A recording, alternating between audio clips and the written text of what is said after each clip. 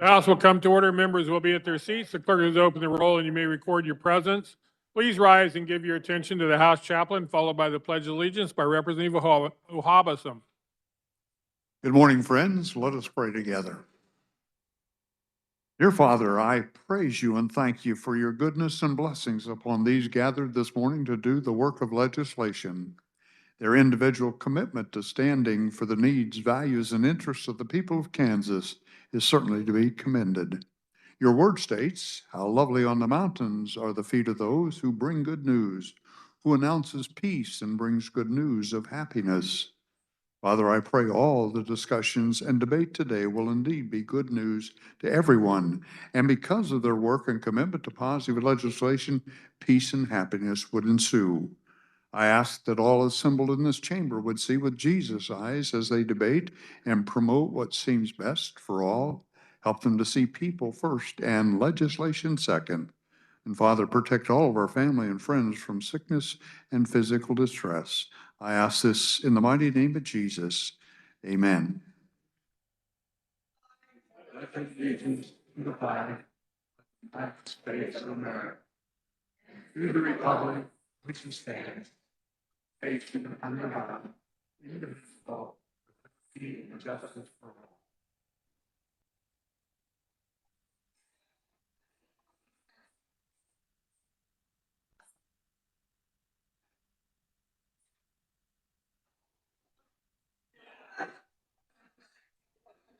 Be gentle. Be gentle. Has every member had an opportunity to record their presence?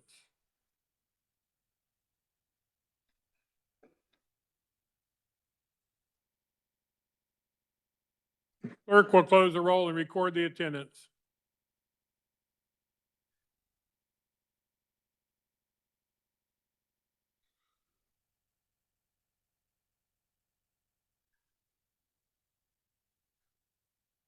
The Speaker recognizes Representative Waymaster on a point of personal privilege.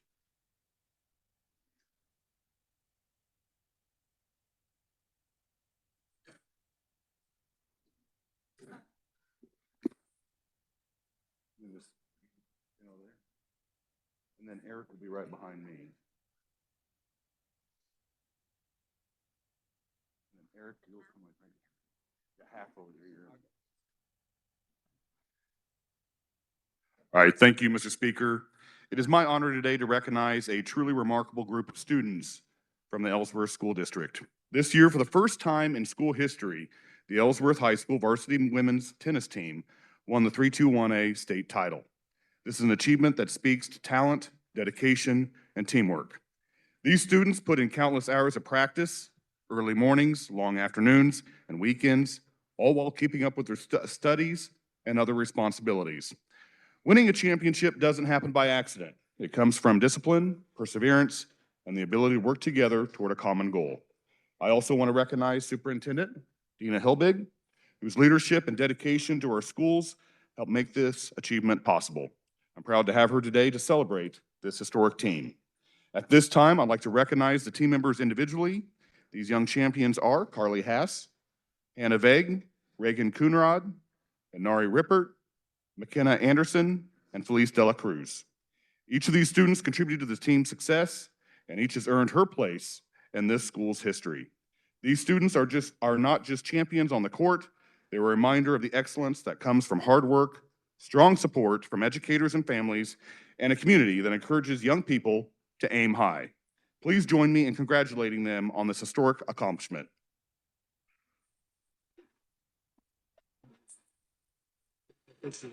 You're welcome.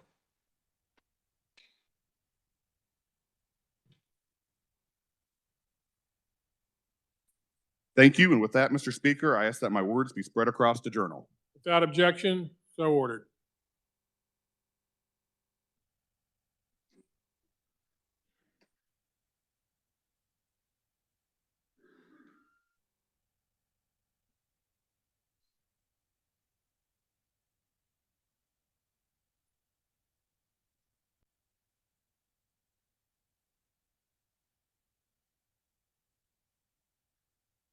Introductions of original motions and House resolutions. The clerk will read. House Resolution 6031 by Representatives Pickert, Riley, and others, a resolution recognizing, honoring, and commemorating the life and career of Representative Billy Ray McCreary. On House Resolution 6031, the Speaker recognizes Representative Pickert and Riley for a motion to adopt the resolution. Thank you, Mr. Speaker. Today, Representative Riley from District 80 and I are presenting a resolution recognizing, honoring, and commemorating the life and career of Representative Billy Ray, or better known as Bill McCreary. I learned about Representative McCreary when his son Bob, who lives in my district in Wichita, reached out to me in December when his father was very ill. Bob was hopeful that his dad could be recognized for his service in the legislature and to the people of Kansas. Bill McCreary grew up in Joplin, Missouri, and upon graduating high school, enlisted in the U.S. Air Force and studied Russian at the Army Language School. He was assigned to the security service in Germany, where he served as a paratrooper, completing 21 jumps over the course of his military career. He earned an honorable discharge as a staff sergeant. Bill was a devoted husband and father to 3 children. He began working in the grocery business, becoming manager of a grocery store in Ottawa, Kansas, and later operated several grocery stores with his brother Virgil.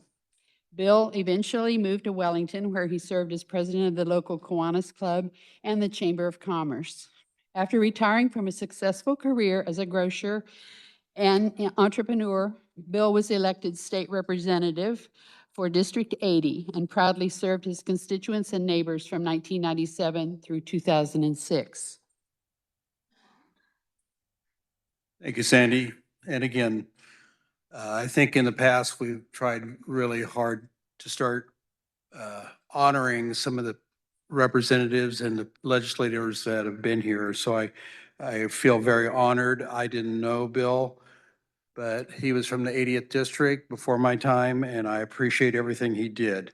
So while he represented the Kansas House District, Bill served as chair of the House Budget Committee, member of numerous committees, including appropriations, insurance, and legislative post-audit. He was dedicated to supporting fiscal responsibility and lowering taxes. He focused on recognizing and commending the sacrifices of Kansas veterans who defended and protected our freedoms. He co-sponsored legislation that identified Kansas veterans affected with the Persian Gulf War syndrome, lowered fees for license plates purchased by military veterans, and provided grants to Kansas Veterans Experience History projects. Bill sponsored the establishment of the Kansas 9/11 Memorial in Anthony, Kansas, co-sponsored a designation of a section of the United States Highway 54 as a Veterans Memorial Highway. So Representative McCreary passed away on December 4th, 2025, Kansas City, Missouri. He's survived by his family, we cherish and value above all. We recognize, honor, and commemorate the life and career of Representative McCreary and celebrate his dedication to family, community, public service in the state of Kansas. Joining us today is his son, Bob McCreary, and his wife, Kathy. So Lisa Wright and her husband are not available today, or Elizabeth Roth, who was unable to attend with us today. So, Mr. Speaker, I move for adoption of this resolution and request that our remarks be spread across the journal. You've heard the motion. All those in favor signify by saying aye. Opposed, no. The ayes have it. The motion passes without objection. So ordered.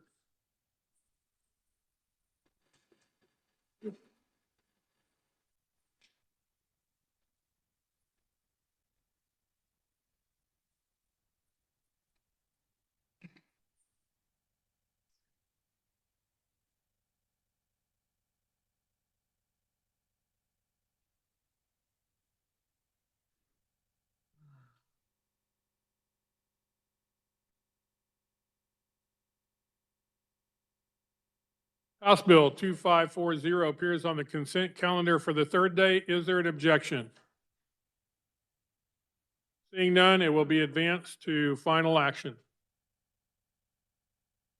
House Bill 2622 appears on the consent calendar for the third day. Is there an objection? Seeing none, it will be advanced to final action. House Bill 2711 appears on the consent calendar for the third day. Is there an objection? Seeing none, it will be advanced to final action.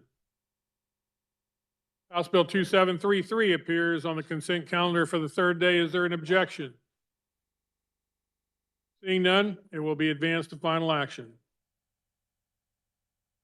House Bill 2642 appears on the consent calendar for the second day. Is there an objection? Seeing none, it will remain on the consent calendar for the third day. House Bill 2624 appears on the consent calendar for the first day. Is there an objection? Seeing none, it will remain on the consent calendar for the second day. House Bill 2719 appears on the consent calendar for the first day. Is there an objection? Seeing none, it will remain on the consent calendar for the second day. Final action on bills and concurrent resolutions, the clerk will read. House Bill 2540 by Committee on Insurance, an act concerning insurance relating to the standard non-forfeiture law for individual deferred annuities, exempting contingent deferred annuities from certain provisions, therefore authorizing the Commissioner of Insurance to regulate such contingent deferred annuities through the adoption of rules and regulations. This constitutes final action on House Bill 2540. The clerk will open the roll and you may record your vote. Has every member had an opportunity to record their vote? The clerk will close the roll. Does any member desire to explain his or her vote? Does any member desire to change his or her vote? Representative Tarwater votes aye. Any further change of vote? Seeing 10 House, call the House in order. Doorman will close the door. Members will be at their seats, and the clerk will call the roll. Esau, Hubert, Wynn.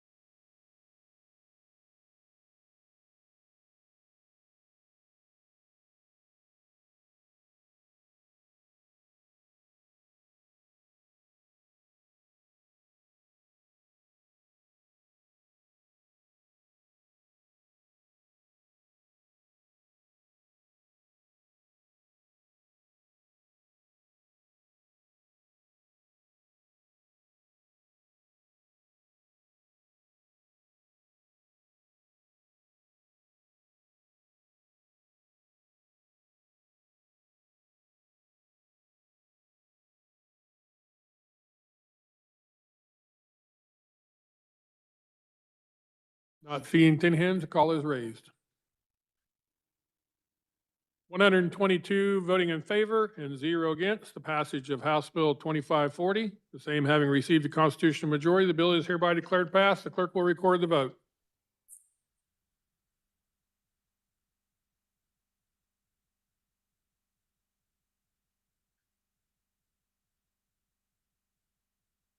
The clerk will read.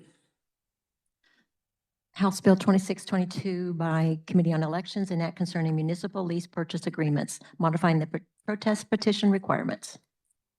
This constitutes final action on House Bill 2622. The clerk will open the roll and you may record your vote. Has every member had an opportunity to record their vote? Clerk will close the roll. Does any member desire to explain his or her vote? Does any member desire to change his or her vote? 121 voting in favor and 0 against the passage of House Bill 2622. The same having received a constitutional majority, the bill is hereby declared passed. What?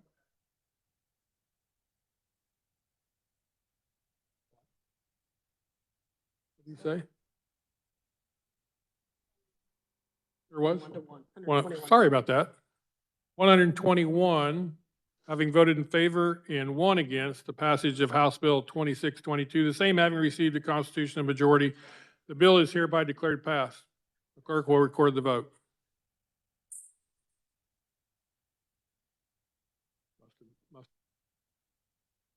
Clerk will read.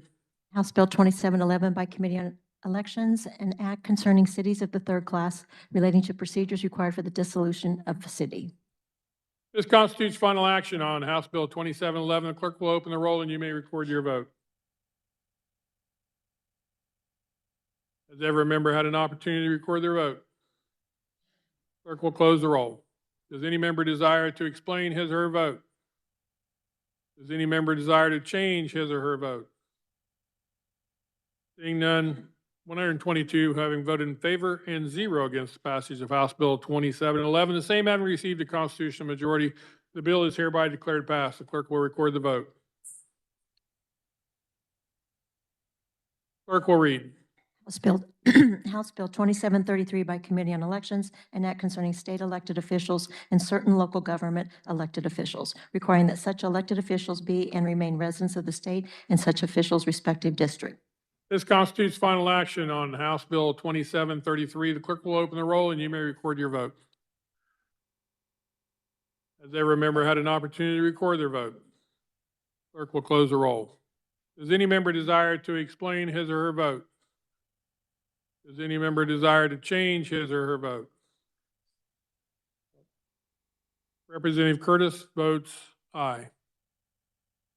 Any further changes of vote? Seeing none, 122 having voted in favor and 0 against the passage of House Bill 2733, the same having received a constitutional majority, the bill is hereby declared passed. The clerk will record the vote.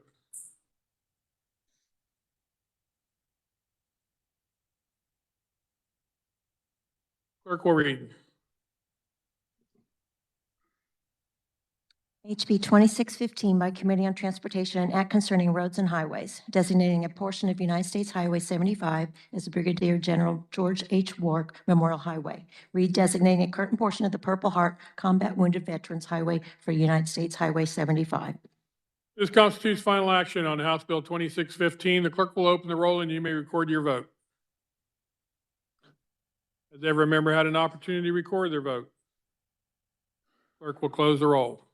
Does any member desire to explain his or her vote? Does any member, Representative Melton? Does any member desire to change his or her vote? Representative Melton votes aye. Representative Hebert votes aye. Any further changes of vote?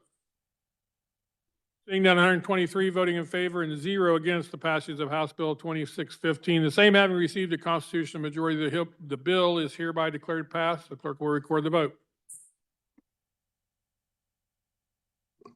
Clerk will read. H sub for sub SB 281 by Committee on Education, an act concerning education relating to school districts and accredited non-public schools, prohibiting students from using personal electronic communication devices during school hours, prohibiting school employees from communicating with students via social media platforms for official school purposes, and providing certain exceptions, requiring the adoption of policies and procedures related thereto. This constitutes final action on Senate Bill 281. The clerk will open the roll and you may record your vote. Has every member had an opportunity to record their vote? Clerk will close the roll. Does any member desire to explain his or her vote? Representative Proctor on an explanation of vote.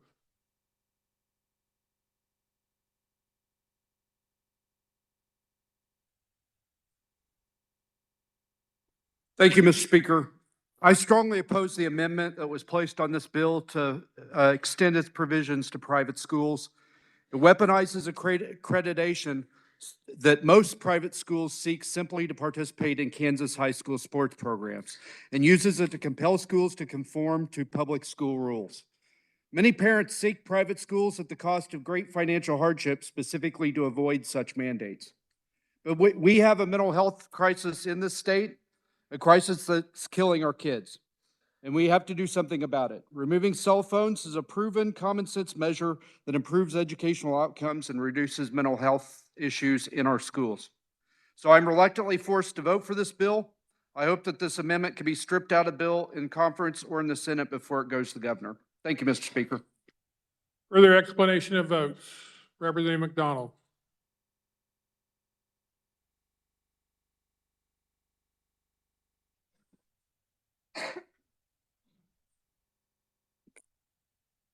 Learning when and where to silence your phone is a life skill. Denying technology is ridiculous if the goal is to prepare students for the real world. Kids will have some form of electronic communication every day in adulthood and should learn how, when, and where to use them appropriately. Phone usage in passing periods and at lunch allows communication for jobs and transportation changes, etc. Students should learn the appropriate times for electronic communication. I believe this bill is being proposed with good intentions, but the legislature is once again getting out of their lane and imposing their will on local districts. Representative Potter Parshall.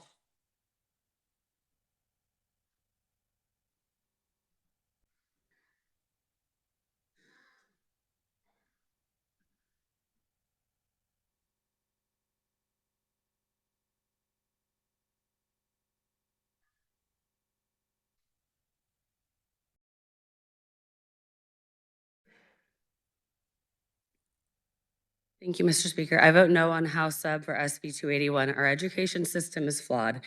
It shields teachers with ironclad protections, leaving parents unable to voice concerns without risking their children's fair treatment. As a mom, state rep, and vice president of USDA 368's Board of Education, I've seen firsthand videos of teachers pushing political ideology rather than educating students. Students' phones are their last line of defense, a lifeline in emergencies, a tool to document bullying and misconduct for real accountability. We must fix the failures first, restore parental rights, prioritize safety, and truly improve outcomes, not just move goalposts. Until the system is fixed, I cannot support sweeping legislation that leaves students helpless. Representative Howe on an explanation of vote.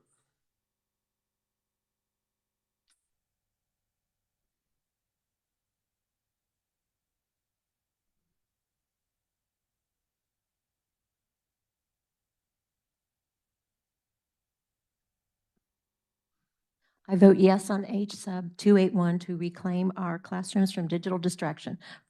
For too long, we have allowed the addictive algorithms of big tech to bypass parents and dominate our students' attention. This is a necessary line in the sand. By removing these devices bell to bell, we aren't just improving test scores, we are restoring human connection. We are giving children the freedom to look up from their screens, engage in face-to-face social interaction, and focus on their education without the constant pull of a notification. Our schools must be sanctuaries for learning and mental well-being, not harvesting grounds for tech giants. Representative Howe. On a point of personal privilege, Representative Christy Williams, or not point, on an explanation of vote, Representative Christy Williams. Kind of like a point of personal privilege, isn't it? Thank you, Mr. Speaker. I vote no on SB 281. The bill extends state control into the internal operations of religious and private schools on matters unrelated to curriculum or academic standards.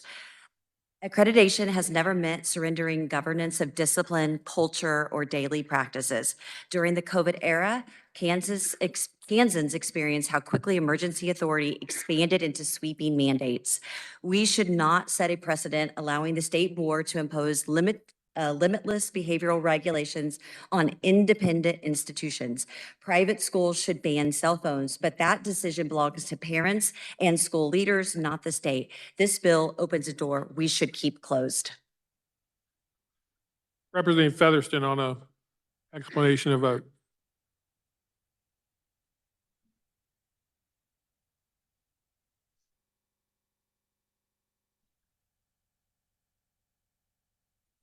Thank you, Mr. Speaker. I vote no on Senate Bill 281.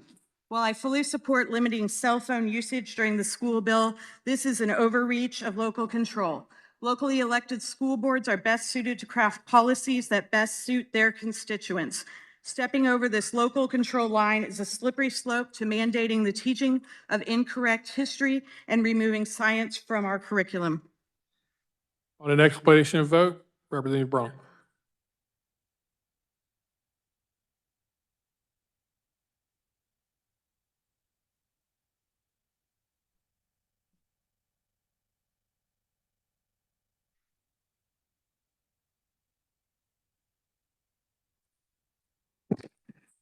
Thank you, Mr. Speaker. I believe the underlying bill is good and will help control the potentially degenerative influences that cell phones can bring into the classroom. I would say it is disappointing to a certain degree that school boards seem incapable of implementing this policy without the legislature, but I'm glad that it's here. Most private schools have already dealt with this issue. The amendment to force a policy decision onto private schools crosses a line. It's not a nuance or a blurring of the lines. It initiates a new, different kind of precedent that I believe has irreparably damaged this bill. So, Mr. Speaker, I vote no on House substitute for Senate Bill 281 because of the imposition into private schools. Are there further explanation votes? Representative Sawyer Clayton.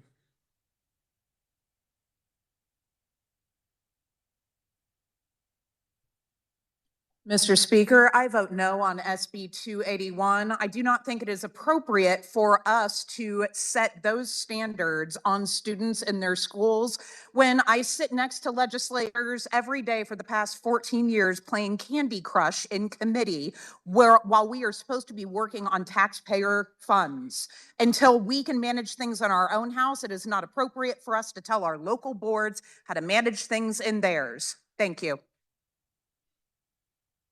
Further explanation of votes.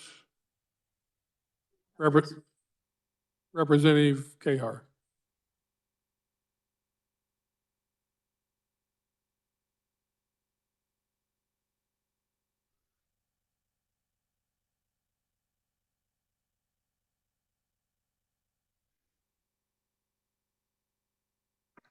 Thank you, Mr. Chair. I fully believe the amendment would have made this bill stronger, and I fully supported that amendment. My vote today was to help kids and protect kids, which is far different than adults. I believe something's better than nothing. Thank you. Representative Humphries.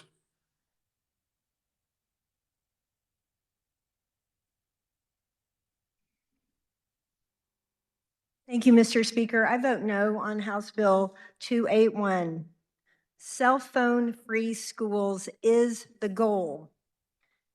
But to achieve that, it takes determined and courageous administrators and parents, not an overreaching government that changes the rules midstream for accredited private schools. And that includes Christian schools, Catholic schools, non-religious schools, and Muslim schools. For me, the overarching principle is that we are treading on dangerous waters when we begin to dictate behavioral issues to private schools. Are there any further explanation of votes? Does any member desire to change his or her vote? Representative Woodard votes no. Representative Sawyer votes aye. Representative Ballard votes no. Representative Riley votes no. Representative Bergquist votes aye. Representative Johnson votes no. Any further changes of votes? Seeing none, 75 having voted in favor and 48 against the passage of Senate Bill 281, the same having received a constitutional majority, the bill is hereby declared passed. The clerk will record the vote. So we just had something happen during explanation of votes, so it's pretty cool. I've never seen it done before. But our representative from Salina turned on his button You know how much easier it would make it up here if people just turned on their button for an explanation of vote? And you'd be right in the queue, and I'd just go right down the line. So thank you very much, Representative, for doing that, thinking outside the box.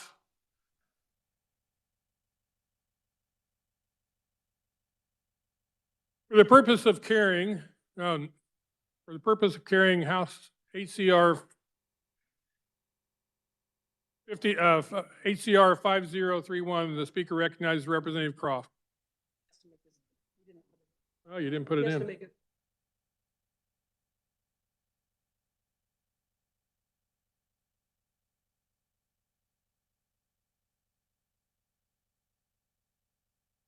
Introduction of original motions and House resolutions, the clerk will read. No? Okay. Speaker recognizes Majority Leader Croft for an original motion. Thank you, Mr. Speaker. Pursuant to House Rule 2311, I move that an emergency be declared and HCR 5031 be advanced to the order of business final action on bills and concurrent resolutions subject to amendment and debate. For the purpose of carrying HCR 5031, the Speaker recognizes. You have to vote on the motion. All those in favor signify by saying aye. Aye. Opposed, no. The ayes have it, motion passes. Now, for purposes of carrying HCR 5031, the Speaker recognizes Representative Croft. Thank you, Mr. Speaker. HCR 5031 ratifies the state of emergency declared by the governor in response to the impacts associated with World Cup affecting Douglas, Johnson, and Wyandotte counties, and provides for a continuation through July 30th, 2026. On February 9th, the governor issued an emergency declaration in response to the upcoming World Cup. As we all know, the governor can only do 15 days, so it requires legislative action to extend it. This does not add any new abilities for the governor. It simply is an extension of the provision in KSA 48925 and only extends the time frame as specified.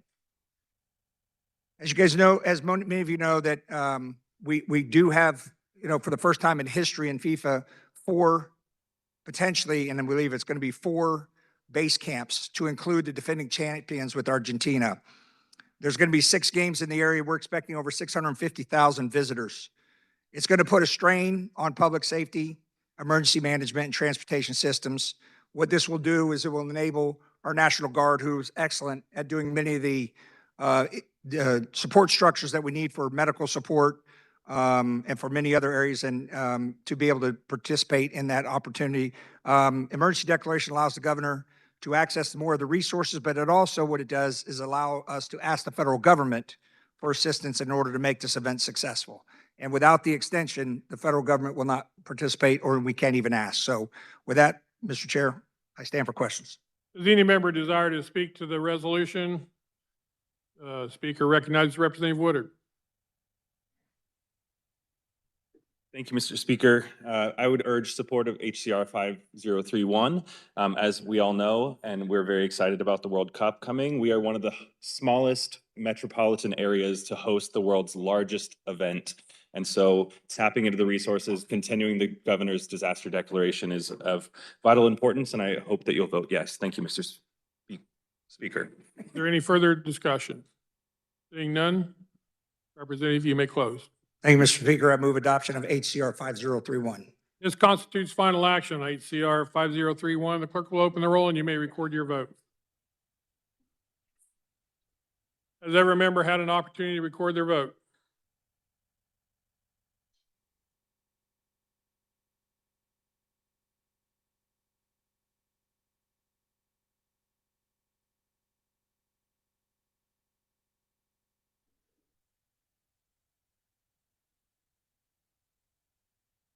Clerk will close the roll. Does any member desire to explain his or her vote?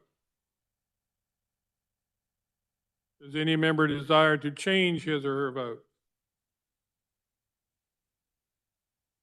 Seeing none, 121 in favor and 2 against the passage of HCR 5031, the same having received a constitutional majority. The bill is hereby declared passed. The clerk will record the vote.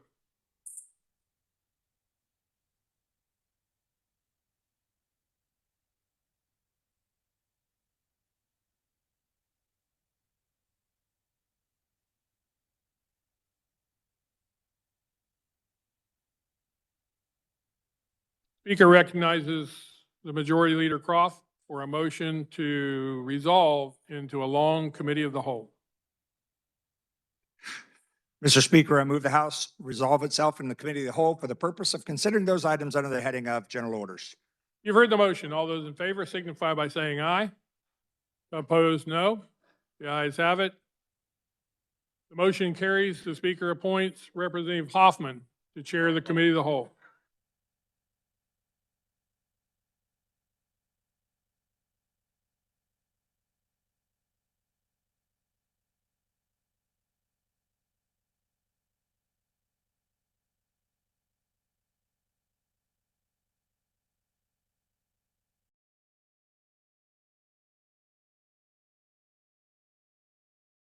All right, good morning, everybody.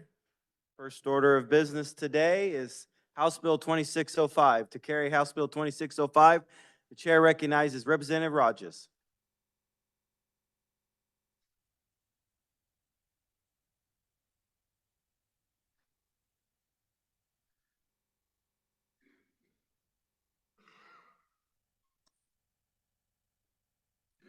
Thank you, Mr. Chairman.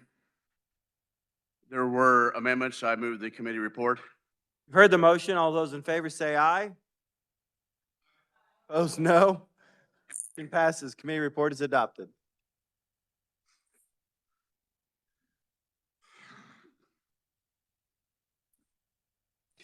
Thank you, Mr. Chairman. Thank you for the opportunity to speak today on House Bill 2605. I encourage your strong support for this bill. It would designate a portion of Highway 36 through Phillipsburg in Phillips County as the Undersheriff Brandon Gady Memorial Highway. Undersheriff Gady served Phillips County with integrity, humility, and a deep sense of duty. He was a kind of public servant who showed up, not just for recognition, not for reward, but because he believed in protecting the people of his community. Some of you may remember, colleagues, some of us received packages of an unknown substance a year or two ago. At the time, Deputy Gady came to my home and stayed as a protectant through the balance of the day to make sure me and my family were safe. In June, while responding to a call, Undersheriff Gady confronted a dangerous situation that escalated without warning. He acted with courage, professionalism, and a commitment to safety to others. But tragically, he lost his life in the line of duty. His death, not just a loss for the Sheriff's Department of Phillips County, it was a loss to our whole county and to the state of Kansas. Really, every Kansan who depends on the quiet, everyday bravery of our law enforcement officers who wear the badge and put themselves in harm's way so the rest of us can live safely. By renaming this stretch of Highway 36, it's more than a simple symbolic gesture. It is a public acknowledgement that Undersheriff Gady's sacrifice matters, that his service will not be forgotten by the people of Kansas, and they honor those who give their lives in defense of their communities. Thousands of residents, travelers, and future generations will see his name and be reminded of the values that he embodied: courage, service, and commitment to others. This designation offers a measure of comfort to Undersheriff Gady's family, friends, and colleagues. It ensures that his legacy is woven into the landscape of the community that he served and protected. It stands as a permanent reminder that Kansas remembers its heroes. Many times we don't think things like this happen in communities like ours, but they do. My heart goes out to all who had an involvement in this tragedy. We as a community of Phillipsburg and Phillips County continue to heal, and I hope that this designation brings comfort and healing to his widow Carly, his three precious children, and all his family. Thank you, Mr. Chairman. I'll take questions. For the purposes of discussion, the chair recognizes Representative Helgerson. There are no questions. I urge you to support the bill and the dedication. Thank you very much. Seeing no one else wishing to speak, the chair recognizes Representative Rogers to close. Thank you, Mr. Chairman. It's been a tough year for our law enforcement officers. I hope I don't have to do this again. Mr. Chairman, I close. You've heard the motion by Representative Rogers to report House Bill 2605 favorably. All those in favor say aye. Opposed, no. Ayes appear to have it. Ayes do have it. Motion passes. Next order of business is House Bill 2491. The chair recognizes Representative Proctor. Thank you, Mr. Chair. There were committee amendments. I move the adoption of the committee report. You've heard the motion. All those in favor say aye. Opposed, no. The motion passes. Committee report is adopted. So, colleagues, most people know that the National Voter Registration Act made Kansas and every state in the union a motor voter state, meaning that when you go to get your driver's license, they ask you, do you want to register to vote? What a lot of people don't know is that the MVRA also made us a Medicaid voter state and a food stamp voter state and a welfare voter state, because the MVRA also requires that agencies that give out those benefits on behalf of the federal government ask people, do you want to register to vote? The Inspector General out of the Attorney General's office recently did a deep dive into this program as part of a broader look at KDHE and how it administers the Medicaid office. That report was the subject of hearings in the Government Oversight Committee that I participated in. And what we found out was they weren't just asking people, do you want to register to vote? They were sending a voter registration form to every single person who gets Medicaid benefits from their office, citizen or non-citizen, to the tune of about $1 million, not quite $1 million in postage and printing to mail those voter registration forms. You'll remember last year we passed a law because we were concerned that the DMV was a vector by which non-citizens were being added to the voter rolls inadvertently. And so what this bill does is a mirror to that. Those other voter registration agencies, the KDHE, which does Medicaid, DCF, KDADS, they also will be required to provide the Secretary of State's office with a list quarterly of non-citizens that they're providing benefits to, so that the Secretary of State can scrub our voter rolls and make sure that non-citizens are not being added to our voter rolls. With that, Mr. Chair, I will stand for questions. To discuss the bill, the chair recognizes Representative Haskins.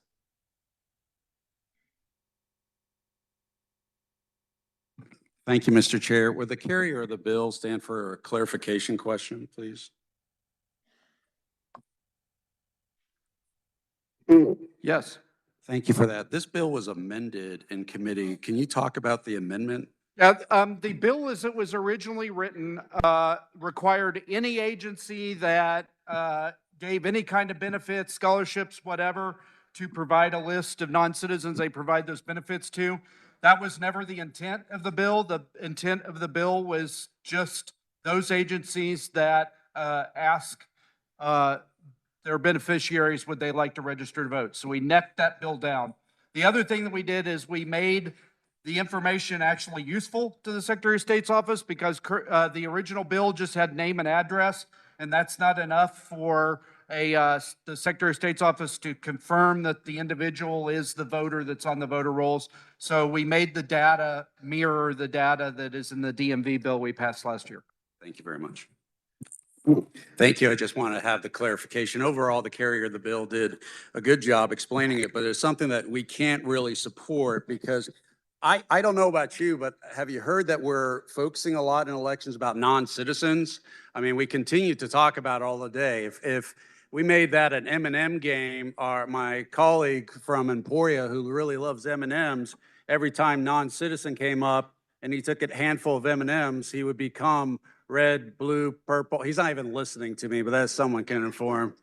We talk about it a lot. And I just want to remind you that we keep building this controversy over this. And I reported it last time when we talked that Fish versus Schwab, an investigation was provided. Out of 2 million registers in Kansas, there were only 67 instances of non-citizens even attempting to register over the course of nearly 2 decades. This is not, they concluded, an iceberg of fraud. It's an icicle largely. Now they'll come up and say, well, yeah, we did have that mayor who we caught that was a non-citizen voting. And yes, you know, a blind dog will find a bone every now and again, but that just kind of supports the facts here that we made such a big deal out of this one outlier that we're just looking for non-citizens just to justify that. But we're grateful because that non-citizen that you caught is a Republican, and so that's one less vote and one for us on our side here. I just want to say that the Secretary of State's office itself is not a legal agency, but we continue to give authorization to them to enforce things. They are a file agency. They collect and they verify the records. But I ask you, why are we continuing to give them this authorization to double check when it's not their purpose? And let's not forget in 2017, when this whole citizenship came up, the Secretary of State, all the leaders received a report from the federal government that says you're violating Kansas citizens' rights. And the quote from the Secretary of State at the time was to his staff, just ignore it. Don't worry about that. I don't understand how we're not upset by that. If I had someone who told me just ignore something that was related to citizens' rights, I would be fighting as I am right now because all of us have the right to be heard. Now, the last thing that I'll say about this, other than this fascination about non-citizenship and this controversy, that conspiracy that keeps getting up. And by the way, if the carrier of the bill comes up and says, hey, if one incident is bad, let's circle back to the whole driver's license thing, because I wanted to say, well, if we put citizenship on the driver's license and someone gets arrested falsely because of that, or they get killed, I think that's worse than the fact that we did a double check on the voter registration and caught these very few individuals. But I want to conclude with the Social Security Act that requires the states to protect Social Security of its citizen. KDHE did testify and they said, hey, we give out benefits, but we are unable to give you the Social Security numbers because they're linked to Medicaid, and we would not be able to support that. We could not do that, but the amendments, nothing addressed that. There are over 12, this is where you put your glasses on, Kirk. There were only 3 opponents for this, and there were also 12 opponents on this. When in doubt, if you have questions, if you don't know, vote no. And I don't know why we keep emphasizing we have an issue with non-citizens voting when it's been proven that we don't time and time again. Please oppose this bill. Further discussion, the chair recognizes Representative Susan Urice. Thank you, Mr. Chair. And I have a question for the carrier of the bill.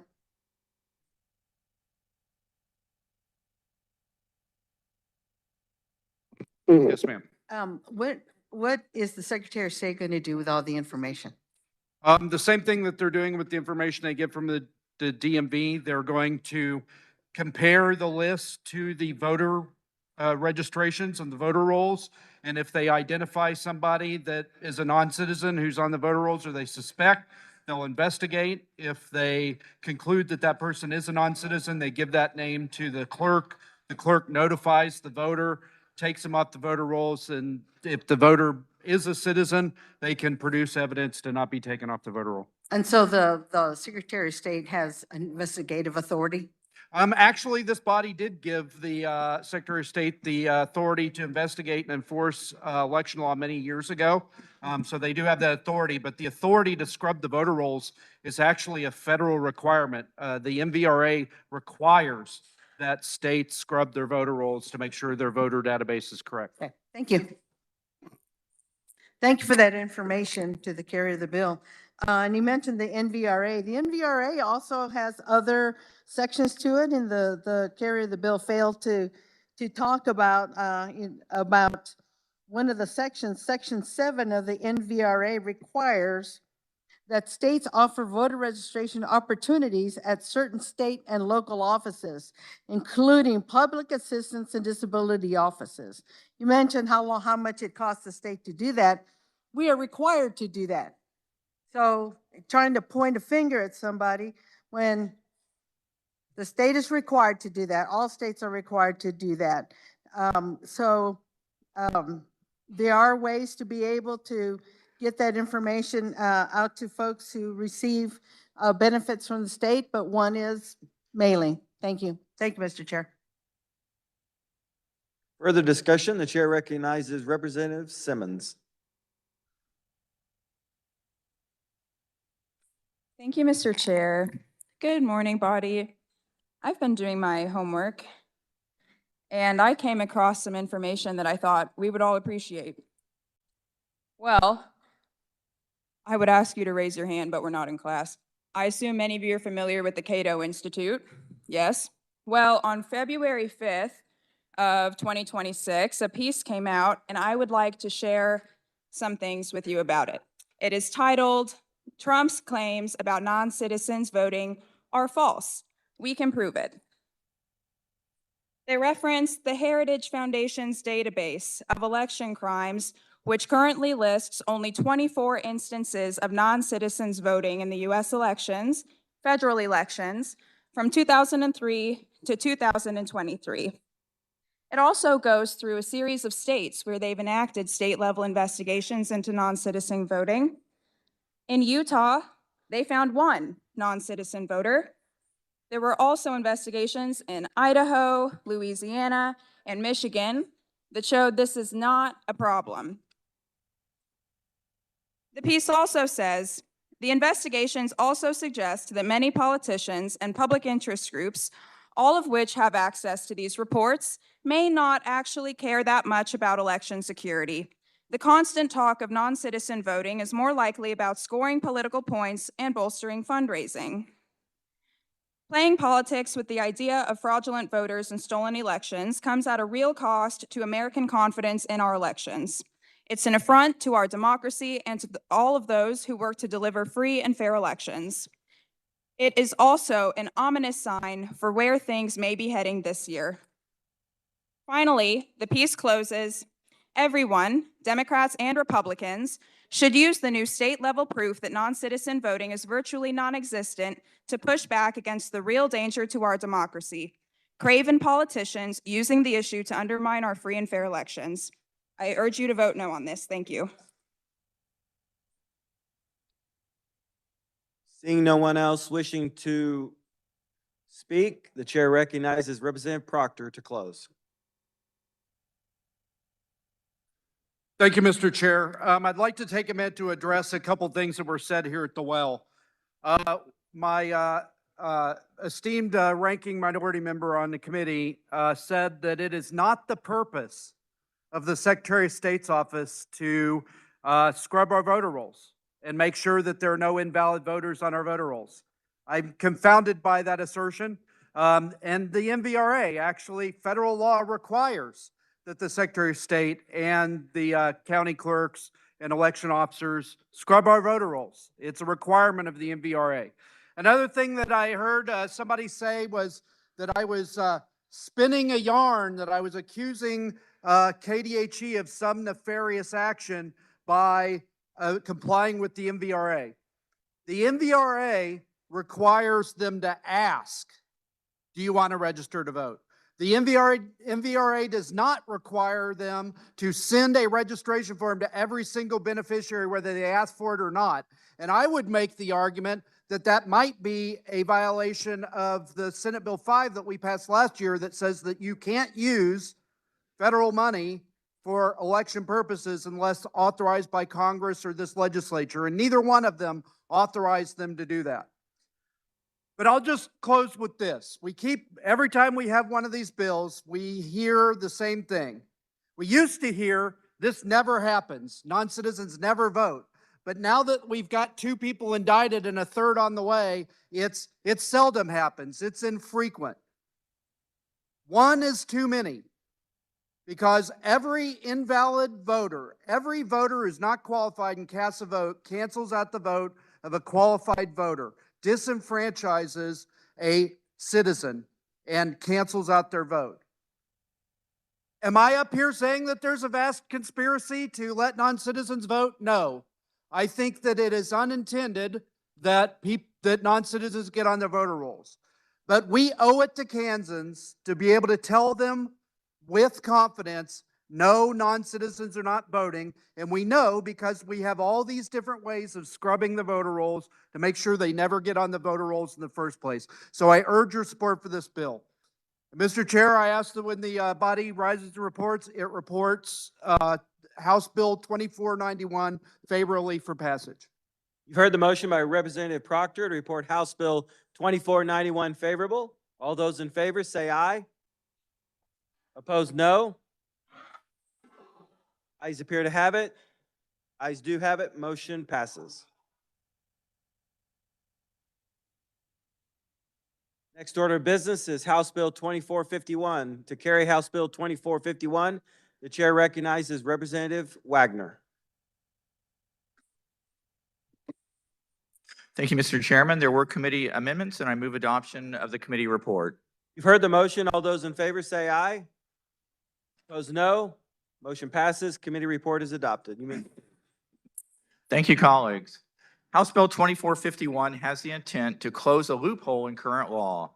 KSA 25-4169A prevents public money from being used to advocate for the nomination, election, or defeat of a clearly identified candidate for state or local office. House Bill 2451 adds this fundamental principle and applies it also to the question of to promote or oppose the adoption or repeal of any provision to the Constitution or ballot question submitted to the electors.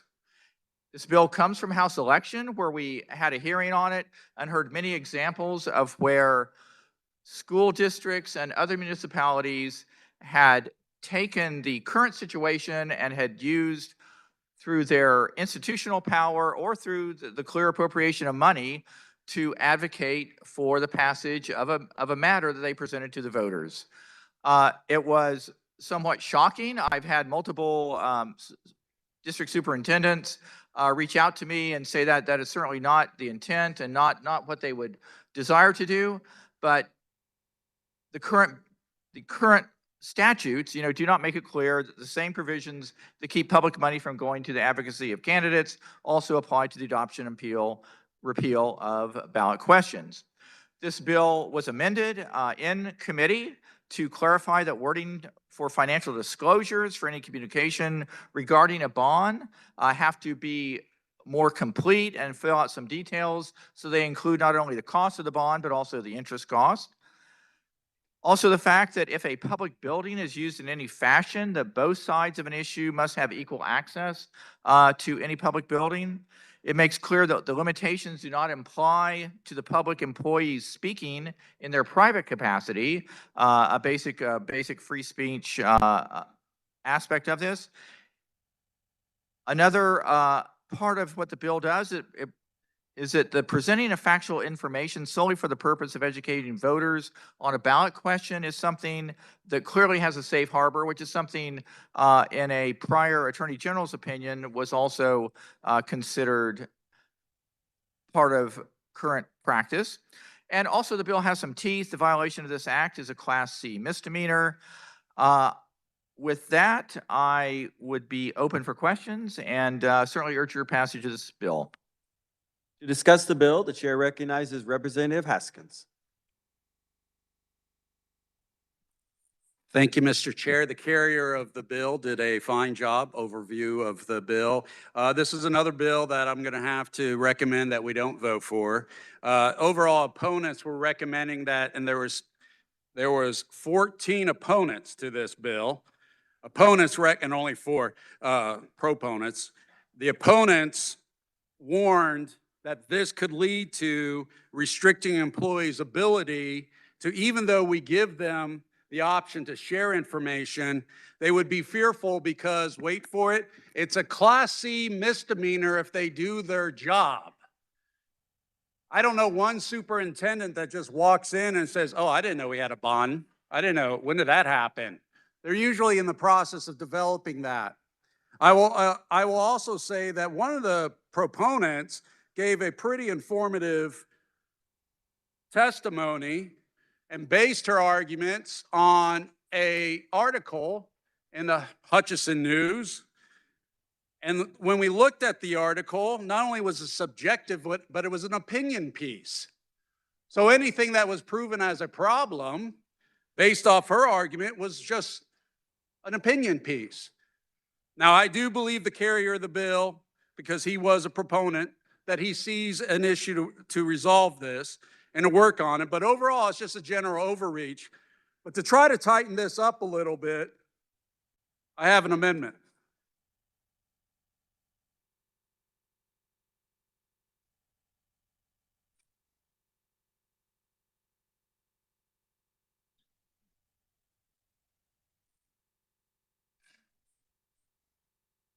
The amendment appears long. Is there a waiving of the reading of the amendment? Okay. Would you like to explain your amendment? Yes, thank you. It is a sizable amendment, but overall what it says, so basically this bill is saying that you can't use public resources to advance a policy or advance a program that requires public interest and a vote. And so with that in mind, and because, as you know, I'm pretty stickler on conflict of interest, trying to vote the way that I was raised, if that I'm going to benefit from this personally or professionally, I need to recuse myself, and my constituents know that. And also, I don't know if you heard of this X Twitter thing. You don't want to watch it, but one day I was feeling down, so I did watch it, and I actually got the idea from the chair of the election committee. I think it's January 8th, and you go to 2 minutes and 50 seconds into his video. He's talking to constituents, and he says something to the extent that, well, there are people, bad actors, who are taking fraudulent voting and negative aspects and gaining both professional and political gain from that. And he says that's wrong. And I completely agree. So this amendment basically says that no elected official of the state of Kansas or any municipality who is in a position to coordinate, schedule, influence, or decide upon the holding of a hearing, taking final action, or bill or resolution may use that if they gain both professional and or political. Because if we use our committee meetings to advance our political campaign promises, are we not using state resources in the same way? I don't know about you, but I don't think it's good news to see a chair of a committee getting a Class C misdemeanor. But that is what this amendment is trying to make sure, that we stay as equal and as protected. And I will stand for questions. Now, is there an objection to the waiving of the reading? I see no objection. Does anyone wish to speak on the amendment? The chair recognizes Representative Wagner.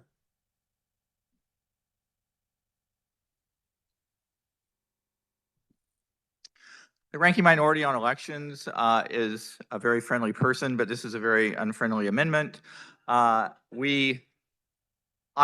would point, if you have the copy of your HB 2451, in current statute, of course, current statute, you have to realize applies currently to the publicly supporting or opposing a candidate.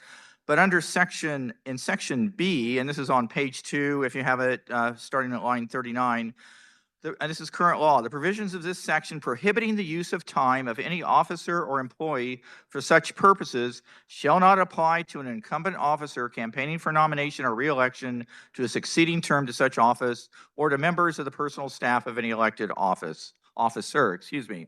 I would say the gist of what he's trying to do here is already counteracted by what we've lived under for the last decades, and I would urge your rejection to adding it to this current bill. Thank you, colleagues.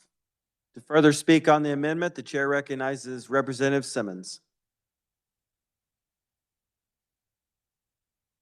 Thank you, Mr. Chair. I strongly support this amendment. I don't think any position in this body should be explicitly used for campaigning, particularly a leadership position, and at taxpayer expense. That's not what we're here to do. I would urge you to support this amendment. Thank you. Does anyone else wish to speak on the amendment? Seeing none, Representative Haskins, you may close.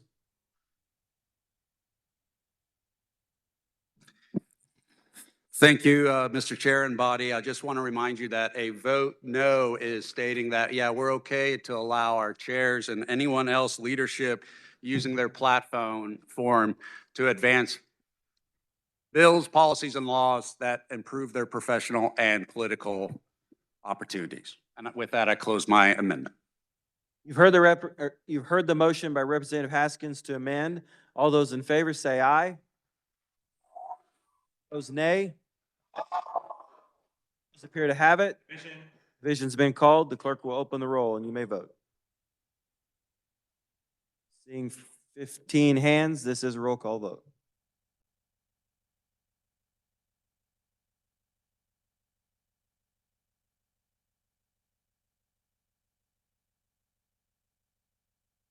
The clerk will open the roll.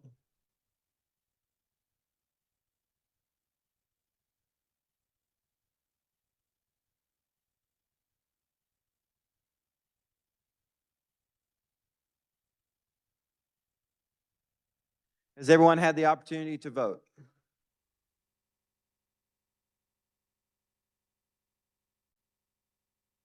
The clerk will close the roll. Representative Ellis votes no. Does anyone else wish to speak? Or Representative Lewis votes no. Representative Brownlee Page votes yes. Representative Martinez votes yes. Representative Bloom votes no.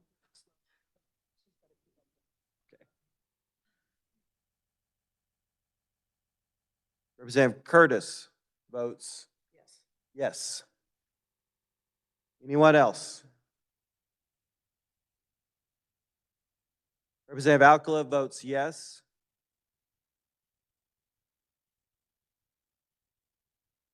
Anyone else wish to change their vote? Seeing none, the yeas are 38, the nays 82. The motion fails. We are back on the bill. Representative Haskins, you still have the floor. Thank you, Mr. Chair. And oh, by the way, to the Vice Chair, I'm glad I'm still friendly, and it was unfriendly. I should have thanked him for that. All right, so get prepared. There's going to be a lot of Class C misdemeanors being passed out if this is already in the bill. And so please, let's not use our platform as chair leaders to advance bills that advance us professionally and personally. Vote this down. Anyone else wish to speak? Seeing none, Representative Wagner, you may close.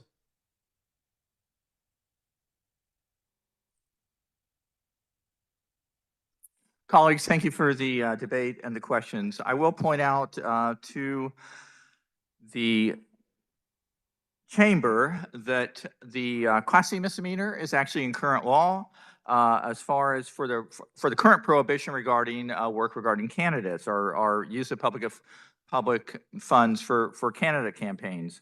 When we had the original presentation for this bill, we had Senator Shane, who had experienced similar situation in his district, of course, myself.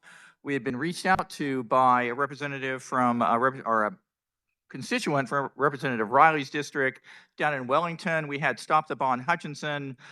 Folks had come up to comment on the bill and present their evidence about the problem that we have with current law.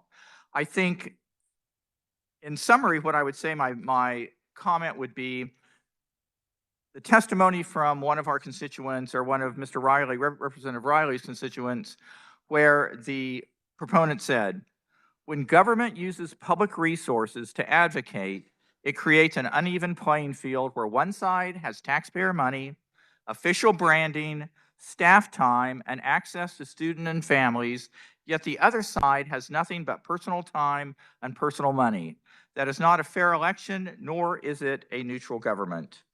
And with that, Mr. Chairman, I move that when the committee rises and reports, we report House Bill 2451 favorably for passage.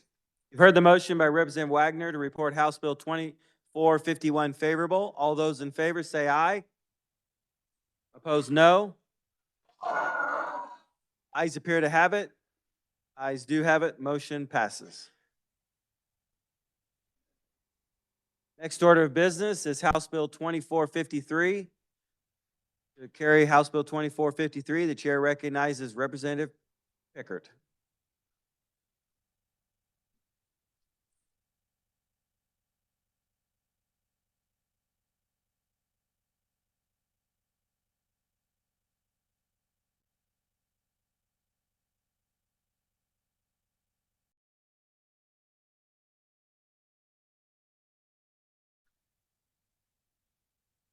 Mr. Chair, there were committee amendments. I move the adoption of the committee report. You've heard the motion. All those in favor say aye. Opposed, no. Motion passes. Committee report is adopted. You may continue. Good morning again, body. Last year, I heard from several constituents when we passed House Bill 2017, eliminating the 3 days after election for mail-in advance ballots to arrive in the election office. This shortened the election cycle for Kansas from 23 days to 20 days, tying with Iowa as the states with the shortest election cycles for mail-in advance ballots. Before I considered proposing election changes, I contacted some of my constituents and some Kansas residents I know who work out of state and consistently vote by mail-in ballot. I also contacted two election officers representing counties with a large population and 3 representing counties with smaller populations for their input regarding the changes that I'm going to be telling about. So this bill has these 4 changes. The bill increases the election cycle from 20 days to 22 days by adding 2 days on the front end. Advanced mail ballots would be mailed on Monday instead of Wednesday, 3 days before the election. The second thing is that voter registration ends on Friday, 25 days before the election, before advanced mail-in ballots are mailed out on Monday by the election office. A mail-in voter registration must be postmarked by the 25th day before the election. The third change is that applications for an advance vote ballot shall be submitted to the election office by 14 days before the election to allow adequate time for the election office to process a request and mail an advance ballot, and the voter then have time to return the ballot to the election office by mail. Otherwise, the voter risks the possibility of the mail-in ballot not returned to the election office by the end of election day. The fourth change is advanced voting in person will end on Friday before the election. If the county election officer chooses, in-person voting may be available on Saturday and Sunday preceding the election, ending at noon on Sunday. The county election officer shall provide notices of these date changes for in-person early voting at least 3 weeks before the election.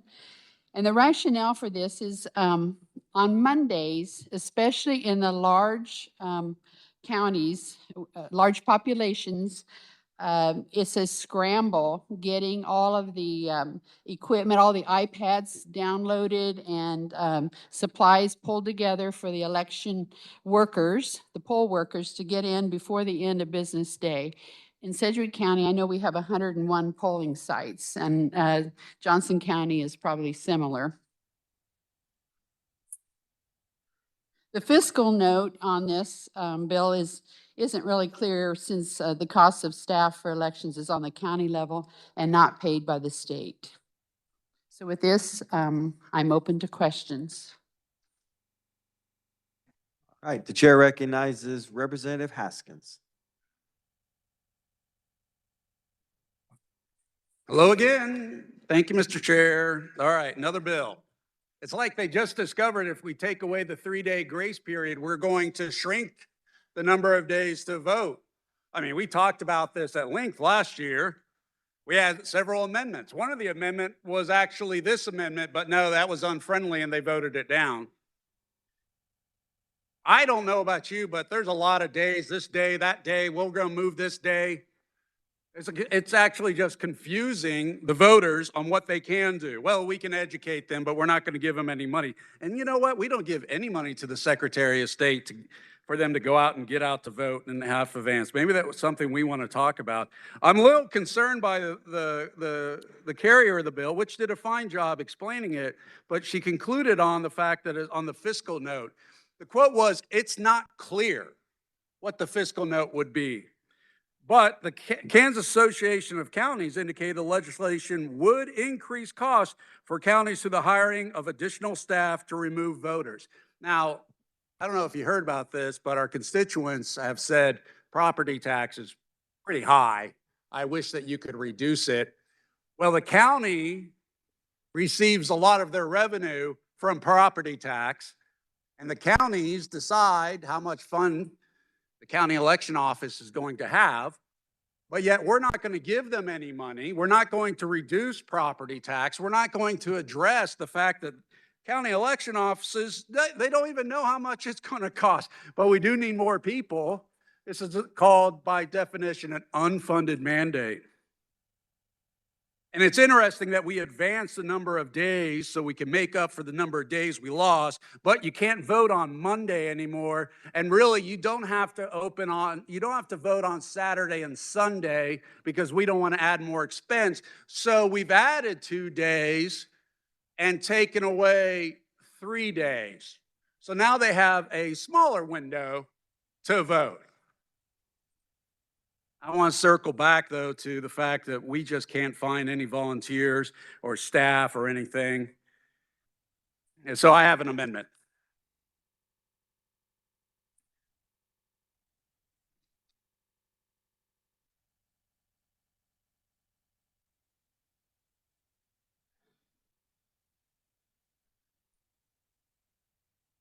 The amendment appears long. Would you like to explain your amendment? I will. It's one that I tried to sell you on last time, and I encourage you again. Remember, we're talking about days here. And we're also talking about resources that are lax, that we can't support, or we're not going to give them. So what I say to you is let's give them resources. Let's give them volunteers. Let's make sure that we are helping people get out and to vote. And by doing that, I say every even year general election day is a public holiday. Sounds like a good plan. I wish we would support it. I know that some of you have told me privately that you would. So that amendment adds a general election day on even years only, not odd years, even years only, as a public holiday. So people can get out and vote. They don't have to ask for permission. They can get more volunteers. This is good. Get out to vote. Is there objection to waiving the reading of the amendment? Seeing no objection, the chair recognizes Representative Pickard. I challenge the germaneness of this amendment.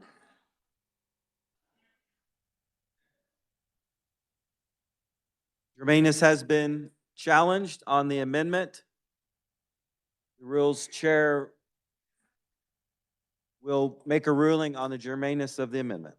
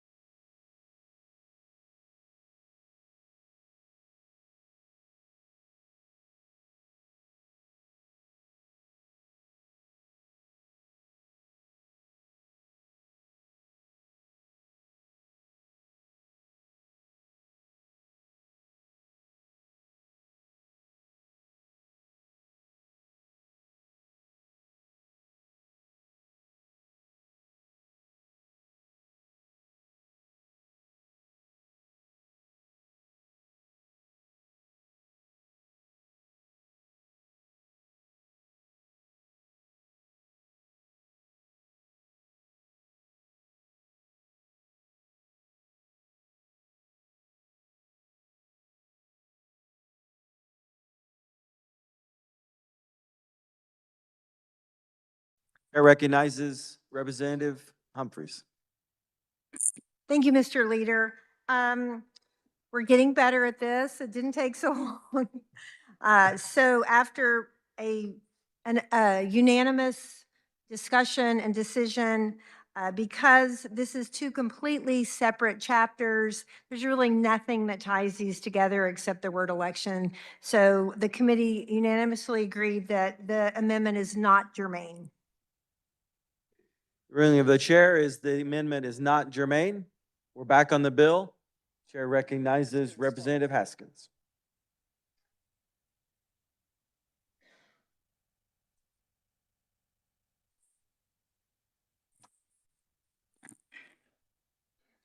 It's not germane? And it was unanimous, and it deals with elections and days, and the bill's about days, and it's about, I challenge the ruling of the chair. The ruling has been challenged.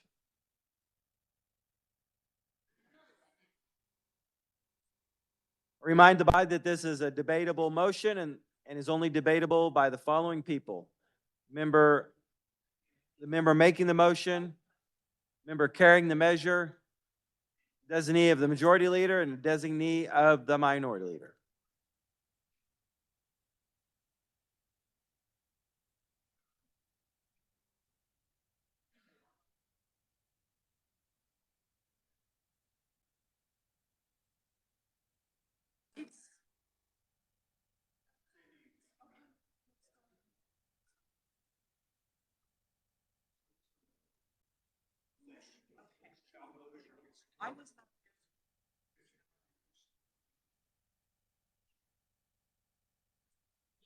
To debate the motion. You ready? Chair recognizes Representative Haskins.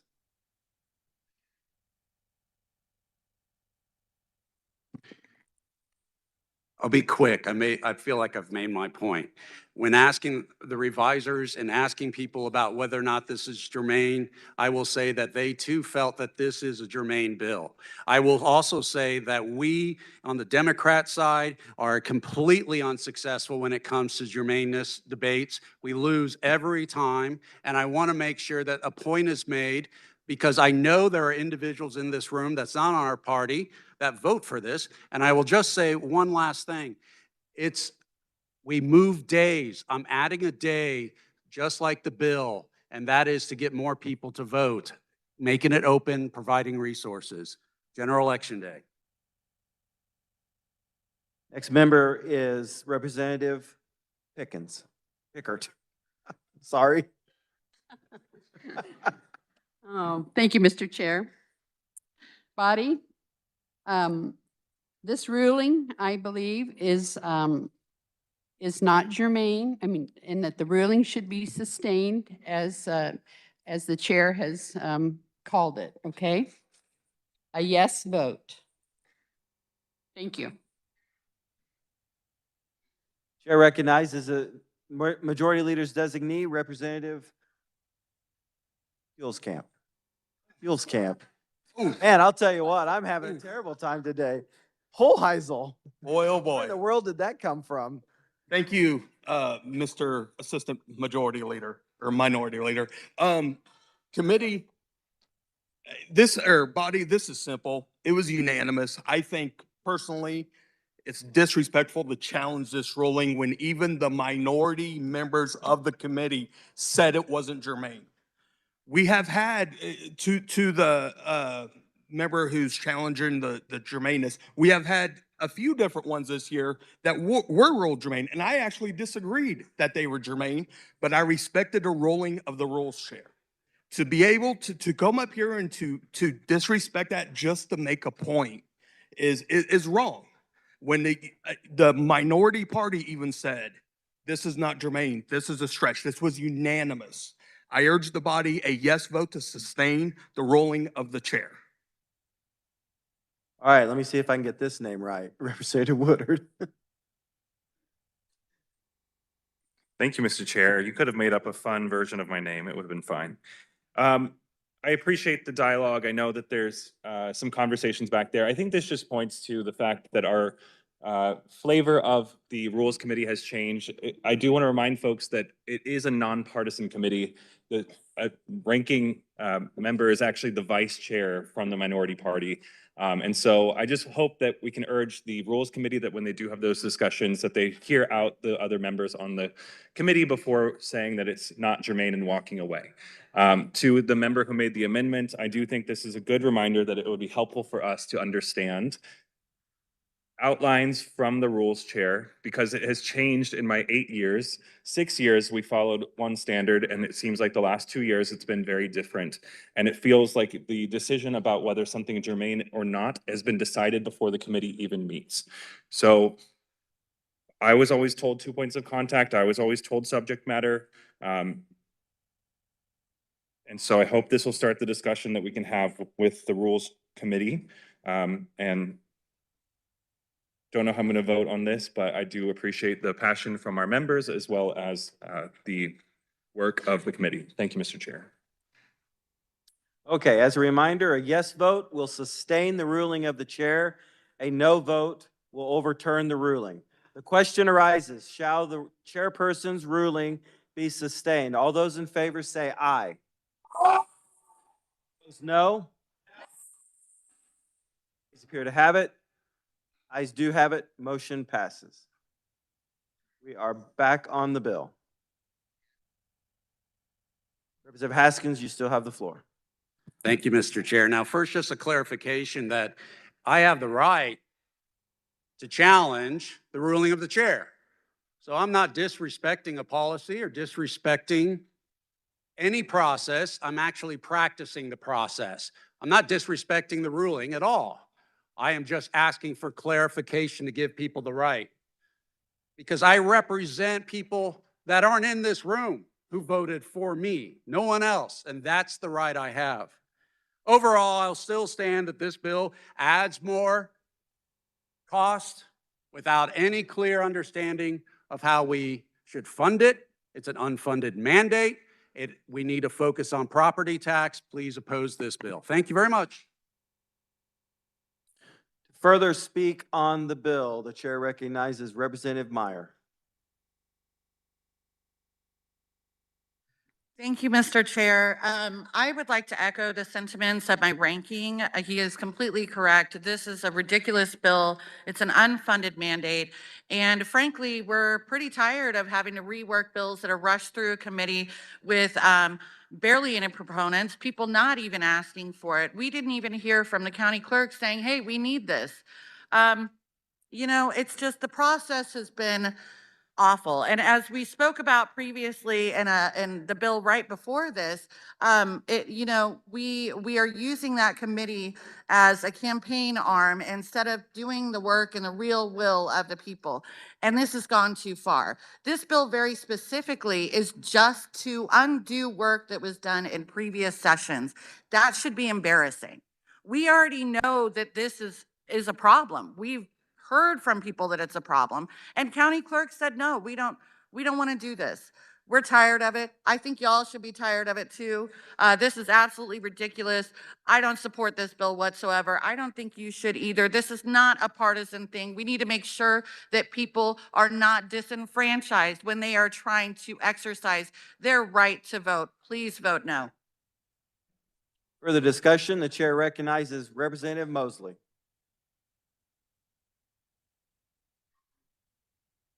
Thank you, Mr. Chairman. Could the carrier of the bill please come for a question?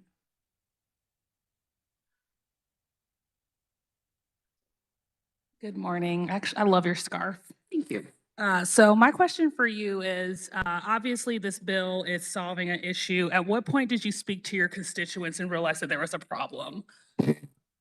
Well, last year, actually, when we were going over the other bill, the 2017, I heard from several, and I did visit with some of them.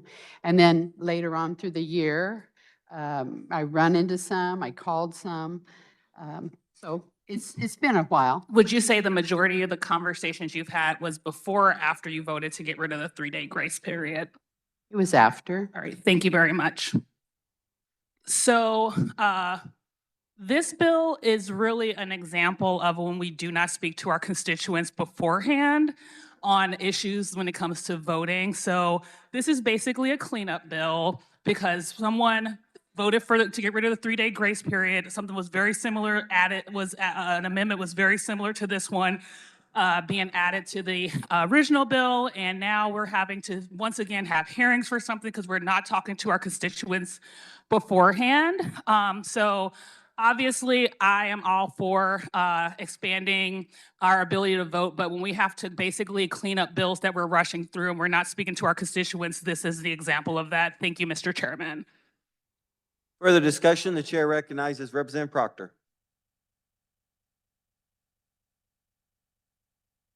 Thank you, Mr. Chair. I'd just like to highlight something that our ranking minority member said at the beginning. Our colleagues on the other side of the aisle brought this bill as an amendment to the repeal of the 3-day grace period.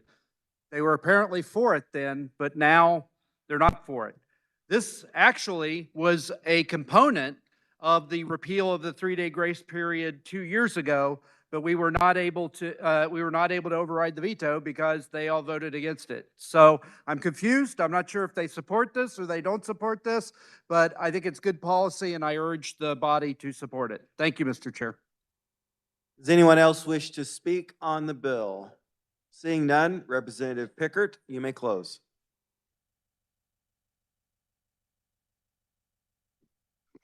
Thank you, Mr. Chair. I move that when the committee rises and reports, it reports HB 2453 favorably for passage. You've heard the motion by Representative Pickert to report House Bill 2453 favorable. All those in favor say aye. Aye. Opposed, no. Ayes appear to have it. Ayes do have it. Motion passes. Next order of business is House Bill 2214. To carry House Bill 2214, the chair recognizes Representative James. Thank you, Mr. Chairman. There were amendments. I move the adoption of the committee report. You've heard the motion. All those in favor say aye. Opposed, no. The motion passes. Committee report is adopted. You may. I'm here before the body to present House Bill 2214. It comes from the Veterans Committee. It's a bill that was brought to us from an organization that is a for-profit company. 2214 is the Safeguarding Americans Veterans Empowerment Act, which some states use to help regulate for-profit companies.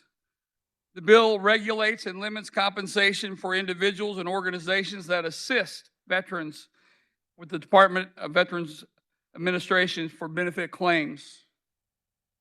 The bill establishes standards for transparency, disclosure, and compensation and practices for for-profit companies that assist these and provide to our veterans benefits. It seeks to create a standard around compensation and disclosures to conduct while allowing veterans to choose private assistance to their desire. It's had 3 amendments to it. We capped the amount of money that they could receive. We make them now, we want them to sign a waiver saying that they know that there's a service available that's free to them through the VA, or VFW, or the DAV, or the American Legion, and some other organizations as well, and that service is free to them. The gist of the bill is it's for veterans and they should have a choice. And I'll tell you now, right before for the body, that I received these benefits. I went to a company for profit. One of the companies that testified here, 2 different companies.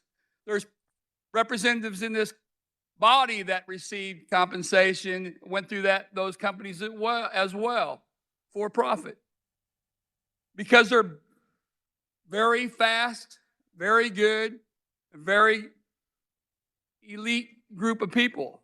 Whereas the VFWs and some of the others use different practices, These don't. And they need to be updated, in my opinion. So with that,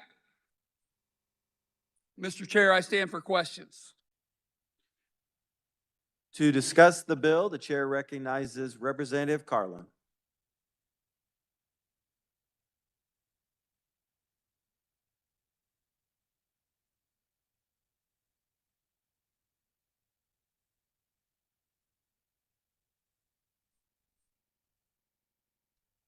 Thank you, Mr. Chair.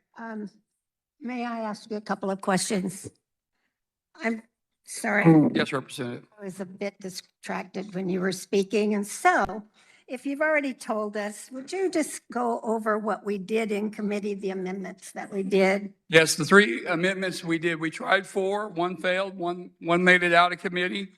Well, we did 3.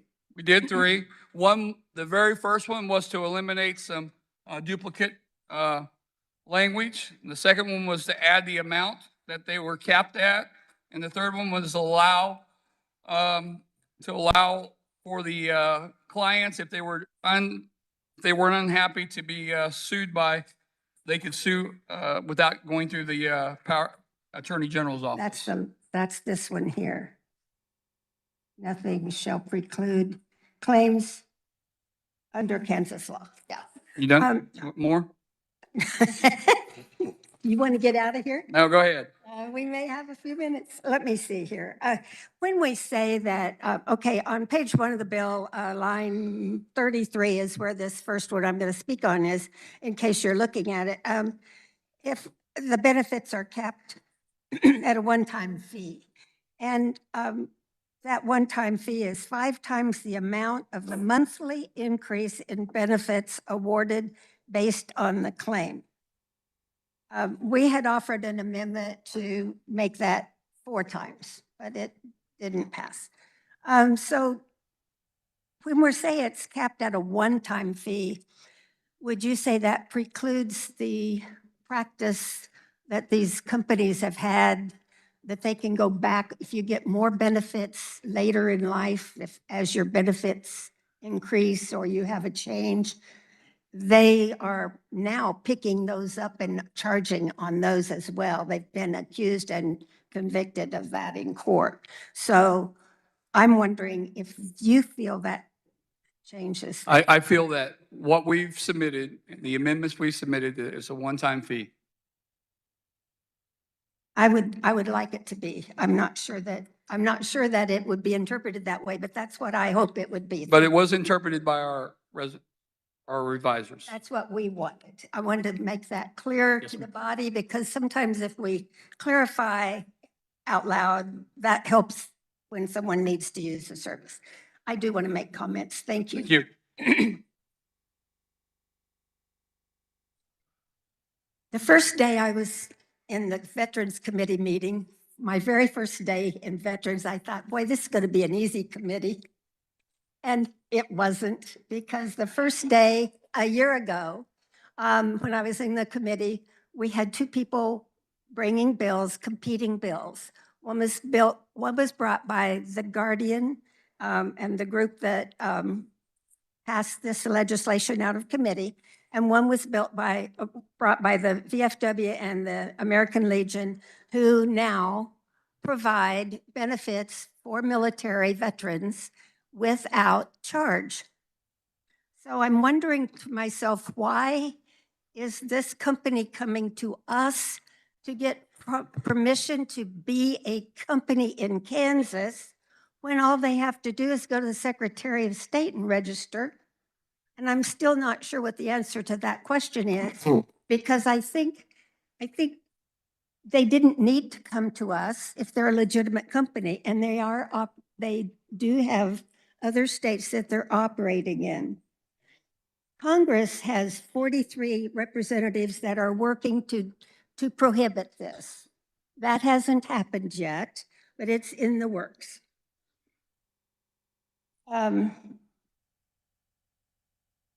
The bill is intended to protect veterans, and that goal is one that we all share. And I have a lot of veterans in my district, and I'm certainly speaking for them and not against them.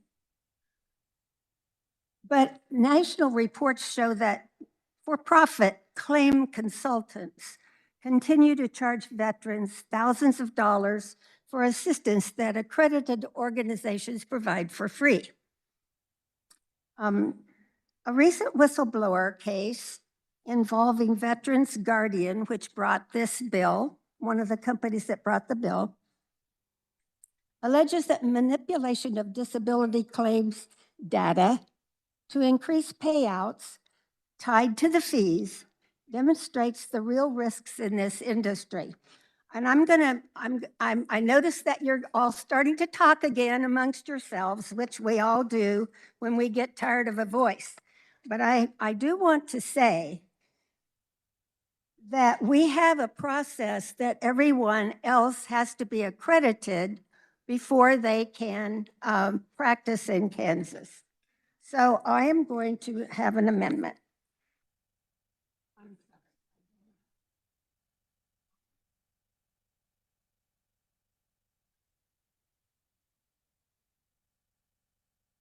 All right, we'll stand at ease for just a few minutes as she turns in the amendment.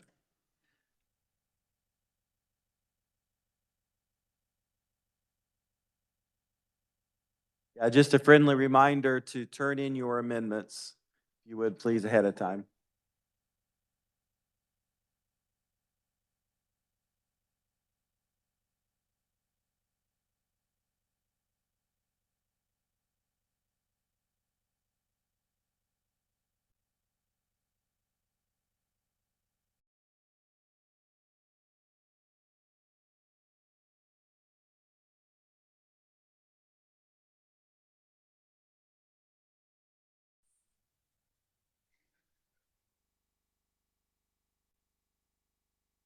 The amendment appears short. The clerk will read.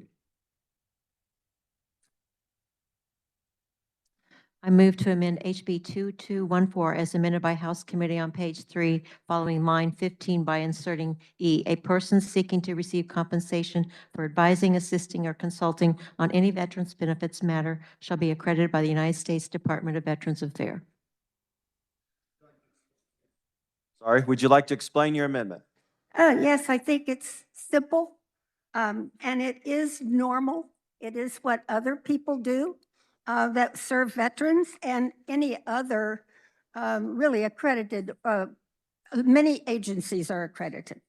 So I think that a person that's seeking to receive compensation ought to know that, we ought to know that they are accredited, they don't have a background problem or anything, and they have had training. So I would stand for questions. To speak on the amendment, the chair recognizes Representative Estes.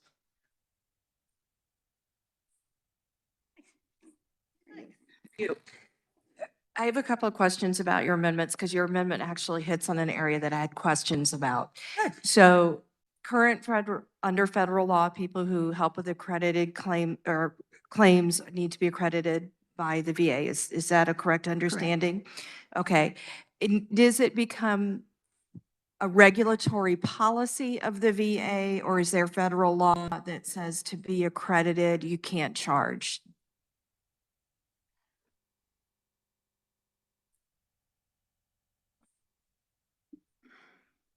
You know, I really don't know the answer to that question. I think we're more concerned about the people that are doing the work being trained and doing it properly and not breaking the law.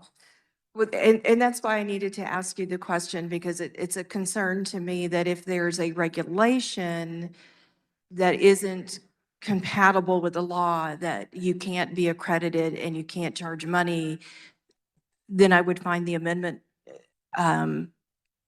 unfair. But if that's not the truth, then I'd be more open to the amendment. So that's why I'm trying to understand.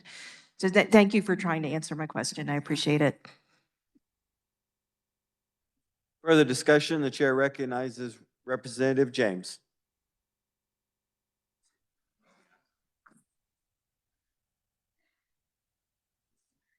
Thank you, Mr. Chair. The accreditation, this is an unfriendly amendment because in Louisiana, a company was mentioned that they were accredited, and you can't be accredited and receive compensation. That's simple as that. So these companies work for the veterans. The accreditation part is simply not required, and they do a great job at what they do. Accreditation is when the VA, when you go to file a claim with the VA, if you're with a certified VSO, a veteran service officer that's taken the training, that wants to do this for a small nominal fee, not a fee, it's a small, and there's no fee, but they want to do this service, that they're trained. But that's it. They get on the VA system, they log in and file your claim on your behalf.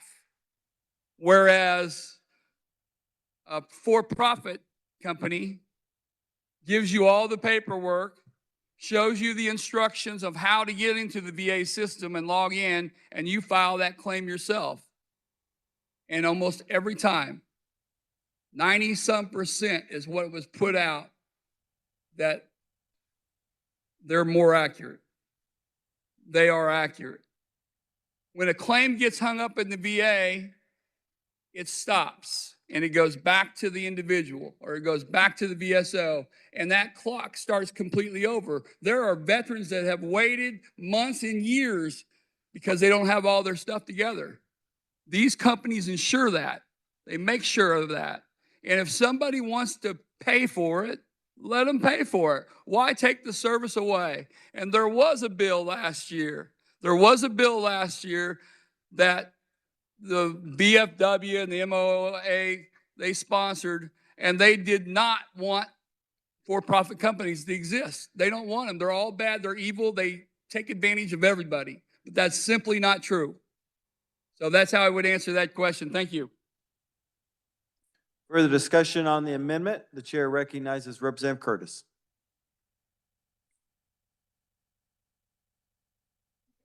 Thank you, Mr. Chair. And if the carrier of the amendment would answer a couple of questions. I hope so.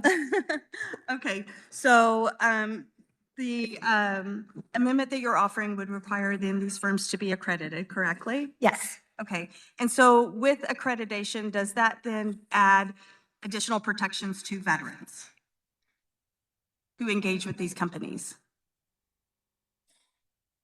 Well, I think what we want to do is show that accredited assistance is available when they sign that contract and that they are legitimate in person and in the company they represent.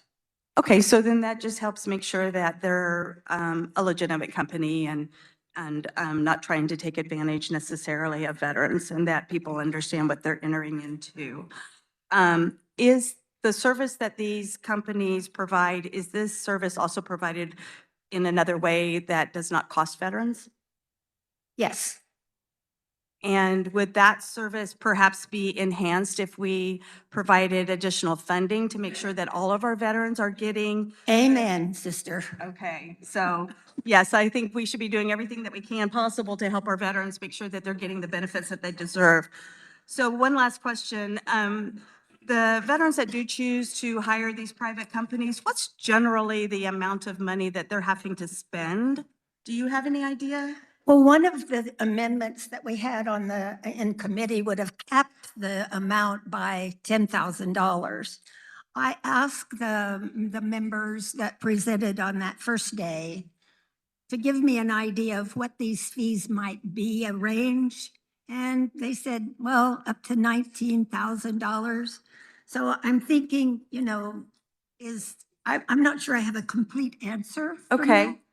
But in the range of like the $20,000 range is what we are kind of hearing is what people spend. And I understand that there's only one other state that has adopted this. Louisiana. Louisiana. And was that upheld to be a constitutional law? Actually, it was either the day we passed it out of committee or the following day. Louisiana Supreme Court struck down that law saying it is unconstitutional to charge for those benefits. Okay, thank you. And so, members, I support the amendment and we'll see what happens with the underlining bill. Thank you. Further discussion on the amendment, the chair recognizes Representative Mosley. Thank you, Mr. Chair. I want to clear up something that was said prior. So for not charging for you can like someone cannot charge for like the initial claim, and a lot of time with these people who are doing this kind of work is they coach someone through that initial claim. And so when someone is basically being told to give kind of semi-misleading or exaggerating information, all of that falls on the individual. And then after they do all the refiling and stuff like that, they can charge up to 20% per month. And so this is why this is a predatory practice. So I do appreciate the amendment that was brought forth, but I did want to clear up that you only cannot charge for someone for filing their initial claim. If you file that initial claim yourself, everything that happens afterwards with that refiling now is on the hook. And so what happens is that when that claim is denied and they go into the appeal process, that starts the clock. And so from the point that they started their claim on, that all of that money could potentially go, like a big portion of that money could potentially go to a for-profit company. Thank you. Does anyone else wish to speak on the amendment? Seeing none, Representative Carlin, you may close. Thank you, Mr. Chair.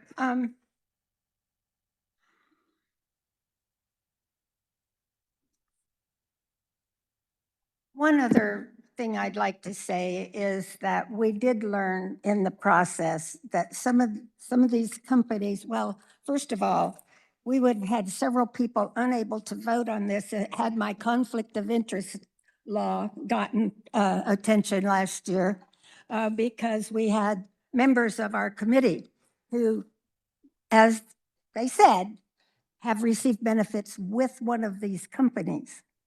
I think that this bill has been worked and worked. We didn't bring it out of committee last year because there wasn't agreement. The chairman could not get the votes to bring it out of committee. So the committee was rebuilt and then this started over again. Mr. Chair, I move that when the committee rises and reports it. Just move your amendment. I'd like to. I would move my amendment, Mr. Chair. All right. You've heard the motion by Representative Carlin to amend. All those in favor say aye. Opposed, no. Those appear to have it. Division's been called. Clerk will open the roll and you may vote.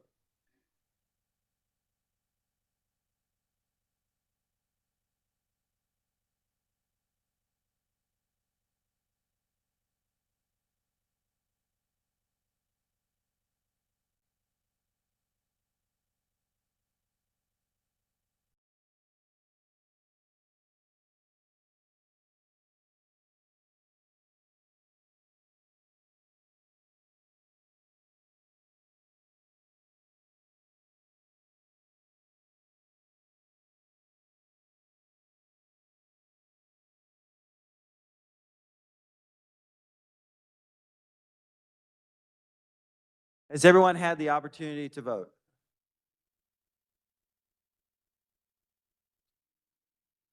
The clerk will close the roll. 37 voting yay, 78 no. The motion fails. We're back on the bill. Representative Carlin, you still have the floor.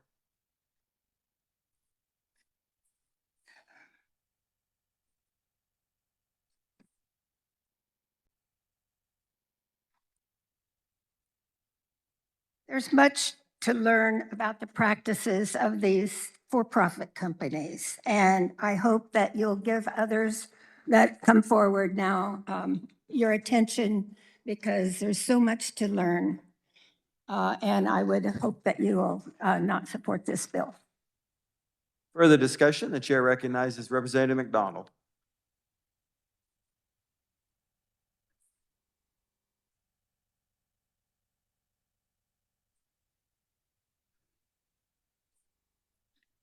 Thank you, Mr. Chair. So I am the daughter of a Vietnam veteran, the granddaughter of a World War II paratrooper.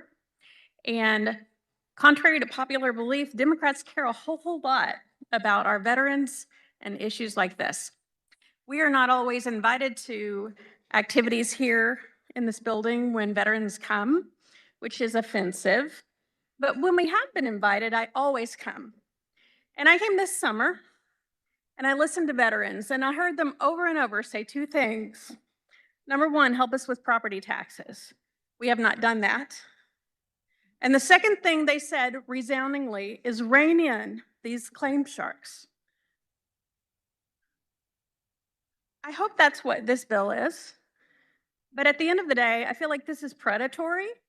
If we would just invest our resources into the governmental agencies who help these veterans so that they're not short-staffed, then we could actually solve this problem. We cannot privatize our way out of every situation. I'd like for us to put our money where our mouth is and actually help veterans instead of help others profit off of their suffering. Thank you. Chair recognizes Representative Boatman.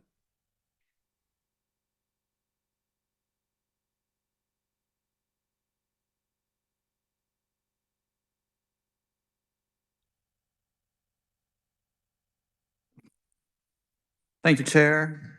I have an amendment.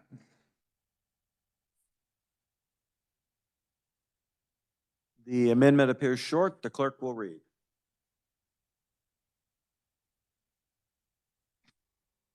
I move to amend HB 2214 as amended by House Committee on page 1 in line 32 by striking "if successful" and inserting "upon provision of evidence that such person's advice, assistance, or consultation led to such increase." Would you like to explain your amendment? Yes, thank you, Mr. Chair. While we were discussing this in committee, there was the real concern brought up that a veteran would seek the services of one of these organizations and that would be unsuccessful. And then the veteran would subsequently go back and try to increase their VA benefits on their own. And if they were successful on their own, that one of these organizations would basically be keeping tabs on them and see that they had increased their own benefits and then make a claim that their services were what increased the benefits. So what my amendment would do is simply require an organization to prove and establish that their work contributed to the veterans' increase of benefits. That's it. All right, to speak on the amendment, the chair recognizes Representative James. I would just encourage the body, this is an unfriendly amendment, and to vote no. Thank you. Does anyone else wish to speak on the amendment? Chair recognizes Representative Carmichael.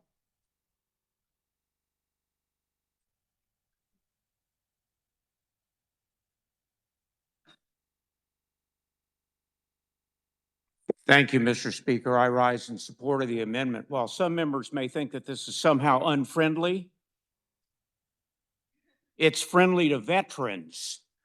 This amendment requires that these companies, one of which who appeared in front of the committee while it was still yet under a cease and desist order for ripping off veterans, this would require that the companies actually do something for the veteran other than signing them up and waiting for the disability claim to take its normal course. So while you may think it's unfriendly to you or the maker or whomever it may be unfriendly to, it's important to Kansas veterans because some of these companies are rip-off artists, Mr. Chair. Thank you. Further discussion on the amendment, the chair recognizes Representative Orpeza.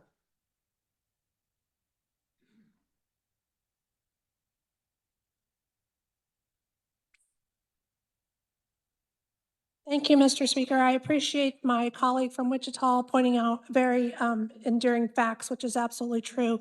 But let's not also forget the maker of the amendment is also a veteran. Does anyone else wish to speak on the amendment? Seeing none, Representative Boatman, you may close. Thank you, Mr. Chair. I do have a hard time understanding what's unfriendly about asking companies to show their work. And with that, I will close and move my amendment. You've heard the motion by Representative Boatman to amend. All those in favor say aye. Opposed, nay. Appear to have it. Those do have it. Motion fails. We're back on the bill. Representative Mosley, or Representative Boatman, you still have the floor. Thank you, Mr. Chair. I've actually thought a lot about this bill.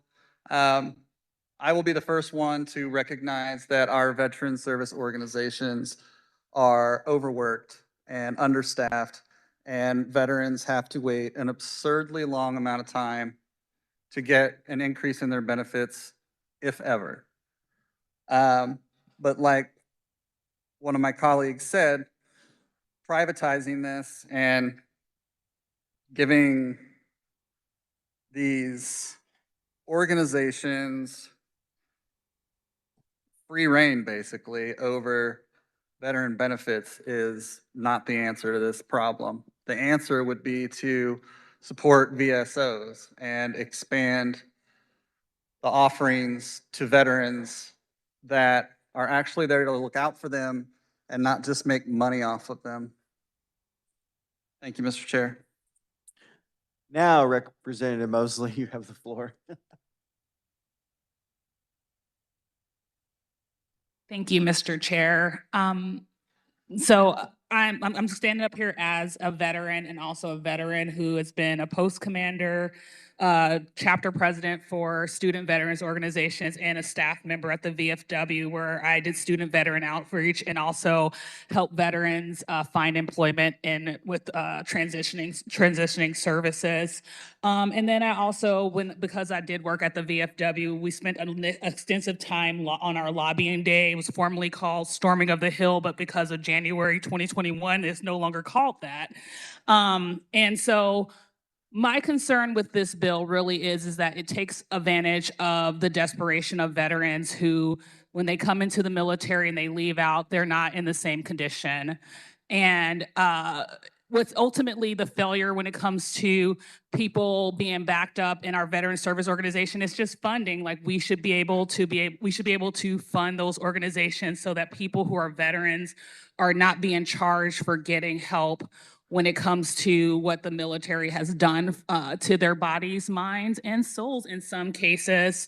My big issue with this bill is that when it's coming for profit, veterans no longer become veterans. They become bodies, they become numbers, they become facts and figures that says that they are a dollar sign. As I said earlier, they can't charge for the initial claim. They get you to do your first initial claim, and then when they go through the process that takes a couple of years, maybe 3 years, because of all the different things they have to do, now that organization, that business, that for-profit business that's seeing our veterans as a dollar sign is now getting upwards of $20,000.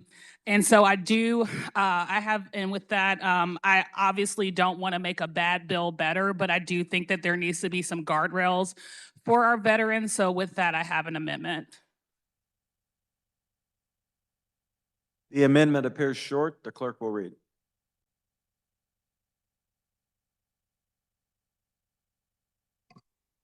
I move to amend HB 2214 as amended by House Committee on page 1 in line 33 by striking 5 times and inserting 400% of. In line 34, after the period of inserting, compensation shall not exceed $10,000 or an amount established by federal law, whichever is less.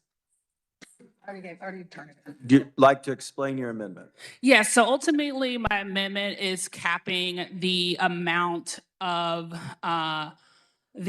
money that these organizations can take in from our veterans who've served our country. I know that less than 2% of our population has served our country. I'm pretty sure it's only a handful of veterans. I'm an Air Force veteran. I served for Operation Iraqi Freedom, Operation Enduring Freedom. I deployed 8 times as a KC-10 boom operator out of Travis Air Force Base in California. UAE was my home away from home for quite some time, and the skies over Afghanistan and Iraq Rock was also my home away from home. And so I am very concerned about an organization who has been banned in multiple cases. They've gotten cease and desist. They also are, in a lot of cases, puts the onus on our veterans who are just desperate. I have friends who had to go through the comp and pen process, and sometimes they're desperate to get that help. And at the end of the day, like, these for-profit organizations have the ability to market to them in a way that our VSOs are not going to have the ability. They have funds because these veterans just become dollar signs, essentially.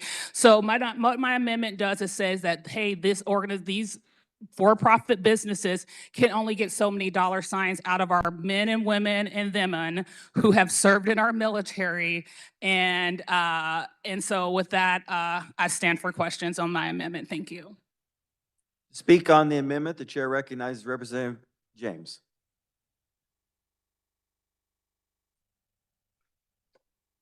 Thank you, Mr. Chair.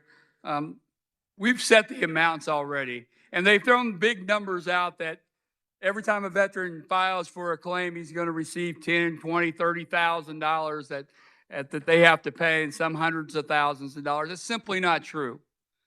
Usually they're very low amounts. We've set a great amount there. We capped it at 5, and I would say that this is an unfriendly amendment and ask that you vote no. Further discussion on the amendment, the chair recognizes Representative Chauncey. We'll just stand for a quick question. Yes, of course. Real quick, so if you come out of the military with a disability rating of 0 and you go to 100%, what's the maximum benefits you can get?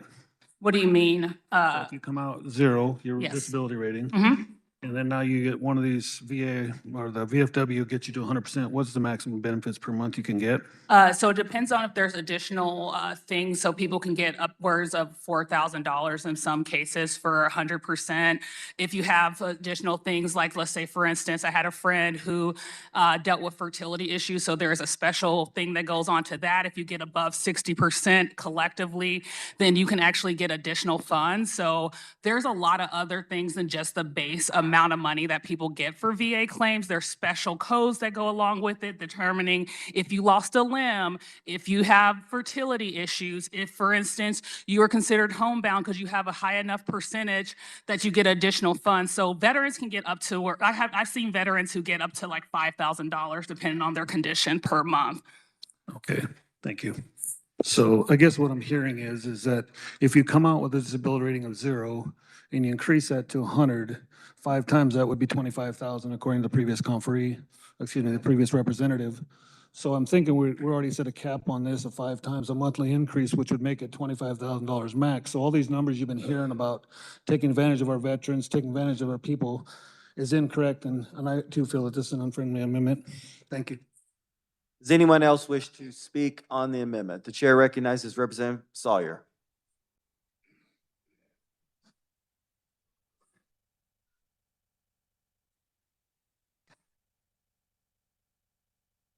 With the carryover amendment, stand for questions. Of course. Thank you. Okay, I'm sitting there listening to this debate. You said you lowered the caps. What are the numbers? I didn't hear you give any numbers. Yeah, so I lowered the cap to be that you cannot exceed over $10,000. And the reason why I'm doing that is because of the fact that even though my previous colleague mentioned the maximum and all these numbers that came out, if someone has a long-standing claim and it says, for instance, it takes them 3 years to get it, I've had friends who've got upwards of $40,000, in some cases $50,000, because it took so long for their claim to go through. And so that's why I want to cap it, because of the fact that someone who has waited a long time, who's gone through a lot of different appeal processes, because a lot of appeal processes having to go to, in some cases, go to a judge for this amount of money, that we should cap the amount of money that an organization that is for profit, profiting off of our veterans, can receive. Okay, if your amendment doesn't go on, then how much could they pay under? So in some cases, veterans can be charged. The sky's the limit. Some veterans, it takes a long time for them to go through their process. So it depends on how long it takes for them to go through the comp and pen process. And that's why we should cap that amount. But I want an example. How much, if we don't pass this amendment, how much could they pay? It just depends on how much so for instance, if someone went through a long-standing comp and pen process and they received a lump sum of $100,000, which has happened, I worked at the VFW, I've seen it, that now that individual will be paying upwards of $20,000 in some cases because of the fact that it was a long, hard fight for them to get their benefits. And now there is a for-profit business that is also benefiting from the military, messing up our people who go into the military. So that's the thing. So the sky's the limit, because there's veterans who've gotten six-figure checks. And so we need to cap it for those individuals. So if your amendment goes on, the most they can get, the most they'd have to pay is $10,000. That's the cap, yes. My ideally it would be zero, because someone should not be able to profit off of veterans. But in this case, the most they will pay is $10,000. Thank you. I think I support them. Does anyone else wish to speak on the amendment? Seeing none, Representative Mosley, you may close. Thank you, Mr. Chair. So in an ideal world, people would not be profiting off of people who signed up to serve in the military, but we don't live in an ideal world, and we also are in the Kansas legislature. So at the very least, we should be capping the amount with a dollar amount for our veterans so that someone does not take advantage of them. And oftentimes these businesses are out-of-state businesses. And so when that money leaves the state, that's money directly coming out of our state economy. So with that, I move my amendment. Thank you. You've heard the motion by Representative Mosley to amend. All those in favor say aye. Those no. Here to have it. Division's been called. Clerk will open the roll. You may vote.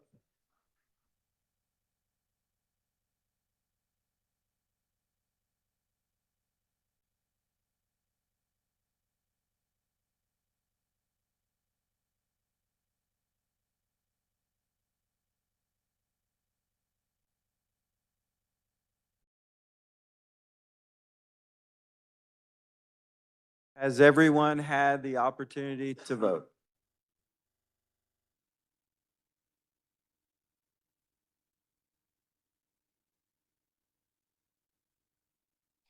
The clerk will close the roll. 37 voting yea, 82 against. The amendment fails. We're back on the bill. Representative Mosley, you still have the floor.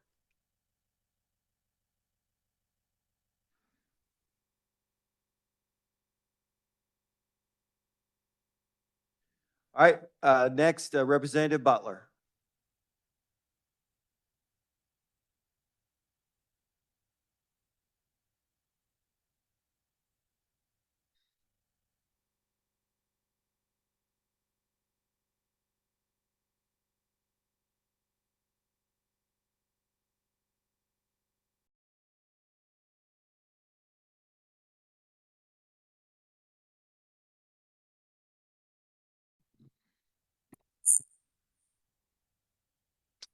Not quite good afternoon, but close. We're getting there. Good morning. I stand in support of HB 2214. This is a good bill that puts in place guardrails that protect veterans. House Bill 2214 should be seen as a bill that supports the veteran service organizations, representatives, by providing another way for veterans to submit a claim. It takes some of the pressure off the VSO representatives. We make choices every day in our life. Why should choosing who helps a veteran submit a claim be any different?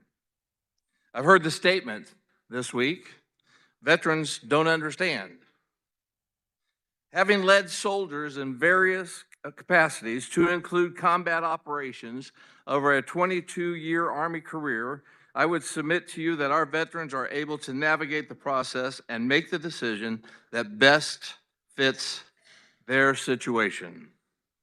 Personally, I have used a VSO representative and an outside organization to submit veterans claims. I would use both again, should the need arise. The Veterans and Military Committee have heard this bill for 2 years. I've received numerous emails from veterans supporting the bill. It's time for us to take positive action. When you vote on HB 2214, vote yes on a bill that is good for all. Thank you, Mr. Chair.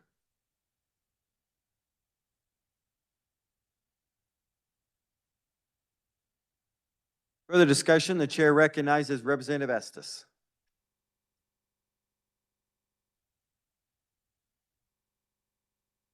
If the carrier would stand for questions, please.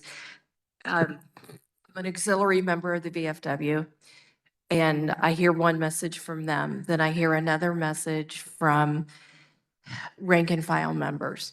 And understanding how accreditation relates to this bill will help me understand, think through some of my thoughts on this bill.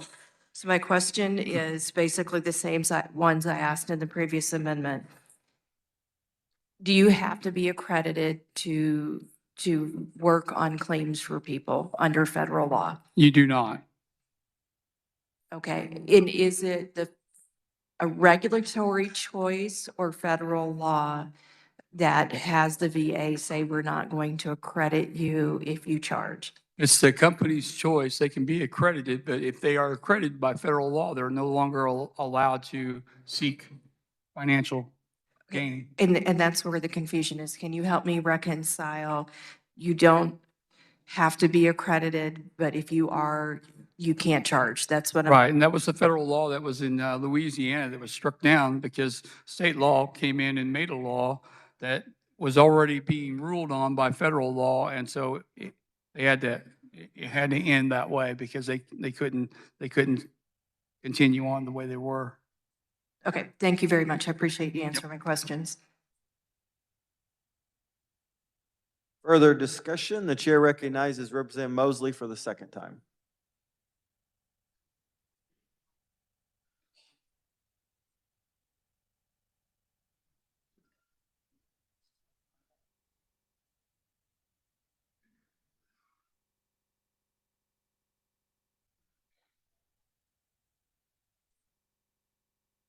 Thank you, Mr. Chair. In 2022, the VFW helped 550,000 veterans receive compensation of $13 billion, and they did not charge a dime. And so with that, I have an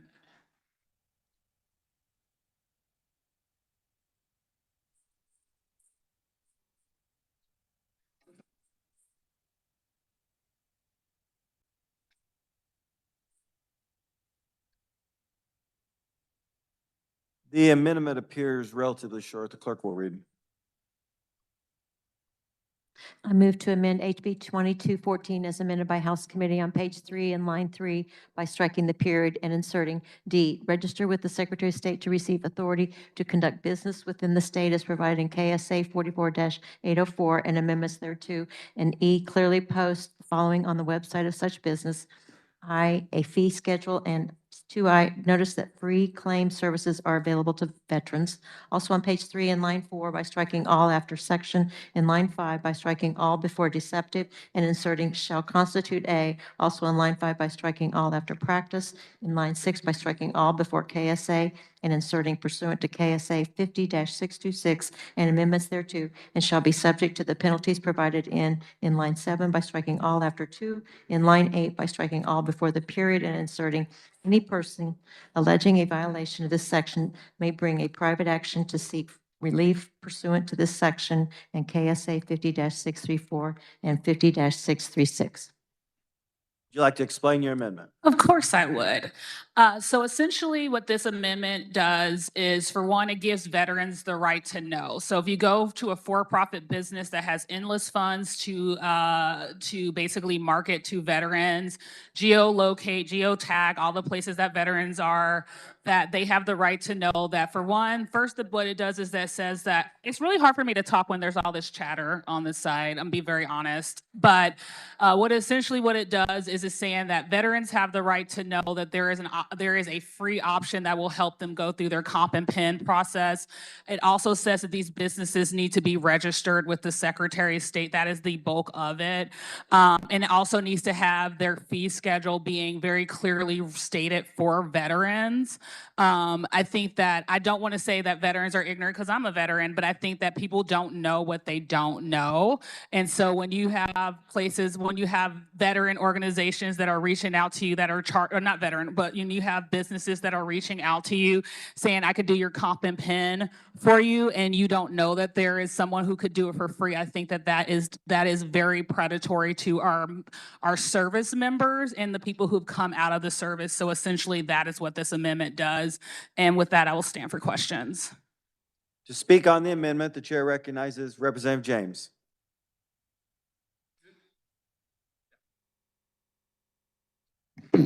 Thank you, Mr. Chair. This amendment is just a breakdown of the Amendment 4 that we voted down, and it was that amendment itself was gutting the entire bill.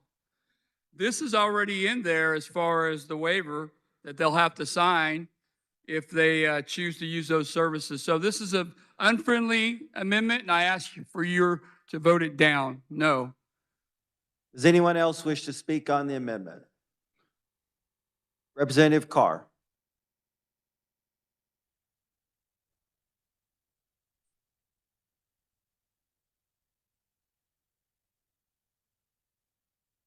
Thank you, Mr. Chair. Would the carrier of the amendment please stand for question? Yes, go ahead. Not having any military background, how does a veteran know that these services are available? How do they? I don't want to use the term target, but how do they target the veteran? Yeah, of course. So first, when you, people who haven't served in the military, there is a program that we all go through called transitioning. I think it's TAPS. I think for us, it was like transitioning airmen, something program services or whatever. And so when you go through there, a person from either the DAV or the Legion, in my case, it was the DAV or the Legion or the VFW or some other veteran service organization that's not charging you, goes through your medical records and say, hey, here's some potential places where you can possibly get compensation. And when you get out of the military, you can either do it, you can pre-file that stuff, or you can wait until you get out of the military. That's like some veterans do, and they have to go through the process of either finding a service officer or trying to do it on their own. And essentially what happens is, as someone who is a veteran, I'm gonna talk a little bit about how marketing works, how marketing works. I'm a veteran, and so that means that at that time I was following the United States Air Force online. I was also just kind of like, you could tell by my profile that I was more likely attached to the military based on some of the things that I was following. And so what a lot of times, because I'm following that stuff, those sites are following those pages, those organizations, the for-profit businesses will actually digitally target a veteran saying, hey, we can help you out with your claim, essentially.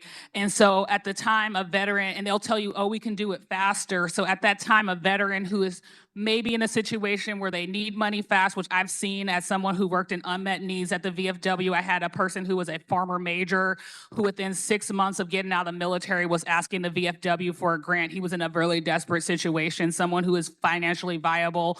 But anyway, at the time, so when you are getting targeted by those organizations and people tell you, hey, we can do this a lot faster, a veteran is more likely to go with that without fully knowing and understanding that they're going to be charged, and that there is a veteran service organization out there that will do that for free. So it is the difference of someone getting a $10,000 check and having to pay someone because they got a $10,000 back pay check, or basically them not having to do it.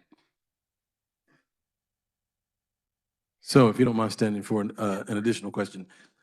So to your knowledge, is this similar to, for instance, if I go online, and I don't even have to be online, if I'm just mentioning the fact that I need insurance Yeah. for my over-the-road truck. And the next thing I know, as I'm scrolling through Facebook, and there's 10 insurance companies that offer commercial insurance. Or I'm attempting to file one of the 975 million documents that need to be filed in order to get your authority approved. There will be services that automatically pop up that will say, we will help you file. And you will assume, and oftentimes, you'll just type in the fact that you need to file, and you think you're going to the site where you file, but you don't find out until the end that this is actually a paid site, and they're charging a fee for something that you could have done for free yourself. Now, this amendment, is that saying that those places will have to identify themselves and say that, hey, I am a for-profit institution and you can get it for free elsewhere? Yes, essentially, you said a lot of words, friend, but yes, what you said. But essentially what this bill, what my amendment is doing is saying that veterans have the right to know that there are free options. And if a veteran chooses, based off the information that they have received, to continue to go with a for-profit business, then that's fine. But I think that veterans definitely have the right to know that they are going to be charged for services that they can potentially get for free elsewhere when they go with a veteran service organization. And so what I'm essentially doing is saying, hey, there's nothing wrong with making sure that veterans have informed consent. Thank you. Thank you. I stand in support of this amendment. Again, I don't have any military experience or background. However, I can see how this would relate. For instance, and like I said, I can draw the relationship between that and having an authority for over-the-road vehicles.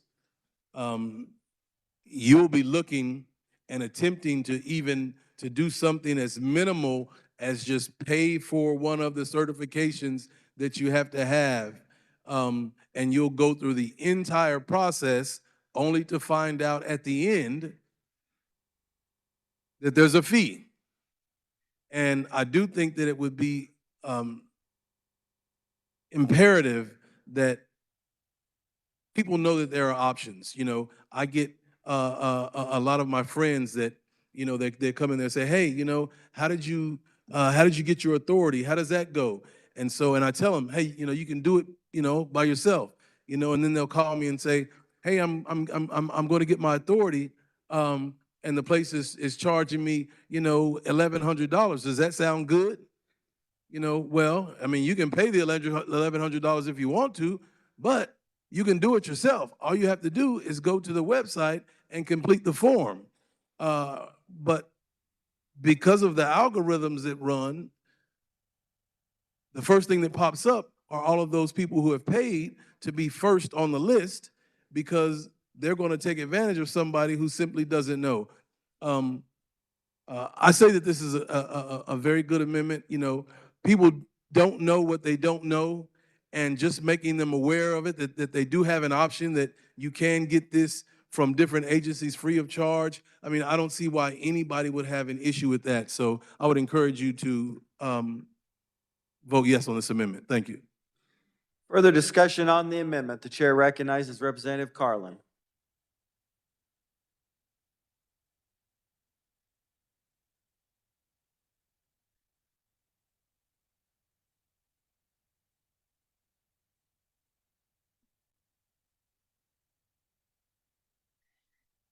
I think I have a question for the carrier of the amendment, but I'm not sure.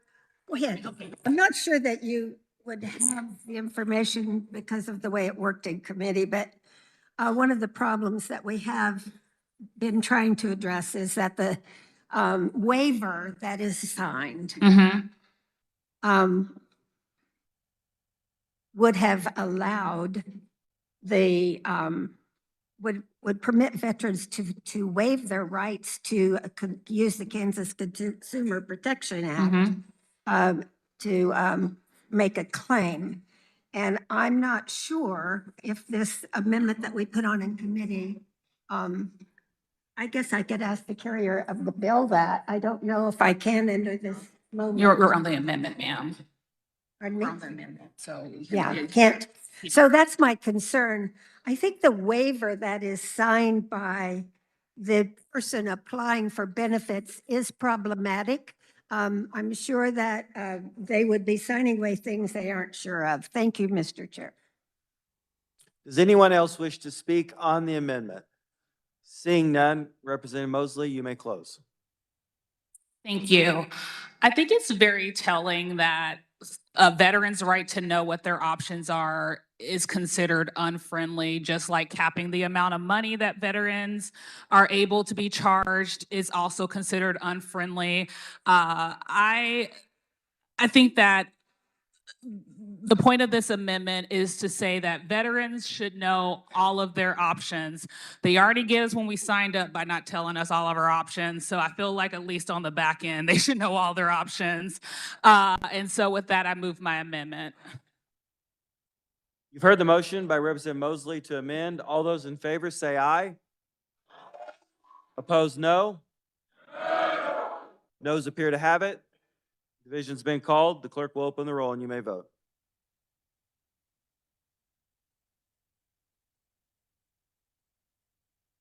Seeing 15 hands, this is not a roll call vote.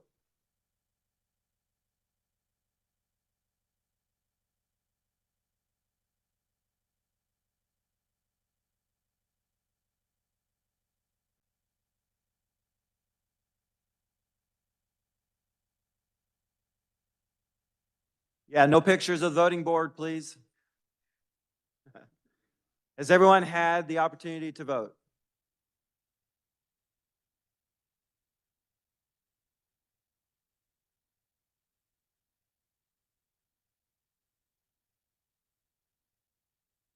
Going once, going twice.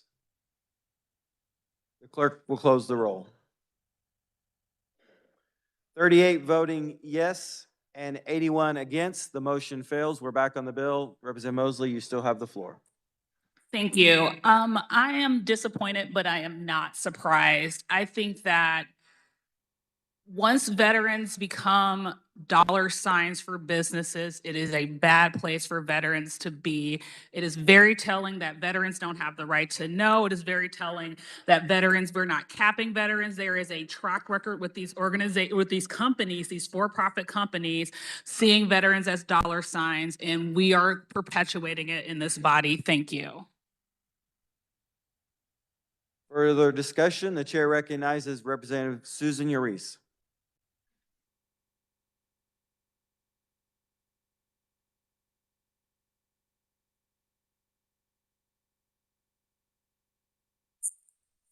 Thank you, Mr. Chair.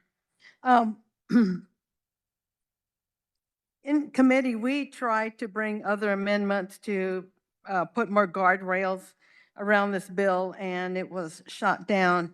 Really want to be able to paint a picture as to what this bill is leading us to. So in January 16th of 2019, the VA sends a letter to the Veterans Guardians VA Claims Consulting, LLC. And it's telling them that basically that they are starting to do some work that they were unaccredited and where some illegal practices was occurring. So they got an official letter in 2019. So in 2020, the PACT Act of 2022, that was enacted. And what that did is it expanded VA health care and benefits for veterans exposed to burn pits, Agent Orange, and other toxic substances. But that wasn't all of it. It also added 20-plus new presumptive conditions, cancer, respiratory issues for Gulf War and post 9/11 veterans, and expanded eligibility for veterans, Vietnam era veterans. That opened up a whole lot of other veterans who could potentially benefit or could potentially qualify for benefits. This is why all of a sudden you start getting all these companies that popping up to say, hey, veterans need to have an alternative. All these for-profit agencies started popping up. In 2023, the U.S. Department of Veterans Affairs Office of Inspector General issues a fraud alert, and I think you have a flyer on your desk regarding that fraud alert. So it started warning because the VA was starting to see these nonprofits popping up, and so they started, sending an alert to all of our veterans, warning that unaccredited individuals using fraudulent means to obtain, fraudulent because they're unaccredited, to obtain payment from veterans for assistance with completing the disability benefits. Even though those services are offered free through the VA, offered free through our American Legion and the Veterans of Foreign Wars, and there are also some accredited lawyers that also can do that. In August 8th of 2024, the U.S. Department of Veteran Affairs once again contacted Veterans Guardians VA Claim Consulting LLC about them possibly engaging in illegal behavior. They'd already cited them once, they'd already kind of sent them a warning, and now they're telling them again that they're possibly engaging in illegal behavior, and that this time they issue a cease and desist letter from all unlawful conduct. I believe you may even have a copy of that on your desk. Also in 2024, the Louisiana legislature passed their version of HB 2214. Their version and our version is not exactly the same, but they're extremely similar. Theirs is called the PLUS Act. So this made Louisiana the first state to pass this type of law. There are other states, other legislatures who are currently considering these laws or passing a bill. However, on February the 12th of 2026, a U.S. District Judge in Louisiana granted a summary judgment motion ruling the PLUS Act is unconstitutional. The judge found that the PLUS Act violates the supremacy clause of Article 6 of the U.S. Constitution because federal law regulating Veterans Affairs disability claims supersedes Louisiana's law.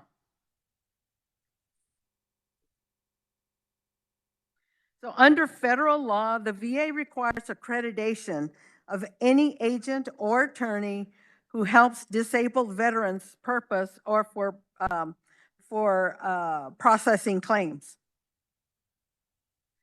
HB 2214 allows unauthorized consultants who are not always attorneys to offer similar advice and assistance to disabled veterans without officially representing them.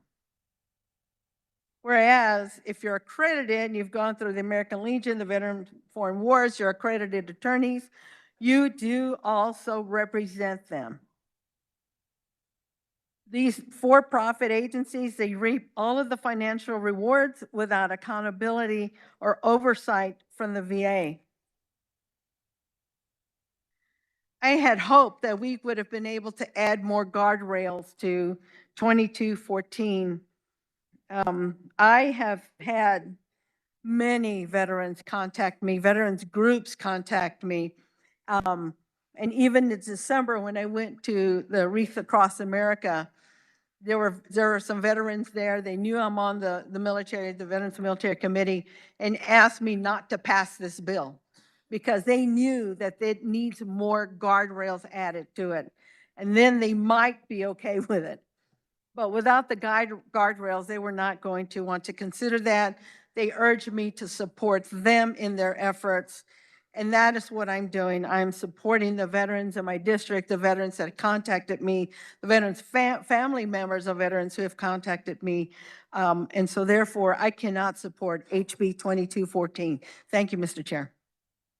Further discussion, the chair recognizes Representative Poskin.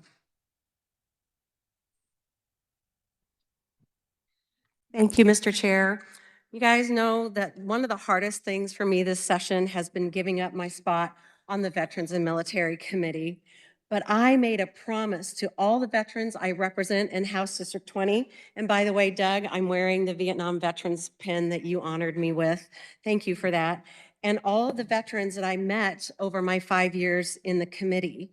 So that's what I'm doing up here today. I am keeping my promise that I made to our Kansas veterans.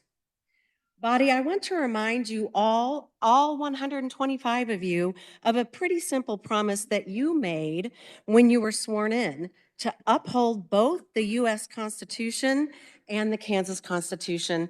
Will you please keep that in mind as we consider House Bill 2214? And with that, will the carrier please stand for some questions?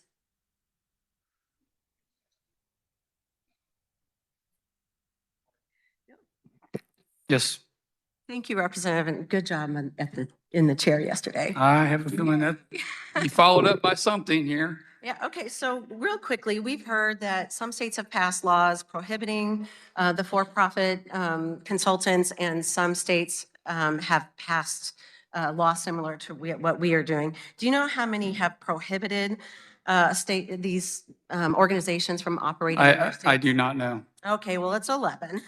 And the Louisiana law that the prior representative brought up, are you familiar with how close our bill is to theirs? Yeah, but we gutted that part of it out of the bill, so it's not even in the bill, so. Well, and I didn't have time, because I wasn't going to speak to this since I'm not on the committee anymore, and I didn't really have time to do my usual QR code things, but this is where the language is side by side, exactly the same.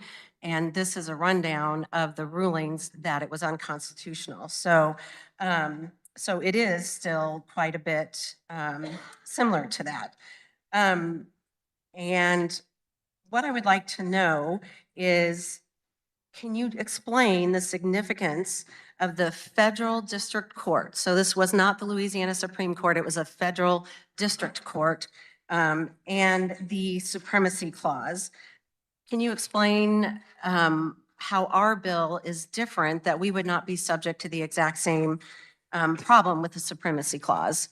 Well, the supremacy clause on the federal, from what I understand for the Louisiana, I'm not an attorney, but that law, when they put their law in, they tried to supersede the federal law, because the federal law talked about VA appointed attorneys and so-and-so. So the law was reversed. It was struck down. So Right. So I'm concerned that if we pass this law in Kansas, we would have the same problem, that the groups would bring a lawsuit, the bill would probably be stayed. And not at all. And I'll tell you why. I'm sorry. That was my actual question. It won't be, because ours has nothing to do. We're not trying to go into the VA accredited companies as the state of Louisiana did. So we are staying on our side and they're staying on their side. And so there isn't a problem, because if you're accredited, then you can't receive for-profit. Okay. So I was under the impression that there was an amendment. So the timing of that decision, you know, the Veterans Committee had a hearing on February 3rd. The decision was made on February 6th. So during the hearing, none of the decision was able to be considered when the bill was heard. And then when it was worked, I think on the 13th or 14th, that language was available. And my understanding is that there was an amendment that would address the supremacy clause. I didn't remember. There was an amendment that was cut down that virtually just gutted the entire bill completely. So if it was in there, it might have been. Okay, do you know if anybody has consulted the Kansas Attorney General about what we might face in terms of lawsuits? We on have this not. bill? You have not, okay, and you're not an attorney. So I'm worried a little bit still about the whole legalese part of all of this. And I think we're just fine with that. The way it reads and the way we all understand it is based on that law, Louisiana, that we are fine.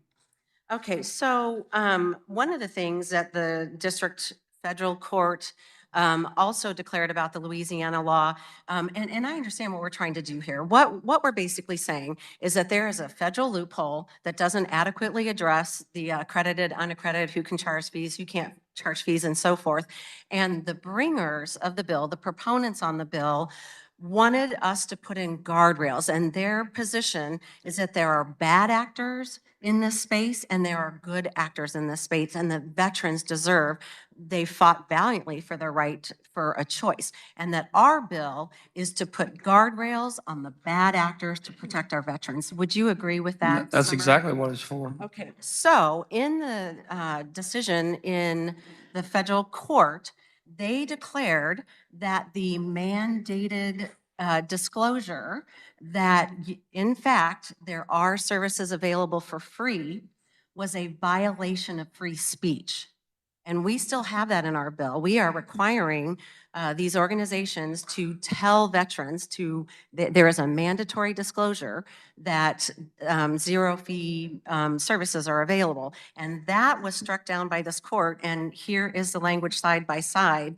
So why will we not have a problem with a violation of free speech? You just had an amendment. We debated for 35 minutes on the exact same thing, exact thing that you said. You tried to put it in the amendment. It was a whole amendment on this. Right, but it is in the bill that they have to disclose it. Sure. Like, why shouldn't they disclose it? They're willing to do that. Well, the federal court in Louisiana found that it was a violation of free speech to mandate. I will tell you what they actually said.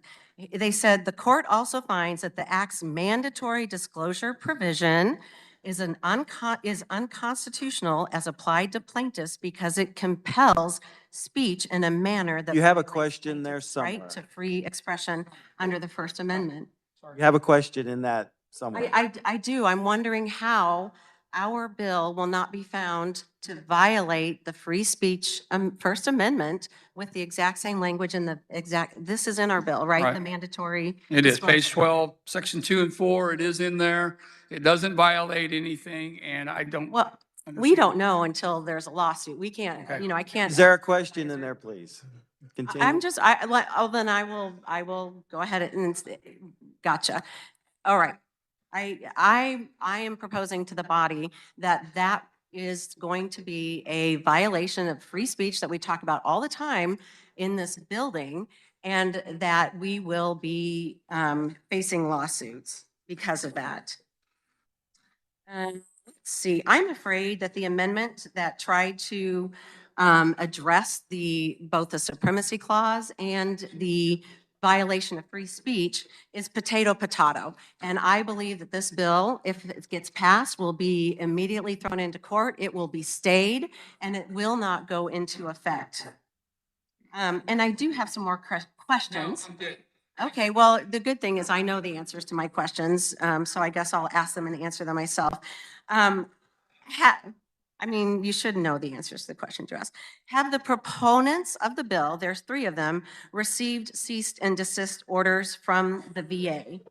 And I have copies of them, and in fact, all 3 of them, as the prior representative mentioned, have had cease and desist orders because the VA believes that they are violating federal law.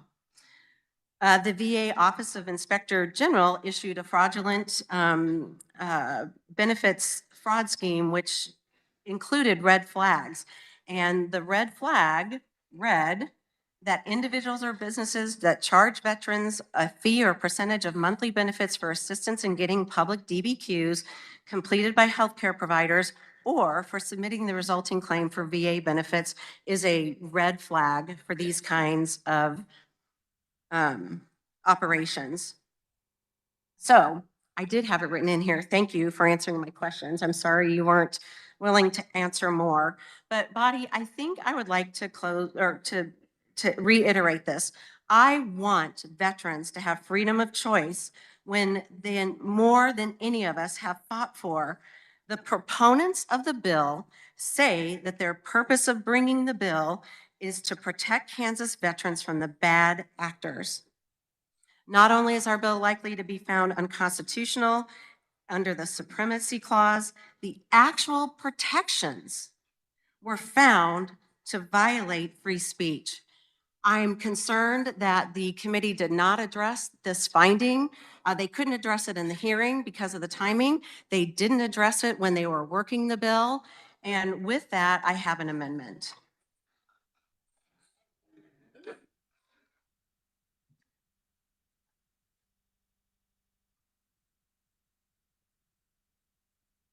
The amendment appears long. Would you like to explain your amendment? Thank you, Mr. Chair. I would. You know, for those of you who aren't first termers, I do want to make it clear that this has been in committee not just for 2 years, but for 3 years. And the committee passed out House Bill 2761 in 2024 that would prohibit these groups from working in Kansas. In the 24, sorry, in the 20, that was 24. In the 25 session, we were and we heard 2 bills and could not come to a conclusion on it. This year, 2214 advanced, and I'm concerned that we are passing out something that is not going to stand up to the legal test. And so my bill gut and goes House Bill 2214 and inserts the contents of 2213, which would prohibit good and bad actors from participating in charging our veterans in the state of Kansas. And then we can revisit when the federal government cleans up their mess with the loophole that they made regarding these unaccredited organizations. And with that, I will stand for questions on my amendment. To speak on the amendment, the chair recognizes Representative James. Welcome back. This is a bill that's exact opposite of our 2214, the one we're looking at now. All it does is guts 2214 and puts this in. It's not friendly in any way. I encourage you to vote no, vote it down. Thank you. Does anyone else wish to speak on the amendment? Seeing none, Representative, you may close.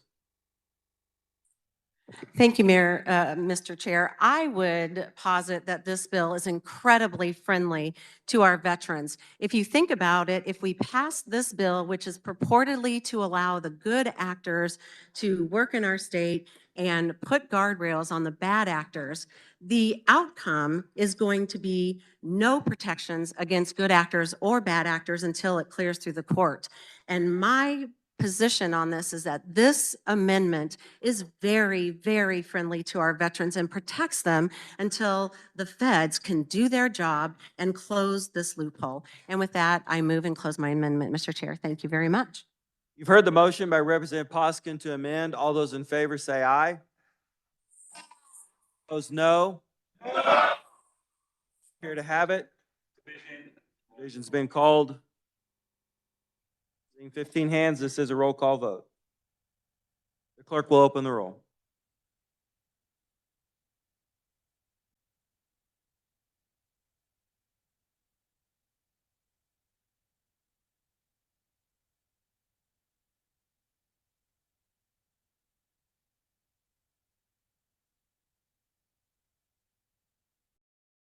Has everyone had the opportunity to vote?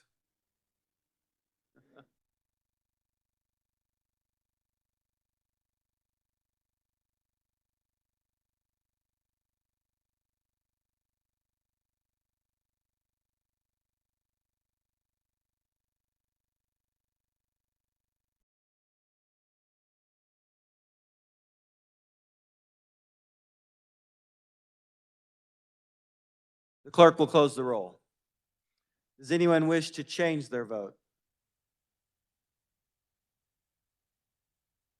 Seeing none, Yeas being 34, nays 80.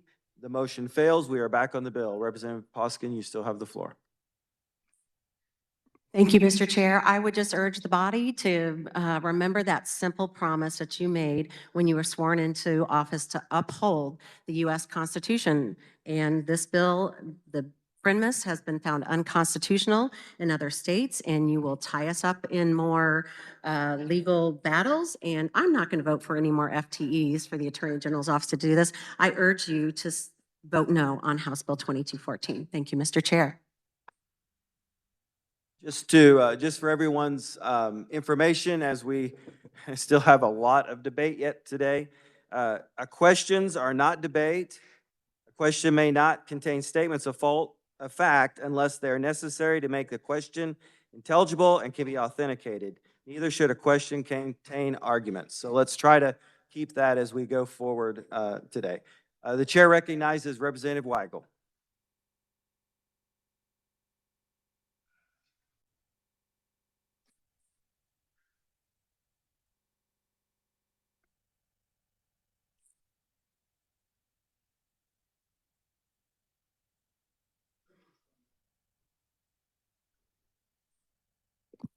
Thank you, Mr. Chair. First of all, I'd like to say thank you to all my colleagues at doing my heavy lifting for me today. I appreciate that. I appreciate all the discussion we've had today on both sides of the aisle. I've listened to it, both sides, and I understand both positions on both sides. I'm a veteran. 3 years in the Army and a year in the Air National Guard here. A lot of my colleagues that came up here and talked today have far more years in the military than I did.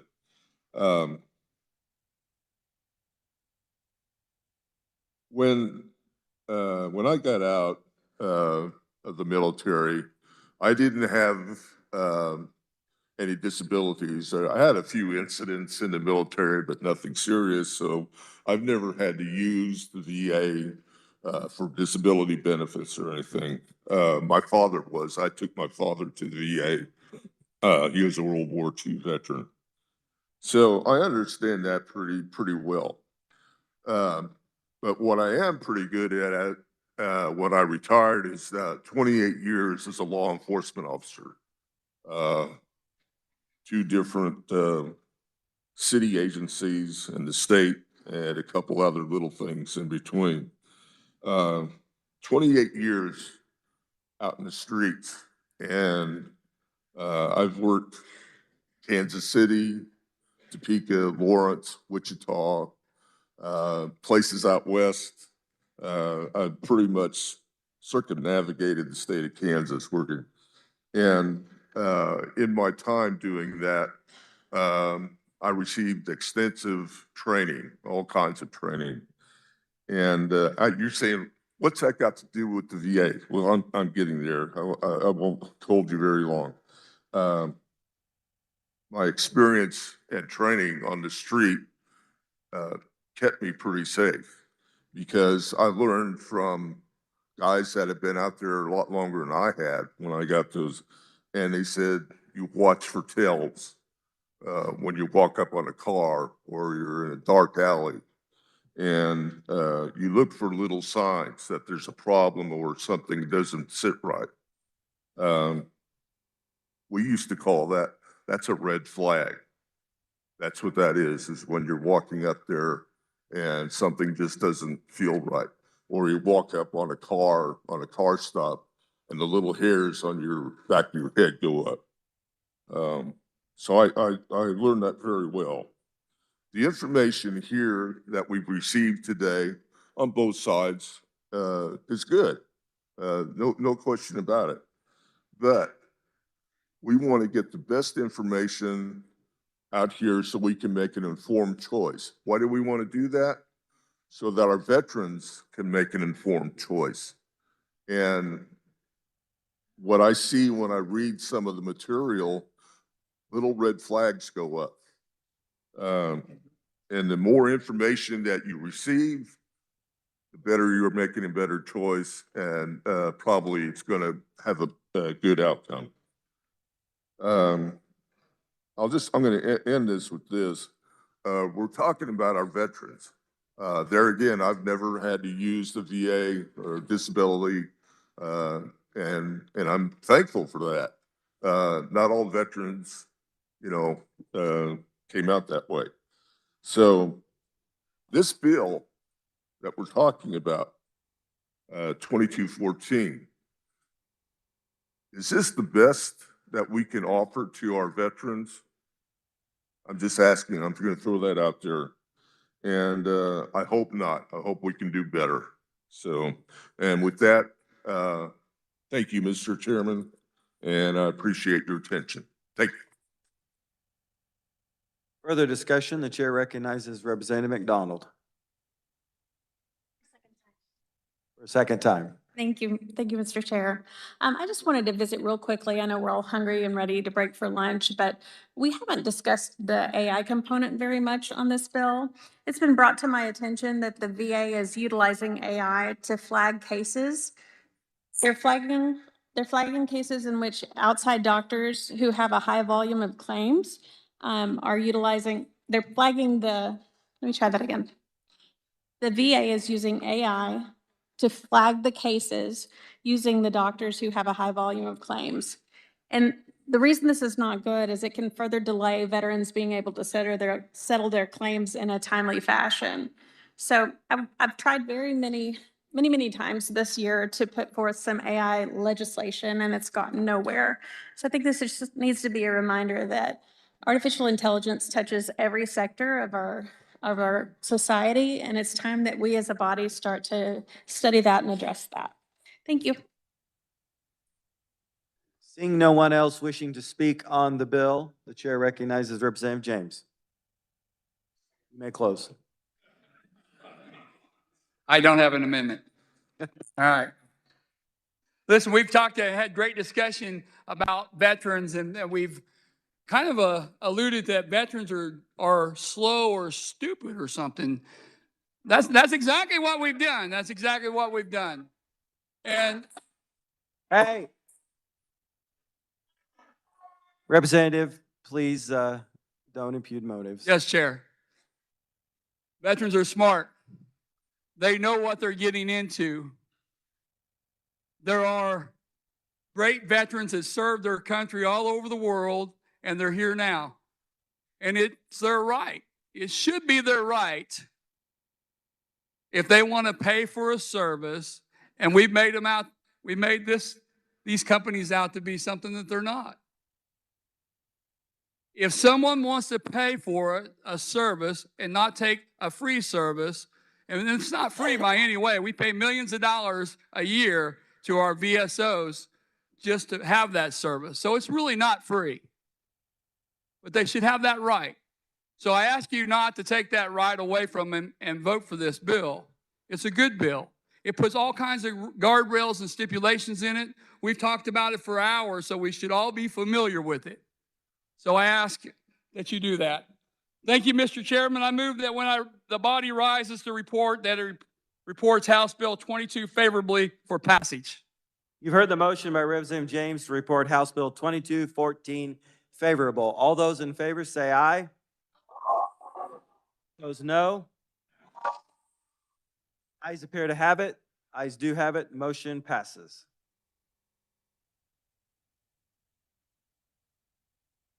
This concludes our general orders. The chair recognizes the majority leader. Chair, I move we rise and report. You've heard the motion to rise and report. All those in favor say aye. Aye. Those no. Motion passes.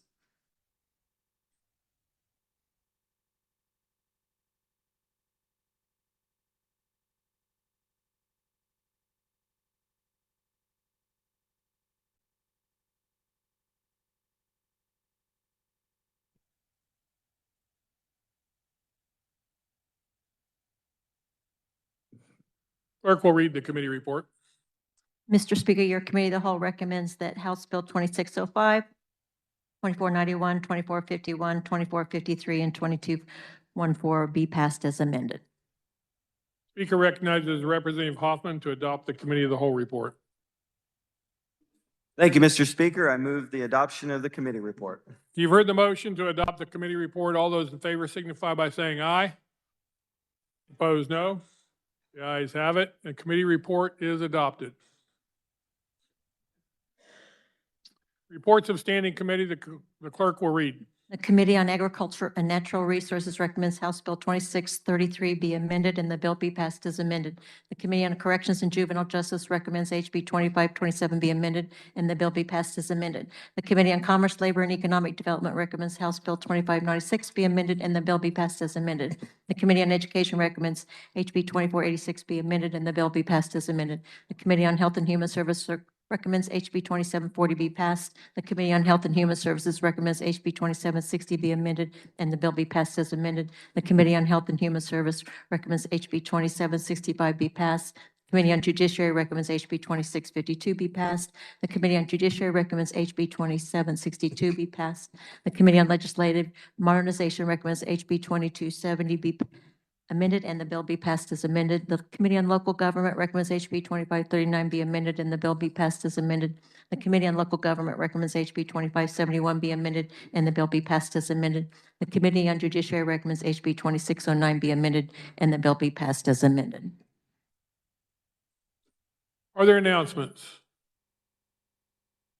Speaker recognizes Representative Stogsdill.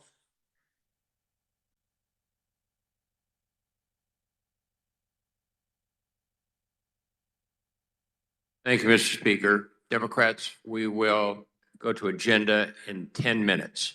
10 minutes. 152 South. Thank you, Mr. Speaker. Any further announcements? Seeing none, the Speaker recognizes the Majority Leader for a recess. Republicans, we will calendar in the old Supreme Court upon recess. Mr. Speaker, I move the House stand in recess until 2:15 p.m. You've heard the motion. All those in favor signify by saying aye. Opposed, no. The ayes have it. We stand in recess.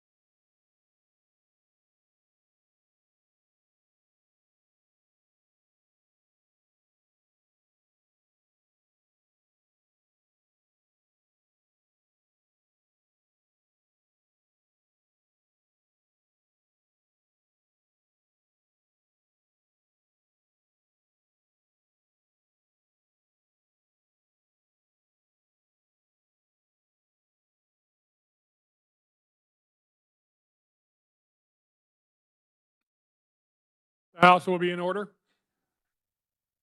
Introduction of bills and concurrent resolutions. The clerk will read. House Bill number 2780 by Committee on Federal and State Affairs requested by Representative James, an act concerning the State Board of Mortuary Arts. HB 2781 by Committee on Appropriations requested by Representative Getz, an act concerning the State Historical Society. Messages from the Senate. The clerk will read. Announcing passage of HB 2004 as amended by S sub HB 2004. Message from the Senate. Announcing the Senate herewith transmits the veto message from the governor, together with the enrolled copy of H sub for SB 244, an act concerning identification of biological sex, requiring the designation of multiple occupancy private spaces in public buildings for use by only one sex, imposing criminal and civil penalties for violations, providing a cause of action for individuals aggrieved by an invasion of privacy or other harm when accessing a multiple occupancy private space. Amending the Women's Bill of Rights, defending the term gender to mean biological sex at birth for purposes of statutory construction, directing the Director of the Division of Vehicles to invalidate the reissue driver's licenses when necessary to correct the gender identification on such licenses, directing the Office of Vital Statistics to invalidate the reissue birth certificates when necessary to correct the sex identification on such certificates, removing the definition of gender from the Help Not Harm Act. Message from the governor regarding the veto of House substitute for Senate Bill 244. This poorly drafted bill will have numerous and significant consequences far beyond the intent of to limit the right for trans people to use the appropriate bathroom. Under this bill, if your grandfather is in a nursing home in a shared room as a granddaughter, you would not be able to visit him. If your wife is in a shared hospital room as a husband, you would not be able to visit her. If your sister is living in a dorm at K-State as a brother, you would not be able to visit her in her room. If you feel you have to accompany your 9-year-old daughter to the restroom at a sporting event as a father, you would have to either enter the women's restroom with her or let her use the restroom alone. I believe the legislature should stay out of the business of telling Kansas how to go to the bathroom and instead stay focused on how to make life more affordable for Kansans. Therefore, pursuant to Article 2, Section 14A of the Constitution of the State of Kansas, I hereby veto House substitute for Senate Bill 244. The motion was made that H sub SB 244 be passed notwithstanding the governor's veto by vote of 31 yeas and 9 nays. The motion having received the required 2/3 constitutional majority of the members elected or appointed to the Senate voting in the affirmative, the bill passed. Speaker recognizes Majority Leader Croft for a motion to resolve into the Committee of the Whole. Mr. Speaker, I move the House resolve itself in the Committee of the Whole for the purpose of considering those items on the heading of general orders. You've heard the motion. All those in favor signify by saying aye. Opposed, no. The ayes have it. Motion passes. The Speaker appoints Representative Adam Smith to chair the Committee of the Whole.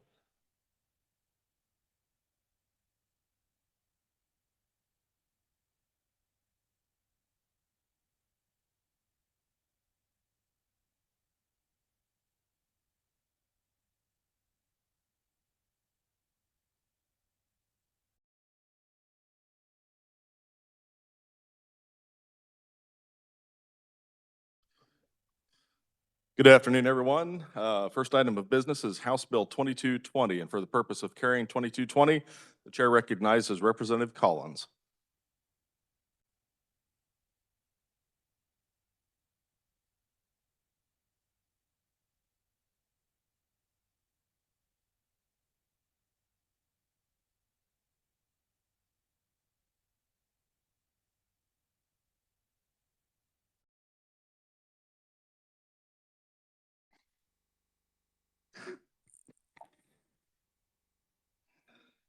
Thank you, Mr. Chairman. There was one committee amendment. I move the adoption of the committee report. Body, you've heard the motion. All in favor signify by saying aye. Opposed, no. Motion passes. The committee report is adopted. You may proceed. Thank you, Mr. Chairman. House Bill 2220 will allow local authorities with jurisdiction over residential districts to reduce the maximum speed limit from 30 to 25 miles per hour in the respective residential districts without an engineering and traffic investigation, amending KSA 8-1560 and repealing the existing section. This bill provides flexibility and cost savings to cities to allow for small speed limit changes to their residential streets. In my local government experience, I have seen instances where the speed limit lower than the standard 30 miles per hour residential limit would be more practical and safer. However, the governing body did not want to take on the costs and trouble involved in doing a traffic study. And there was one proponent, which was the representative from St. Mary's, and there were no opponents and no neutrals. And there was one amendment clarifying that the change is from 30 miles per hour to 25 miles per hour with no engineering or traffic investigation. And with that, I'll stand for questions. Chair recognizes Representative Helgerson. I support the bill regardless of who the author was of the bill.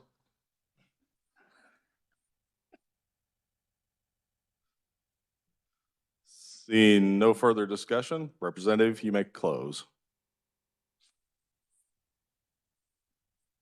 Thank you, Mr. Chair. I move that when the committee rises and reports, that it report House Bill 2220 favorably for passage. Body, you've heard the motion by Representative Collins to report House Bill 22 favorably for passage. All those in favor signify by saying aye. Opposed, no. The ayes appear to have it. The ayes do have it. Motion carries. Next item of business is House Bill 2412. For the purpose of carrying 2412, the chair recognizes Representative Collins. Thanks again, Mr. Chairman. There were no committee amendments for House Bill 2412. Please continue. Thank you. House Bill 2412, as written, seeks to strengthen the severity levels involved when the offense of endangerment of a child or aggravated endangerment of a child are committed on a victim under the age of 6 years old. Under this bill, endangering a child will be a Class A person misdemeanor if the child is at least 6 years old of age, but less than 18 years of age as it currently is, but it will make it a severity level 9 person felony if the child is less than 6 years of age. Aggravated endangerment of a child will remain a severity level 9 person felony if the child is at least 6 years of age, but less than 18 years of age. But it will become a severity level 8 if the child is less than 6 years of age. Again, aggravated endangering is with a child when the bodily harm is inflicted upon the child will continue to be a severity level 6 person felony when the bodily harm is inflicted upon the child of at least 6 years of age, but less than 18 years of age, and severity level 5 person felony if the child is less than 6 years of age. Effectively, this moves everything up one notch on the severity grid when it involves endangering a child under the age of 6. And I have been asked several times why the cutoff age provided in this bill is 6. And the reason being that children under the age of 6 are especially vulnerable to harm in dangerous situations. And this follows the precedent that was established in the statute that deals with abuse of a child, KSA 21-5602. I was prompted to introduce House Bill 2412 after visiting with the parents of young Benny in an incident that occurred in June of 2024. Then 4-month-old Benny was permanently disabled as the result of a negligence of 2 daycare workers. They had their day in court, and as a result, one was sentenced to 60 days in jail for charges of aggravated battery, aggravated child endangerment, 2 additional counts of child endangerment, and possession of marijuana and paraphernalia, while the other spent 30 days in jail for 3 counts of child endangerment. And considering the consequences to Benny and to his family, those sentences were very lenient. While I understand that judges have some discretion in sentencing, the people who were found responsible by the court and who pled guilty in this case got off easy. And for this reason, I am sponsoring House Bill 2412, which will increase penalties for endangering a child and aggravated endangering a child when the thank you, Mr. Chairman, when the victim is under 6 years. In addition to the legislation requires sentences for aggravated endangering a child to be served consecutively, ensuring accountability is not minimized, and explicitly addresses dangerous environments involving methamphetamine and fentanyl. Now, the case of Benny goes to show that younger children are especially vulnerable in endangering situations. While House Bill 2412 will do nothing to help Benny, it will hopefully be a deterrent to make people think twice before they put a young child in an endangering situation and allow for punishments that more closely reflect the severity of the crime. And I will now stand for questions. Thank you, Representative. To speak to the bill, the chair recognizes Representative Osman.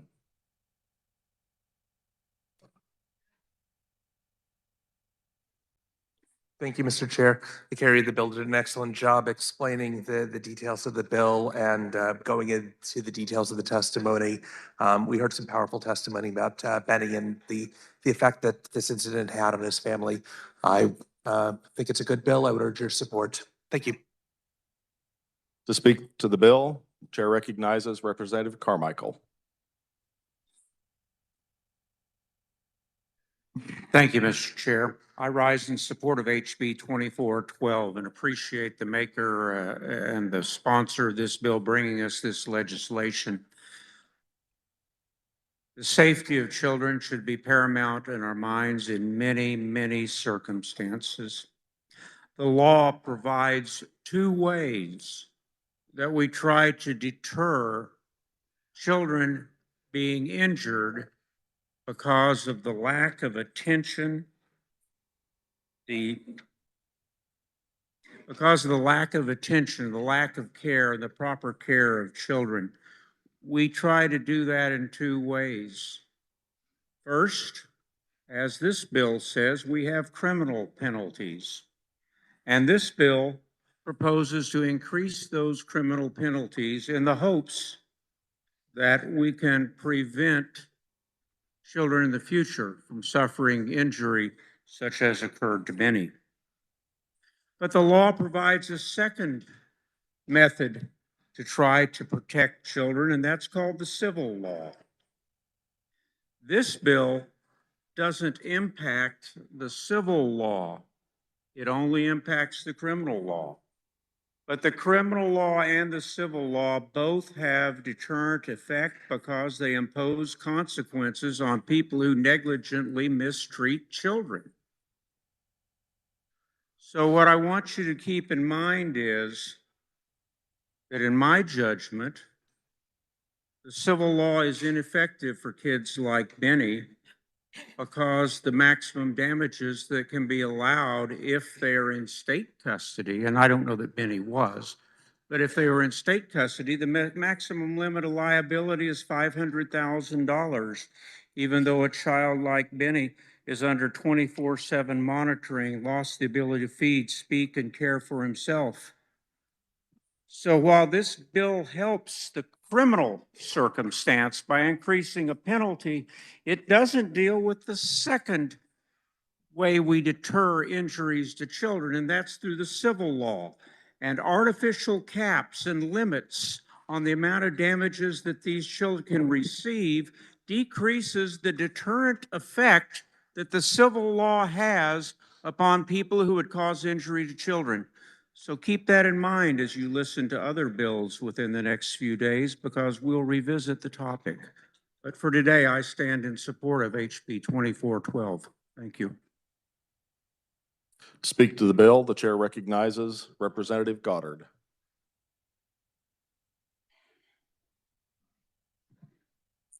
Thank you, Mr. Chairman. There is a tremendous human cost when people put children in danger. Think about the trauma of the incident of itself. That was really tragic. But continue into the future. I've spoken with the family of Benny, and there's a loss of a business and a constant 24-hour-a-day care for the rest of Benny's life.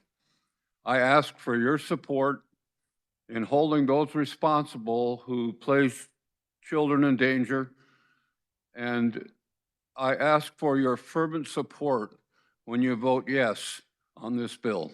Thank you, Mr. Chairman. Is there further discussion? Seeing none, Representative Collins, you may close.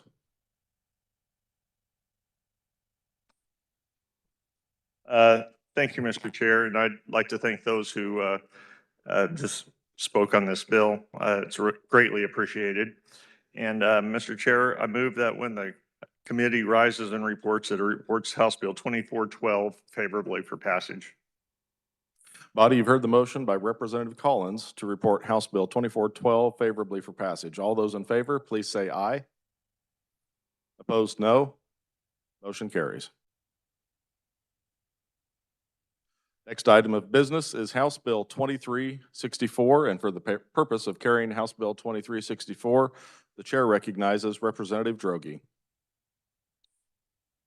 Good afternoon, everybody. Mr. Chair, I move we adopt the committee report. I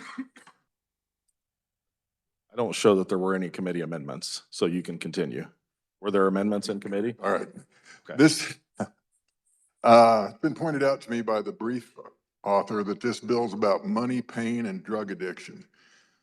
So now I got all your attention. It's requested on behalf of the American Chronic Pain Association, and it prohibits certain health insurers from requiring cost sharing for non-opioid prescription drugs or providing less favorable coverage for such drug than for an opioid or narcotic prescription drug for the treatment of pain. This bill is to give people a chance to avoid dependency, avoid the use of an opioid if they so desire, allows for other drugs that block pain in another way. One of the concerns about it is it may increase some insurance because the opioids are obviously the cheapest way to go, but this is to give people the opportunity and have the insurance pay for the pain reliever. Proponents are the American Chronic Pain Society, Young People in Recovery, and private citizens. I stand for questions. To speak to the bill, the chair recognizes Representative Susan Ruiz.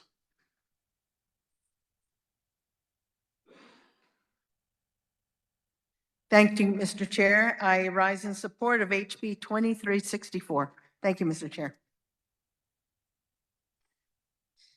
Representative Goddard, did you wish to speak to the bill, or was your button still lit up from the, okay. Is there any further discussion?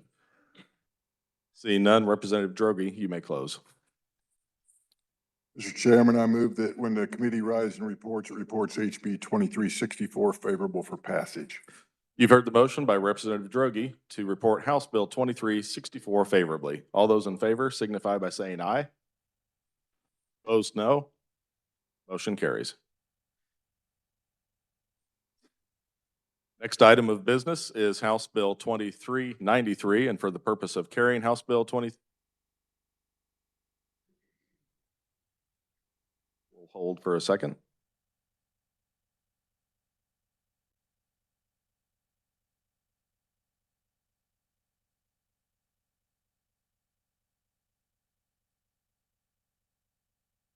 Stand at ease for a moment, please.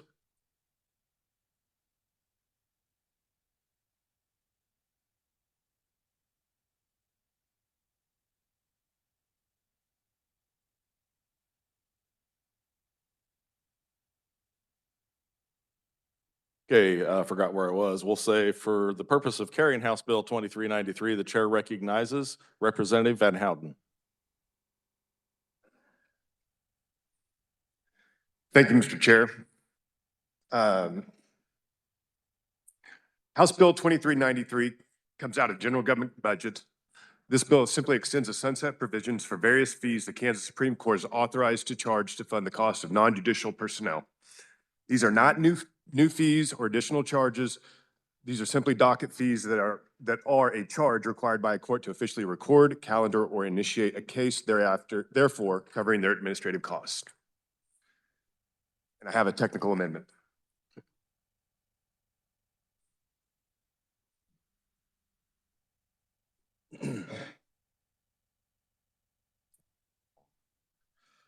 The amendment appears long. Is there objection to waiving the reading of the amendment?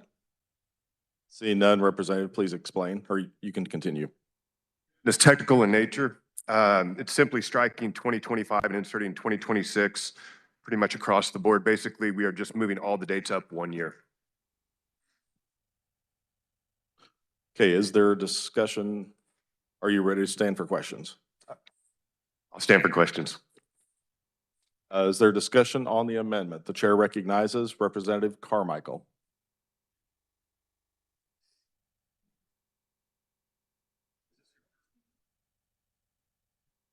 Quick question. We're extending, I thought you said the dates from 25 to 26? Correct. What about the sunset that occurs in June of 27? It'll go to 2030. 3 years for the sunset. Okay, Correct. thank you. Is there any further discussion on the amendment? Seeing none, Representative, you may close. I move that when the committee rises and reports, it reports the Representative, House bill. we just need to close on the amendment first, and then we'll be back on the bill. I close. Okay. Body, you've heard the motion by Representative Van Houten to amend. All those in favor signify by saying aye. Opposed, no. Motion carries. Okay, we are back on the bill. Discussion on the bill. Chair recognizes Representative Melton.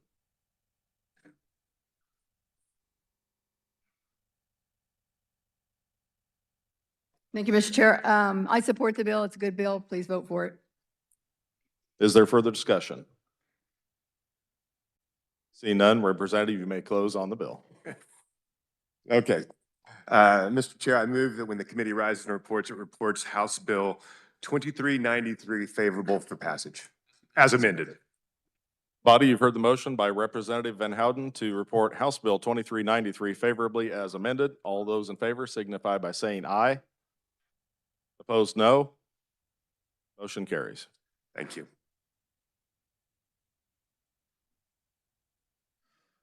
The next item of business is House Bill 2444, and for the purpose of carrying 2444, the chair recognizes Representative McNorton. Thank you, Mr. Chair. There were committee amendments. I move the adoption of the committee report. You've heard the motion. All in favor signify by saying aye. Opposed, no. Motion passes and the committee report is adopted. You may continue. Thank you, Mr. Chair. House Bill 2444. The reason I brought this bill was I assumed that we had the 3 strikes you're out for felons who go to jail. That is not true. I had a friend of mine owns a construction company here in town who had their yard broken into. A guy stole the truck, threw a bunch of tools in the back. They caught him a couple days later. Well, lo and behold, the same guy was out on bail, had broken into another construction company here in town. Same thing just a few months earlier. So when I talked to the sheriff and our local DA, how come these people are out? The sheriff and the DA said, we catch them. The DA said, we prosecute them. And the judges have the discretion to let them off. And that's what's happening. Even though it's the 4th, 5th, or 6th time that we catch these people, it's just a revolving door in the court system.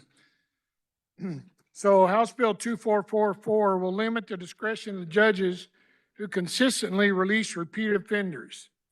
This bill targets the estimated 15 to 20% of the criminals who are the frequent flyers club and continue to commit 75 to 80% of the felonies in our communities.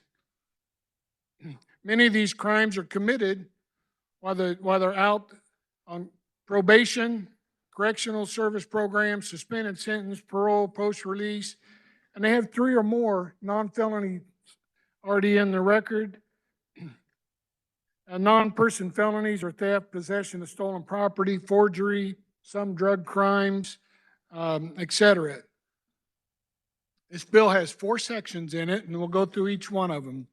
Section 1 amends KSA 216615, clarifies when consecutive sentences are imposed by the court, time served will only apply to 1 case.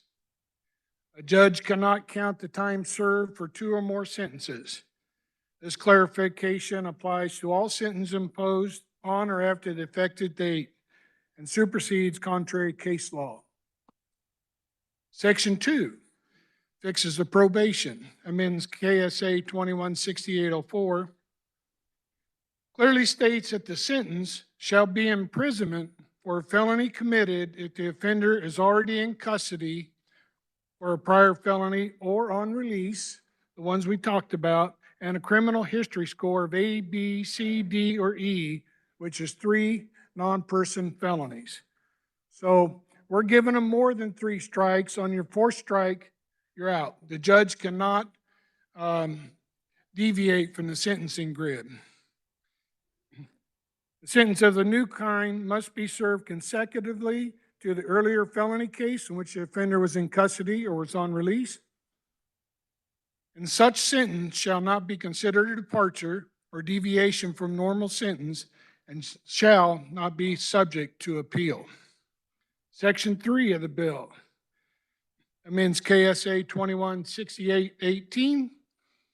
This section states a judge cannot deviate on probation or sentencing length when the court finds a current felony was committed while the offender was in custody for a prior felony or was on release, and their criminal history at least D, which is 3 non-plus felonies. Section 4, reforms and bond. In this section, we amended original House Bill 2444 with some of the contents of House Bill 2611, outlining how bonds can be administered. So we listened to our other members. Last week, if you remember, representative from Wichita got up here and talked about somebody on misdemeanor being picked up and would have to stay in court all weekend long to wait to see a magistrate. We covered this in this bill. We went back before we took it to committee. If a person is charged with the misdemeanor, an appearance bond can be executed if the magistrate determines that a required surety bond is not necessary to assure the appearance of the person or to assure public safety. So we tried to cover that misdemeanor charge that the guy can get out on a surety bond, a personal bond, and not have to wait for the judge to hear his case. So in the second part of that, if a person is charged with a felony, an appearance bond shall be executed unless the magistrate determines by clear and convincing evidence that requiring a bond is not necessary to assure the appearance of the person or to assure public safety. Prior to releasing the person charged on a felony without a bond, the magistrate shall determine whether the person meets the following qualifications: resident in Kansas, prior felony conviction, on and on and on. You can see that list in the bill. If the magistrate determines that the person does not meet one or more of these qualifications listed above, there is a presumption that the person is either a flight risk or that such person's release would endanger the public. Such presumption may only be overcome by clear and convincing evidence. Prior to ordering the release of such person without a surety bond or personal recognizance, the magistrate shall make a written finding on record that such person is not a public safety risk or flight risk. Another change we made on the bond, we actually lowered this from the original bill. We cut everything in half. If the affidavit provided by the court establishes probable cause that the person was on release at the time of the alleged felony offense, and the person's criminal history is at least D, again, 3+ non-person felonies, $50,000 for 7, 8, or 9, $100,000 for 4, 5, or 6, $250,000, $250,000 for a 1, 2, or 3. We do have in here where the magistrate can reduce those bonds by preponderance of evidence at an evidentiary hearing and makes a written finding on the record that the defendant is not a public risk or not a flight risk. So that covers the bill. Testimony in committee. Pro were the Sheriff's Association, the Kansas Peace Officers, Police Association, Kansas County and DA Association, the AG Office, Opponents were criminal defense attorneys, Kansas Community Corrections Association, Board of Indigent Defense Services. There is a physical note on this, and I'm not trying to hide from this because if we're going to end up putting some more people in jail, it's probably going to cost us a little more money. One thing we have to think about on the physical note is it's our responsibility in this body to keep our community as safe as we can. Our constituents have the right to be able to raise their family in a safe manner where they don't have to worry about criminals stealing their stuff, breaking in their houses. So the Sentencing Commission has wavered. Originally, they said 106, could be up to 300. Believe what you want. I don't think it'll be 100, 300, might be a little more. There's going to be some more people going to jail. At some point, this will level out because as these repeat offenders go through, won't have them in court anymore. We'll save money with our law enforcement not chasing around, the prosecutors not prosecuting, the court system not having court cases they have to hear, so there will be some savings there. Again, it's our responsibility that we make sure our community are as safe as they can be. And with that, I'll stand for questions. To speak to the bill, the chair recognizes Representative Osman.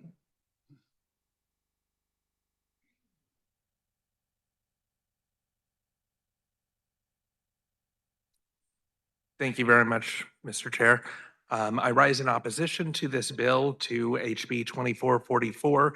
Caucus, I wanted to let you know that there was an amendment to this bill that we worked in judiciary, and it actually does affect something that I'm going to be talking about a little bit later with regards to how my bill brief is. But now I'm in firm opposition to this bill.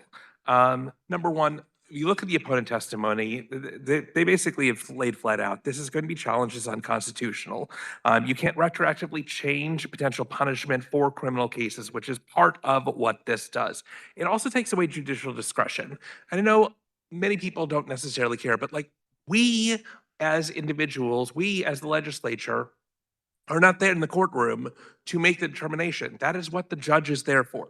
And when you change the requirement of release upon recognizance for a person that's on a prior felony or on probation, to say that there's now a requirement to establish at least $100,000 to $500,000 bond for various levels of felony, up to a $500,000 bond when they used to be on an ROR. That removes not only judicial discretion, but also is going to lock up a whole heck of a lot of people. You were talking about $500,000. Who here amongst us has $500,000 we can just drop off? Who can have $50,000 as an individual if you're bonding out at a 10% rate? And I realize some of these are frequent flyers, and I get we're trying to be tough on crime. But if you look at the proponent testimony, they basically said, I don't wish to quote them, but they effectively said something to the effect of, you slam the doors shut on them, and boy howdy, they're learning a lesson there. There is a presumption in our Constitution, there's a presumption in the United States of innocent until proven guilty. And I understand we're trying to be tough on crime, and I understand we're trying to get the frequent flyers off the street, but there's an innocence before proven guilty in a court of law. We're removing that with this bill. We're removing judicial discretion from this bill. And by the way, we're filling up the prison systems. The original bill had a prison impact statement of admissions, 117 new beds in 2027, or beds itself, 106 in 2027. And then by 2036, it'd be 225. Our amendments that we did in judiciary when we worked this bill and passed out of committee changed the bed impact rate. We got that this morning. So thank goodness we got it this morning. Admission rates, an average of 300 new ones over fiscal year 2027. Bed impact, 267 by next year, 526 by 2036. In other words, we are effectively tripling the admission rate from the original bill. We are effectively doubling the bed impact statement from the original bill, which was already significant to begin with. We're having discussions in judiciary about what is the end goal? How tough can we be on crime until beds are taken up, prisons are full, and we have to build new prisons? So when we talk about this is going to save money, not if we have to build a new building to house all the people that you're trying to jail. So with that, I urge a no vote on HB 2444. To speak to the bill, the chair recognizes Representative Carmichael.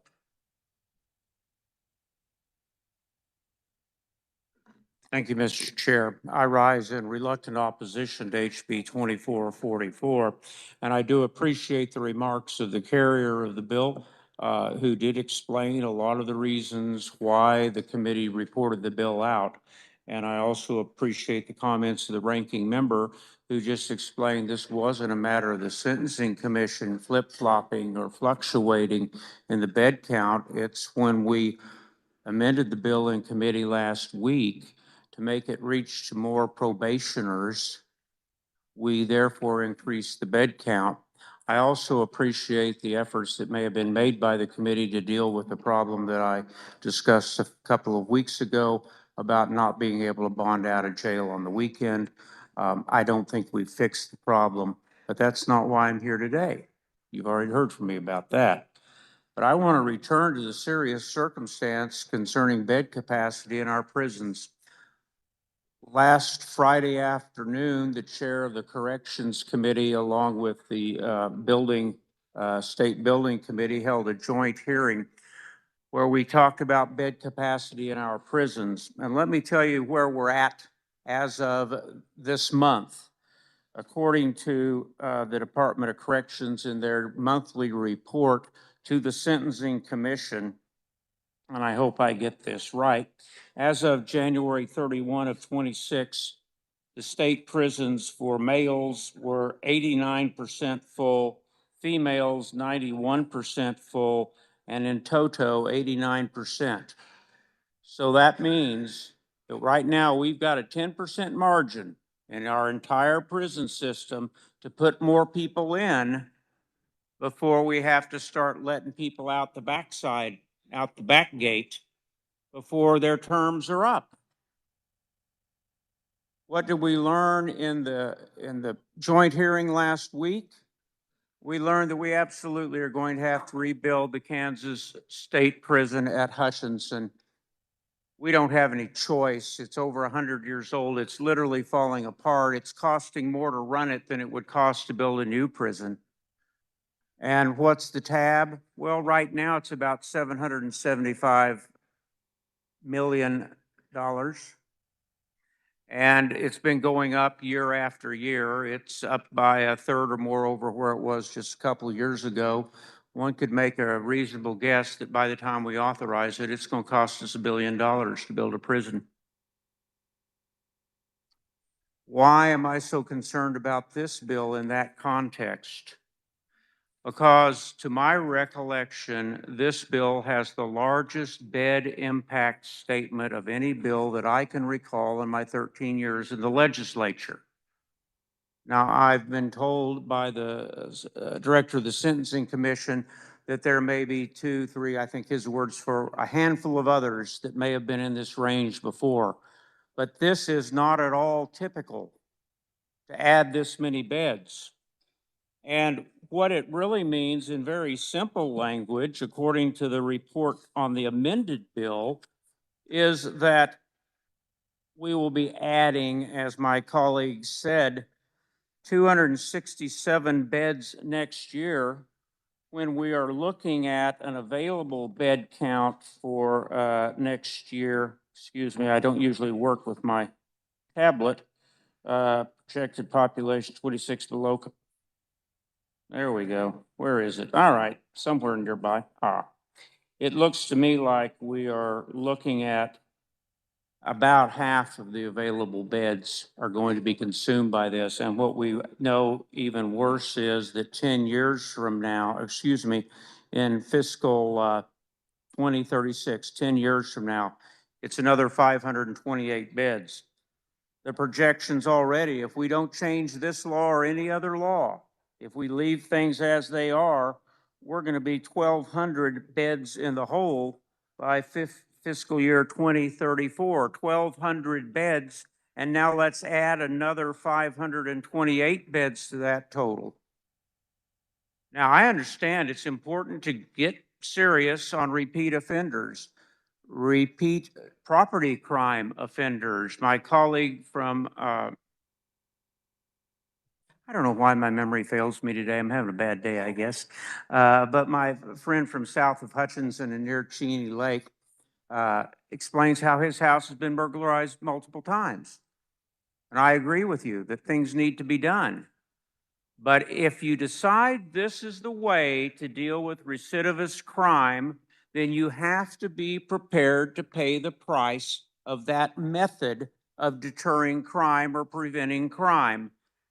And this bill, by my rough estimate, is probably going to add $500 million to that cost. Another thing is we have what's called Senate 123 bill sanctions. It was originally designed for drug offenders. The idea was to grab a hold of people early, intervene, straighten out their lives so they didn't become permanent residents of the state penal system. We've even expanded the program because it was so good to include some property crimes that may or may not actually be drug related. But the program recognizes that there will be people who relapse. There will be people who come back, who reoffend, because the cure doesn't always take the first time when we're talking about drug abuse. And so what would happen here, instead of having those people in the 123 program, those folks will be in the state penitentiary where they get no treatment. No meaningful treatment, at least, nothing like the community-based solutions. And so the end result is when they finally do get out of prison, they have a postgraduate degree in crime. So this is a self-defeating proposition.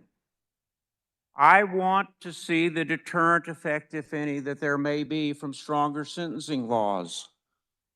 I want to even try to satisfy the retribution motive for corrections, which the representative from south of Hutchinson so eloquently explained to us, that he's been violated, his house has been violated, his family's sanctity has been violated, and somebody needs to pay. And I understand that's a legitimate thing as well. But this bill even goes so far as to put people back in prison for what are called technical violations. Things like people who are out on probation on a theft charge, who they have to register where they work, they have to register where they live, but if they happen to keep their jet ski over in Kingman County at Cheney Lake rather than on the corner that's in Sedgwick County, they have to go register over in Kingman County as well. And a lot of people make the mistake of not getting that registration done in all of the counties where they work, where they live, where they own property. And as a result, they get a technical violation. Today, the judge can say, listen, John, you should have followed the law. I understand it was an inadvertent error.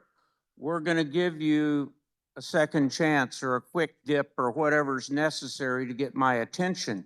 But that's not what this law will do. This law will send people back to prison for the duration of their sentence for technical violations like that. It is counterproductive. And I see that my friends have heard enough. I understand that. I appreciate you listening. This problem will not go away. Passing this bill, I suspect, will probably not really reduce crime, but I can guarantee you it will require that we build another prison. And we're at a crisis point now. And if we don't build a new prison now, people will be being released from the state penitentiary out the back door within the next 5 years because it will be overfull. And this bill will be one of the major reasons for that. Thank you. Speak to the bill. The chair recognizes Representative Johnson.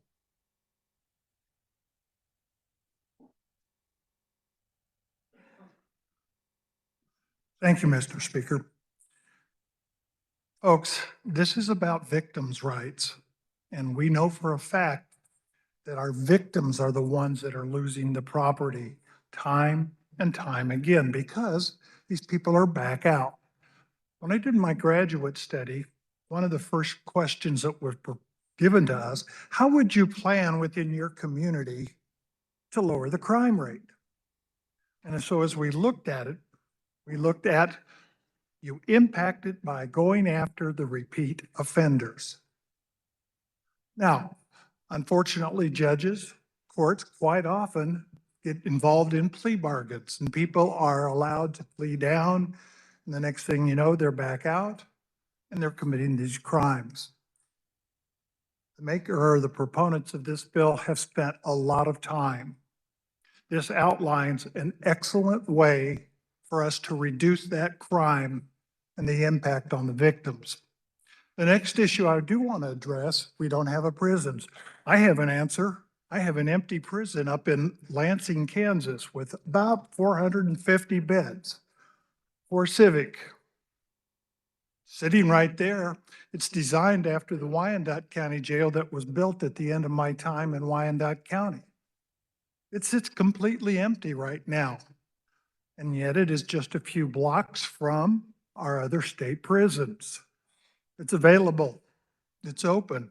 We have room for every one of those, and we have options with that.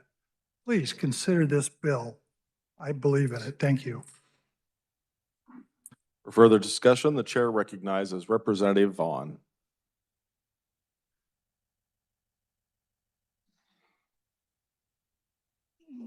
Thank you, Mr. Chair. Along with my colleagues, I do stand in opposition to this bill. This bill will significantly increase how often Kansans face the devastating impact of pretrial incarceration, which you heard reflected in the bed impact number from my colleague. And I just want to emphasize again, our Constitution protects us and the fact that we are innocent before proven guilty. And I think this really infringes on that constitutional right. So I am opposed. I did come up here though primarily to ask a question, which as the carrier alluded to, we did pass language that was substantially similar to the amendment that was added to this bill in committee. That language was passed in Senate Bill 254. So I haven't had that happen during my time here. So I just wanted to ask for clarification, which language will supersede which?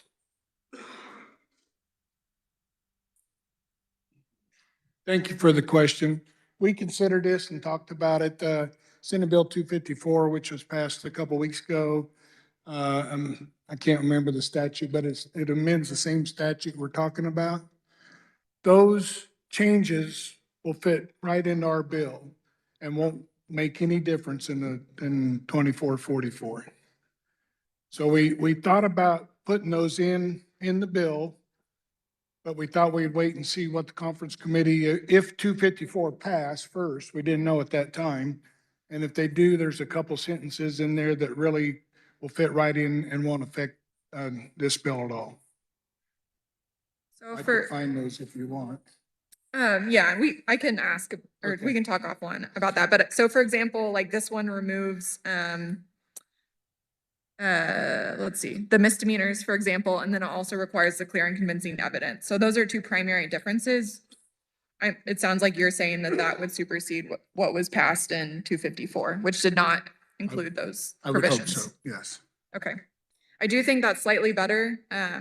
Sorry, that was all. Thank you. Yes. I do think that's slightly better than what was in 254, but overall, I think what we're doing by taking away access to OR bonds is, again, essentially, assuming that people are guilty, which is not how our Constitution works. And at the end of the day, what's happening is we're lining the pockets of bail bondsmen, which is not our job either. I think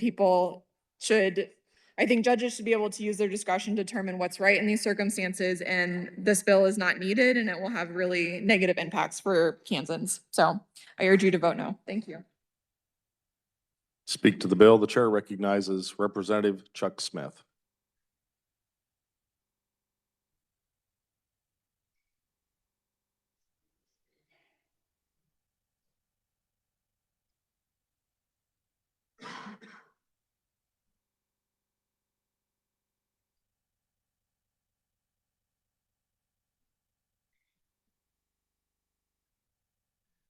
Thanks, Mr. Chair.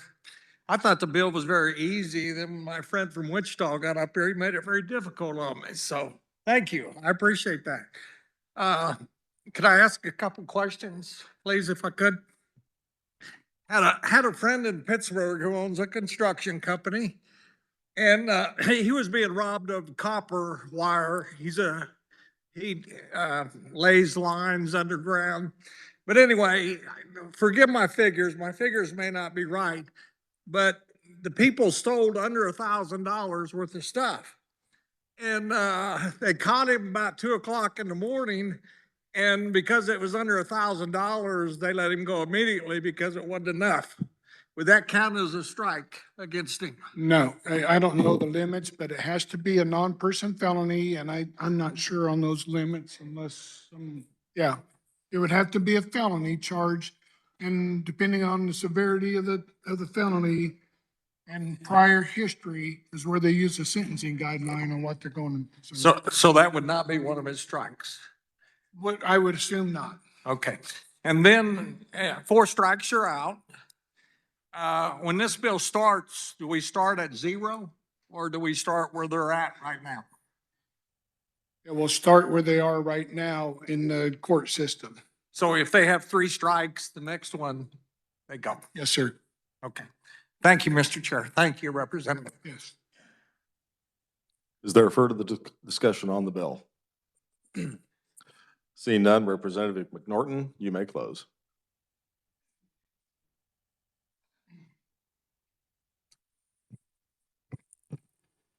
Thank you, Mr. Chair. A little confusion, I believe, on the Sentencing Commission sending out some new estimates. The amendments we made in committee did not make any changes to the bed spaces that should make the bed spaces in the prisons go up. They were very minimal.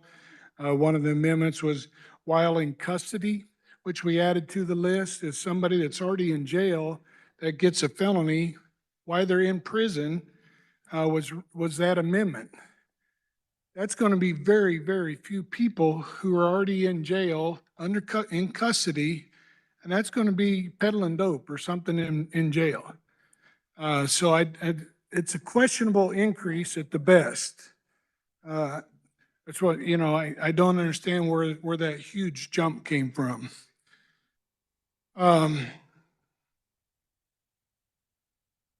We've heard about the high bond rates, and I believe those are wrong because we did amend those down to half. The prior speaker was talking about $500,000. We cut all those in half, and we did set those high, and for a reason. These people have already had their 3 chances. They've been through the revolving door 3 times. They committed another felony while out on bond. Do we want to give them a $500 bond and let them back out? That's why we set those bonds as high as they are. So it'll be tough for them to get back out on bond and continue their bad behaviors of stealing stuff from our neighbors. So that's why those bonds are set high. And we actually made it easier for the judge to use more discretion. He just has to put in writing in the court record why he did that. Right now, the judge can just say, we'll let him off for whatever reason, and has no consequences on himself for why he let the guy off.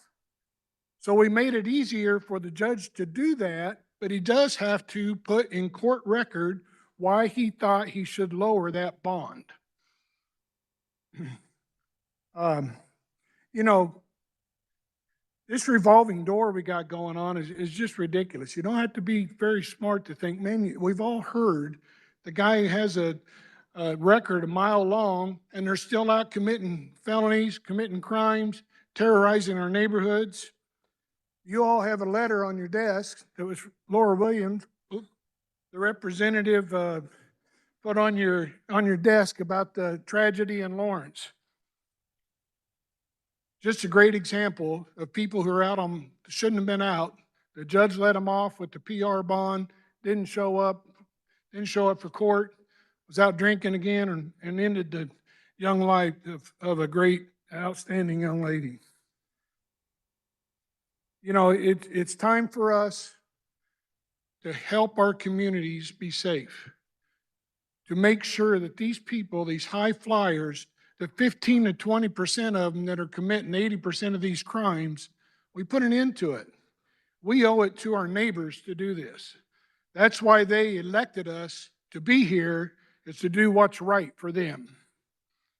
It seems there's some in this chamber who side with the felons instead of the hardworking, law-abiding citizens. A vote nay on House Bill 2444 will confirm your support for the repeat felons instead of the safety for your neighbors. I ask when the body rises to vote on House Bill 2444, you will join myself, the 38 co-sponsors I had for this bill, local police, sheriff departments, prosecutors, district attorneys, the attorney general, and vote yes to protect the law-abiding citizens in our districts. Thank you, Mr. Chair. Representative, you want to make your official motion? Yeah, I got a sheet here somewhere. While you're looking for that, you may get a visit from our 3 rules enforcers on using names of representatives at the well. Just remember, I'm poor, so.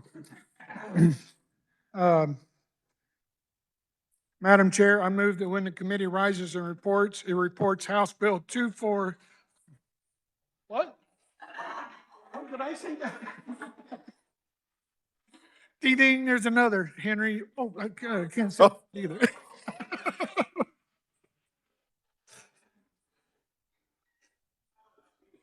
Okay, let me start again. Mr. Chair, I move when the committee rises and it reports House Bill 2444 favorably for passage as amended. It was not amended on the floor, so it would just be Okay. passage. Okay, body, you've Favorably kind for of heard the motion by Representative McNorton to pass 2444 favorably. All those in favor signify by saying aye. Opposed, no. The ayes appear to have it. The ayes do have it. Motion carries.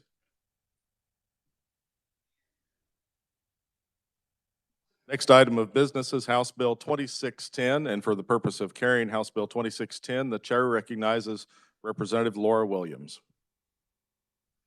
Thank you, Mr. Chair. House Bill 2610 makes 2 key changes to current law. First, it limits the use of summons instead of warrants to misdemeanor cases. This ensures that felony charges are always met with the issuance of a warrant reflecting the seriousness of such offenses and the need for appropriate judicial oversight. By drawing this distinction, the bill strengthens the accountability of defendants in felony cases and ensures that the judicial process is treated with the gravity it deserves. Second, the bill specifies that any bond set on a warrant issued after a defendant fails to appear in response to a summons cannot allow for a release on the defendant's own recognizance. This change addresses a critical gap in current procedures by ensuring that individuals who have already failed to comply with court orders are not released without additional safeguards.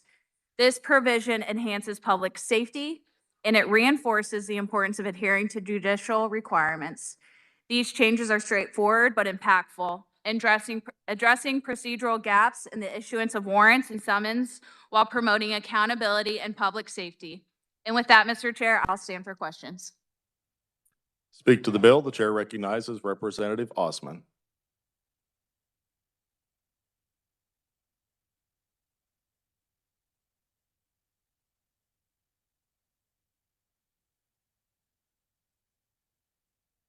Thank you, Mr. Chair. I also rise in opposition to HB 2610. A couple of things. So first of all, I understand there was, the previous representative on the previous bill mentioned that there was a sheet of paper that was out here with regards to it. And I want to say it was the situation that's explained is a tragedy and no doubt about it. But the what we're dealing with here may not have been prevented by the situation that's covered under those sheets. The issue involved is the question of when somebody might be committing the crime. And if somebody, as I said, is a frequent flyer or somebody is out there hell-bent on trying to just do crime after crime after crime, the question of are they locked up today or are they locked up Tuesday doesn't make a difference in terms of the fact that a crime could occur. Again, this is taking away judicial discretion. Our issue is this: if we want to try to change the law for the better, it's not about putting things into a box in a one-size-fits-all situation. We can't take away judicial discretion. What we can do is give rules and regulations and modifications and scopes for a judge to make the determination on a case-by-case basis when the defendant comes before them, or have rules and regulations in terms of the criminal justice system, in terms of what happens when somebody does get arrested and whether they need to be bonded out on an ROR or not.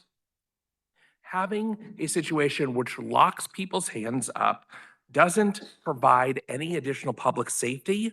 All it does is ties everybody's hands in the judicial system.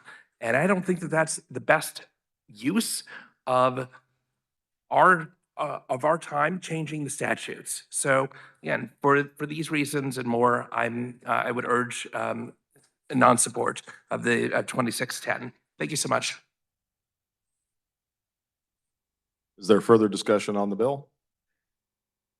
Seeing none, Representative Williams, you may close. Thank you, Mr. Chair, and I will address the previous speaker's comments. This has zero impact on judicial discretion. It actually brings prosecutorial discretion and judicial discretion aligned with one another in statute. And so by simply passing this bill, we're streamlining the process and ensuring that judges and prosecutors have the same power when it comes to issuing summonses and warrants. And with that, Mr. Speaker, Mr. Chair, I move that when the body rises and reports, it reports House Bill 2610 favorably for passage. Body, you've heard the motion by Representative Williams to report House Bill 2610 favorably for passage. All those in favor signify by saying aye. Opposed, no. The ayes appear to have it. The ayes do have it. Motion carries. Next item of business is House Bill 2537. And for the purpose of carrying House Bill 2537, the chair recognizes Representative Ward. Thank you, Mr. Chair. There were no amendments. Are you sure? I'm showing that there were committee amendments.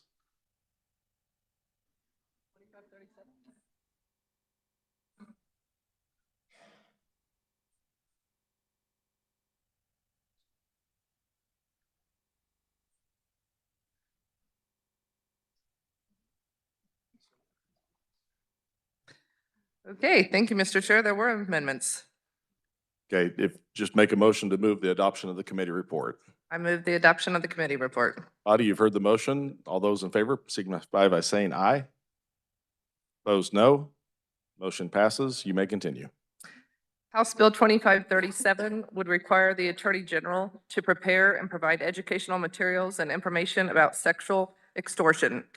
The Attorney General, State Board of Education, and law enforcement agencies would collaborate to educate and notify schools, students, parents, and the public about the availability of information and education materials.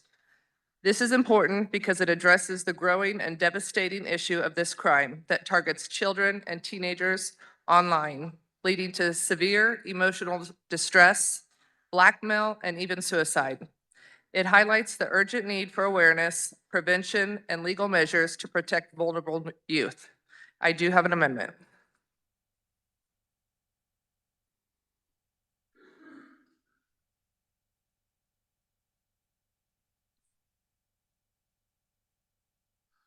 The amendment appears short. The clerk will read. I move to amend House Bill 2537 as amended by House Committee on page 1 following line 8 by inserting whereas Section 1 and the amendments made to the provisions of KSA 21-5515 by this act shall be known as Caleb's Law. Now therefore. Representative, do you wish to explain your amendment? Yes. In the wake of an unimaginable loss, the courage and determination shown by Caleb Moore's parents stand as a powerful testament to their love for their son and their commitment to protecting other children. By speaking publicly about the circumstances surrounding Caleb's death and refusing to let shame or silence define his story, they have transformed their grief into purpose, raising awareness about sextortion, urging stronger safeguards, and encouraging families to have difficult but life-saving conversations about online safety. Their advocacy honors Caleb's life in the most meaningful way, ensuring that his name is associated not only with tragedy, but with change, education, and hope for other young people who might otherwise suffer in silence. I'll stand for questions on my amendment. Thank you. To speak to the amendment, the chair recognizes Representative Osman. Thank you very much, Mr. Chair. Body, this is a good amendment. Is there further discussion on the amendment? Seeing none, Representative, you may close. I'll close and move my amendment. With that, I'll stand for questions on the bill. You've heard the motion by Representative Ward to amend. All those in favor signify by saying aye. Opposed, no. Motion carries. We are back on the bill. To speak to the bill, Chair recognizes Representative Osman. Thank you very much, Mr. Chair. I rise in support of HB 2537. Caucus, this was one of 3 different bills within a different area that I talked about earlier today. This one in particular talks about sexual extortion, but there's another one about privacy and a third one about blackmail. And hopefully, if all goes well, we'll get to all of them today. But the amendments themselves included, we removed a number of lines on page 2 regarding engaging in sexual contact, contact that is of a sexual nature. It also, most importantly, added a specific definition of video, and we went on multiple bills back and forth on various definitions. I happen to like this particular definition that we added in, which is, so it means a definition of video and recording to mean photo, film, video picture, digital or computer-generated image or picture, whether made or produced by electronic, mechanical, or other means, including but not limited to any such item. So that covers a lot of different things, including what the AG's office was looking for. And so hopefully we can get that sort of uniform definition across multiple aspects of the KSA. However, as I said, overall, very good bill. I would urge the body's support. Thank you so much. Is there further discussion on the bill? Seeing none, Representative Ward, you may close. Mr. Chair, I move that when the body rises to report, they report House Bill 2537 favorably for passage as amended. Body, you've heard the motion by Representative Ward to report House Bill 2537 favorably as amended. All those in favor, please signify by saying aye. Opposed, no. Motion passes. Body, we're going to stand at ease for a minute. There's some amendments that we're waiting on for the following bill. Chair recognizes the Majority Leader for a motion.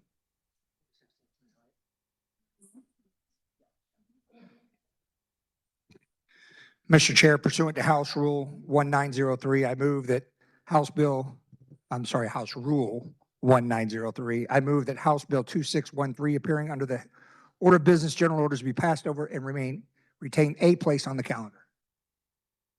Body, you've heard the motion. All those in favor signify by saying aye. Opposed, no. Motion passes.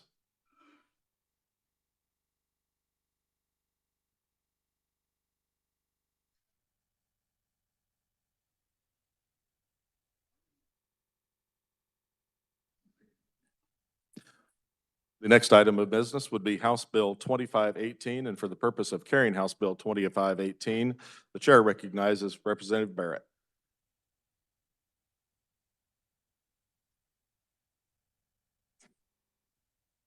Thank you, Mr. Chair. There were committee amendments. I would move for adoption of the committee report. Body, you've heard the motion. All those in favor signify by saying aye. Opposed, no. Motion carries. The committee report is adopted. You may continue. I rise before the body to present House Bill 2518. HB 2518 would modify the crimes of breach of privacy by changing the culpable mental state from knowingly to intentionally. The bill would also increase penalties for certain violations based on the age of the victim. If the offender is 18 years of age or older and the victim is less than 14 years of age, breach of privacy or attempt, conspiracy, or criminal solicitation to commit breach of privacy would be an off-grid felony. If you think of that off-grid felony, that's the same as a lot of Jessica crimes laws, and this is under 14, which is why they've brought it to that level. If the victim is 14 years of age or older, but less than 18 years of age, breach of privacy would be a severity level 5 person felony. The bill would remove the standard reduction in severity level that applies to attempt, conspiracy, and criminal solicitation when the offender is 18 years of age or older and the victim is below 14 years of age. Proponents of this bill included those from the Sedgwick County District Attorney's Office, Kansas Chiefs Police, Sheriff's Association, Kansas Peace Officers Association, and then the mother of a victim whose child was affected by this law. With that, I do have an amendment.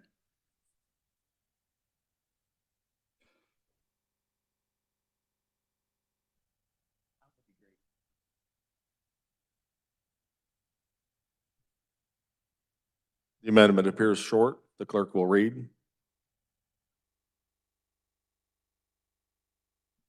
I move to amend HB 2518 as amended by House Committee on page 6 in line 6 after image by inserting video or other recording. On page 7 in line 22 after 1 by inserting image, video, or other recording means any photograph, film, video, picture, digital, or computer-generated image or picture, whether made or produced by electronic, mechanical, or other means.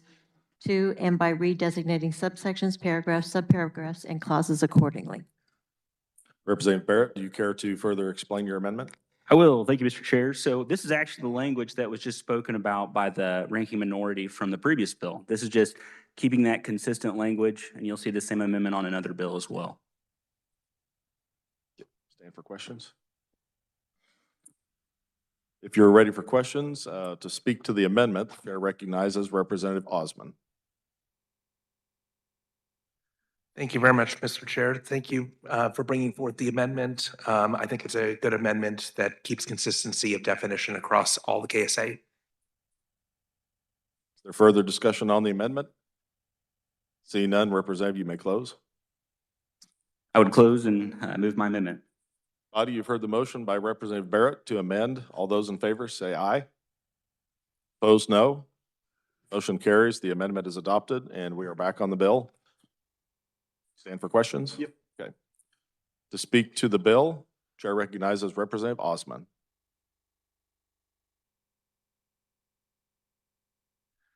Thank you very much, Mr. Chair. I rise in support of HB 2613, or I'm sorry.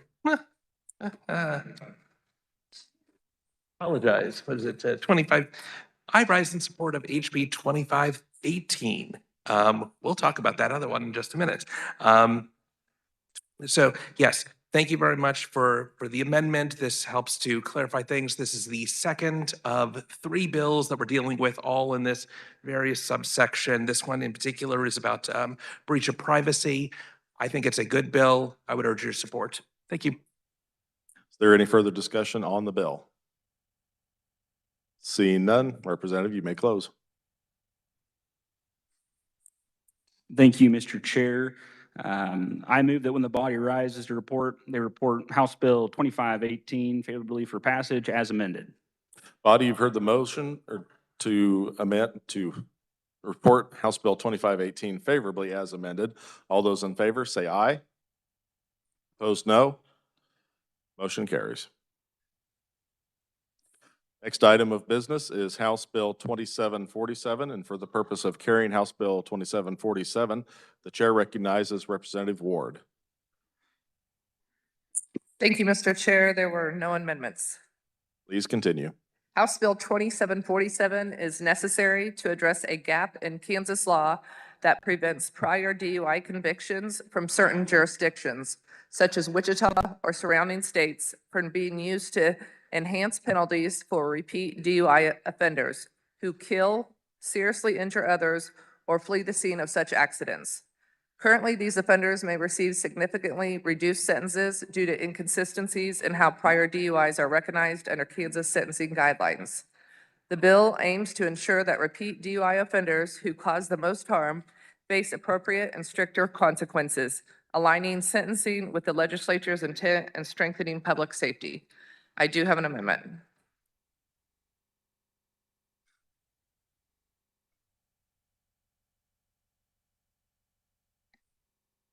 The amendment appears short. The clerk will read. I move to amend House Bill 2747 on page 1, following line 8 by inserting, whereas the amendments made to the provisions of KSA 21-6811 by this act shall be known as Sydney's Law, now therefore. Representative Ward, do you wish to further explain your amendment? Yes. Sedgwick County Sheriff's Deputy Sydney Carter was 22 years old when she lost her life in the line of duty on October 7th, 2022. A lifelong dreamer of a career in law enforcement, Carter had only recently graduated from the Sheriff's Academy and was on her 6th day working solo on patrol when her life ended. Known by colleagues for her warm smile, friendly spirit, and determination, she was remembered as a young deputy with a bright future who inspired those around her through her work and character. Her death deeply impacted the law enforcement community in the Wichita area, and she is honored among Kansas fallen officers for her service, sacrifice, and commitment to protecting others. I'll stand for questions on my amendment. Is there any discussion on the amendment? Seeing none, Representative, you may close. I close and move my amendment. With that, I'll stand for questions on the bill. Body, you've heard the motion to amend by Representative Ward. All those in favor say aye. Opposed, no. Motion carries. We are back on the bill. To speak to the bill, the chair recognizes Representative Osman.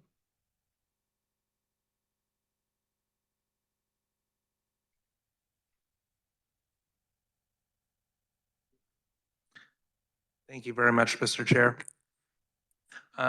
I rise in support of HB 2747. I think that it's a good bill. I think that it'll do a lot of good. I will say there were other bills that we had with regards to DUI this year. And unfortunately, because of the nature of the session where we're going 100 miles an hour, we couldn't get to them. That's the fact of life. Hopefully in the future, we can get to them, maybe in another session. But there's lots of different things that we can do on this very important subject of driving under the influence. A lot of different ways that we can help. And I do think that 2747 that brings in the determining factors from multiple jurisdictions is going to be a key component. And I really do think that this is going to help. So I urge the body's support on this bill. And thank you very much. Is there further discussion on the bill? Seeing none, Representative Ward, you may close.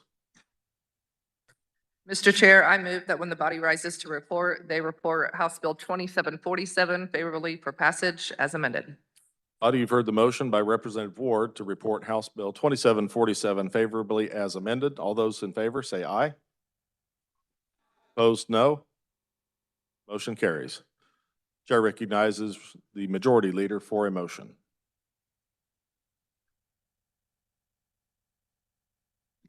Mr. Chair, pursuant to House Rule 1903, I move that House Bill 2614, appearing under that order of business, general orders, be passed over and retain a place on the calendar. You've heard the motion. All in favor, say aye. Opposed, no. Motion carries. Next item of business is House Bill 2536, and for the purpose of carrying House Bill 2536, the chair recognizes Representative Esau.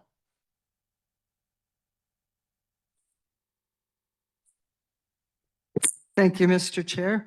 We had no amendments on this bill. You may proceed.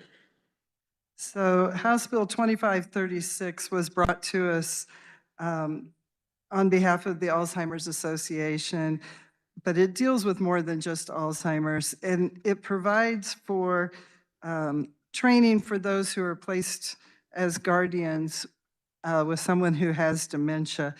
And we heard from quite a few folks that have dealt with this, whether it's in their family or if it's clients of theirs or agencies that have taken care of them. And there is a very good training that's available out there that doesn't cost anything. It doesn't take too long for them to actually take this training, but the guardians that would be put in place would have a little bit more information so that they could do a better job watching out for and advocating for those that they have been placed in guardianship over. I believe this is a really good bill, and I'm happy to stand for any questions. To speak to the bill, the chair recognizes Representative Osman.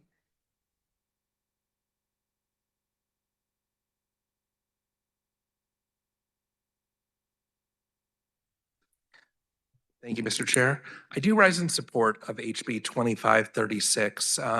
And that said, I told my caucus this morning as we had this on an agenda that there are questions with regards to this.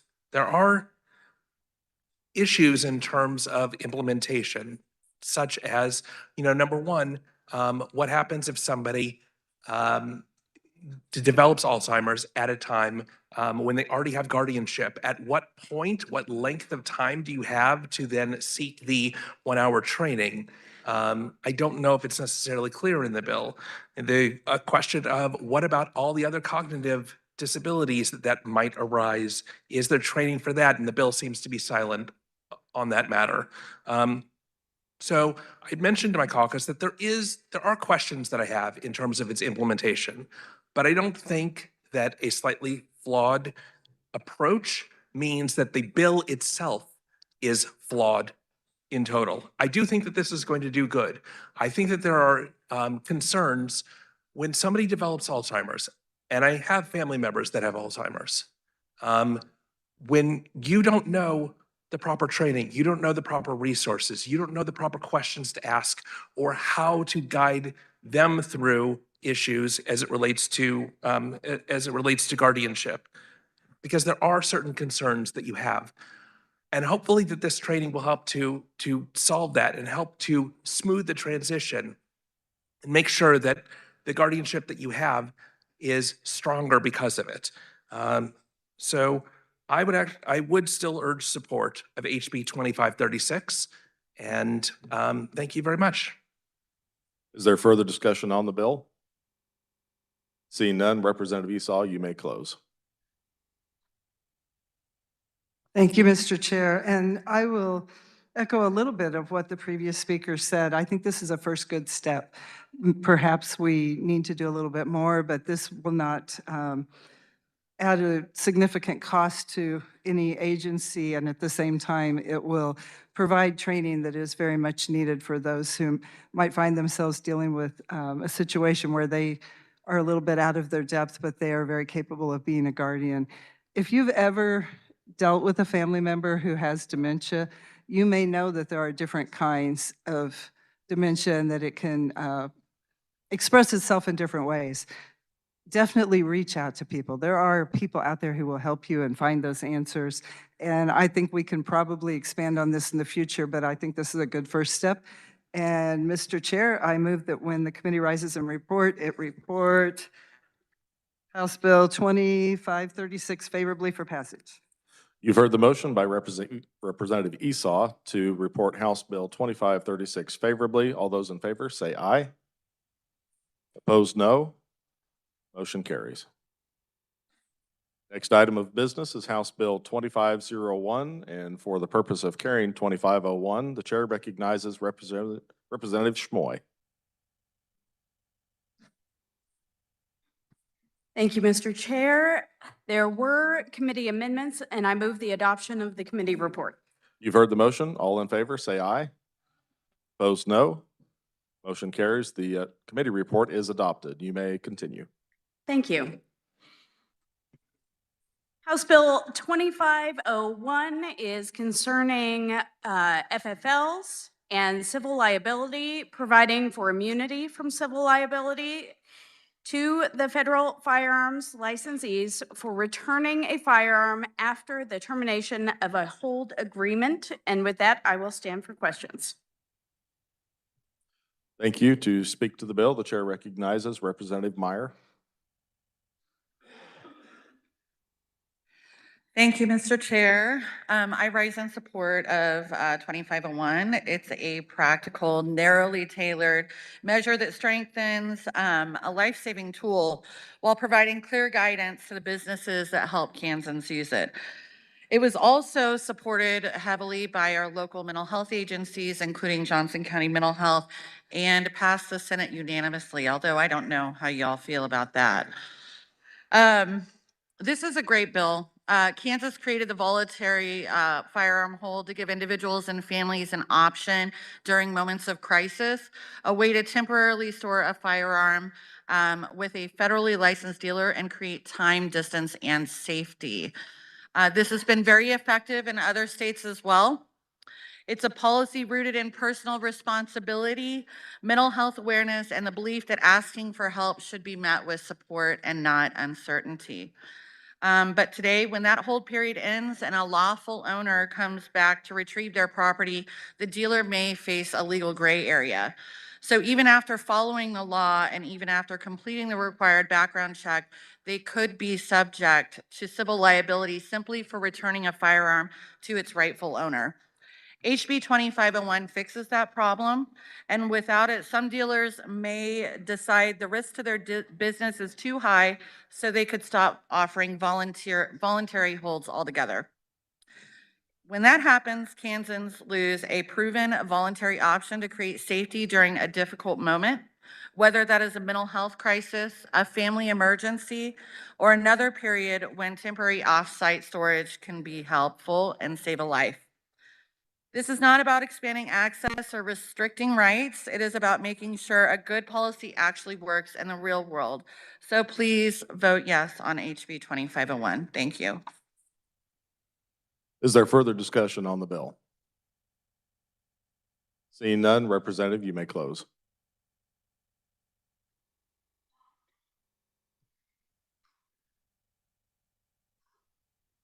I appreciate what the previous representative said, and she's right. This came to us a good bill, and the committee work that we did on it made it a great bill. We made sure that this is and remains optional for the FFLs, and we clarified their liability and responsibility when it comes to taking a hold and then releasing after the hold termination. It is voluntary for the individual, ensuring that the mental health stigma will not follow this individual. It will not be held against them down the road that they chose this option. And I will clarify that this is not just for times of crisis. This is also for anyone who is moving, who is in a long-term travel situation, if they are going through the adoption or foster care process, if they are living on a military base. This is good policy for a lot of Kansans. We also made sure that we are going to destroy the records of such hold agreement after 90 days. So this will not follow the people who have decided to engage in this voluntary practice. I thank you for your diligence on this. I thank you for your participation. I thank you for your yes vote. And Mr. Chair, I move that when the committee rises and reports, it reports HB 2501 favorably for passage. Thank you. You've heard the motion by Representative Schmoy to report House Bill 2501 favorably. All those in favor say aye. Opposed, no. Motion carries. I will remind bill carriers, if you hit your button, just your bill button before you come up, that helps me keep the queue in order. Next item of business is House Bill 2504, and for the purpose of carrying House Bill 2504, the chair recognizes Representative Ward. Thank you, Mr. Chair. There were no amendments. May I continue? House Bill 2504 concerns landlord-tenant law and would prohibit cities and counties from adopting or enforcing ordinances that restrict a landlord's ability to screen prospective tenants using lawful criteria. This bill is intended to protect private property rights, maintain voluntary participation in housing assistance programs, and create uniform statewide policy by preempting local regulations in this area. With that, I will stand for questions. To speak to the bill, the chair recognizes Representative Meyer. Thank you, Mr. Chair. I rise in strong opposition to 2504. This favors corporate owners of rental housing at the expense of Kansas renters and prevents localities from responding to local housing conditions and issues to protect their renters and their rental properties. It also attacks cities' ability to govern how they respond to their housing crises in their local communities. This would also allow landlords to discriminate against people who receive housing assistance payments using the housing choice vouchers, otherwise known as Section 8, assistance from domestic violence shelters, social service organizations, faith groups, other nonprofits, etc., which could also possibly include stipends as well. And you may not know this, but approximately 32% of all Kansans are renters, and they deserve our protection. Kansas renters have seen an average rent increase of about 25% between 2018 and 2024. I know, I've felt it. During that period, 35% of affordable rentals priced under $1,000 a month have disappeared, while luxury housing priced at over $2,000 a month, although in my area that's not even luxury, to be honest, has almost quadrupled. Meanwhile, corporate investors can and do buy up single-family neighborhoods, townhomes, and apartments and increase rent, evict their tenants nearly 4 times as often, have more frequent code violations, and defer needed maintenance of housing more often than local mom and pop landlords. Housing needs and challenges look different across the state. What they look like in Douglas County and Johnson County looks very different from what they look like here in Shawnee County or in other parts out west. We deserve affordable, safe homes. Our constituents deserve affordable and safe housing. When we can do that, we can enjoy sustainable economic growth and community stability. Municipalities must maintain their local control to effectively address Kansas challenges with housing supply and housing stability and housing affordability. This bill would eliminate the ability of local governments and municipalities to work with their small business owners, their mom and pop landlords, and others to craft ordinances that respond to their communities' very unique housing needs and challenges. So a vote for this bill would eliminate localities' ability to determine how they can best respond to the housing needs that their city, their counties, and their communities need. And I implore you to please vote no on this bill so that we can make sure that our housing needs are met by local areas and not the state. Thank you. Is there further discussion on the bill? Chair recognizes Representative Chuck Smith.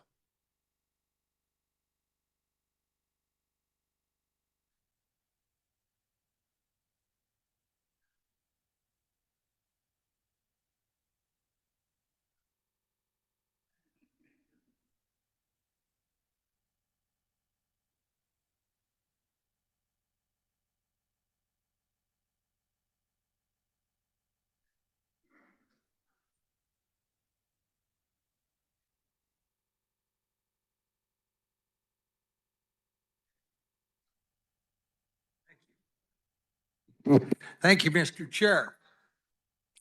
I really understand both sides of this bill. I really do. I want everybody to have affordable, nice housing. I want everybody to.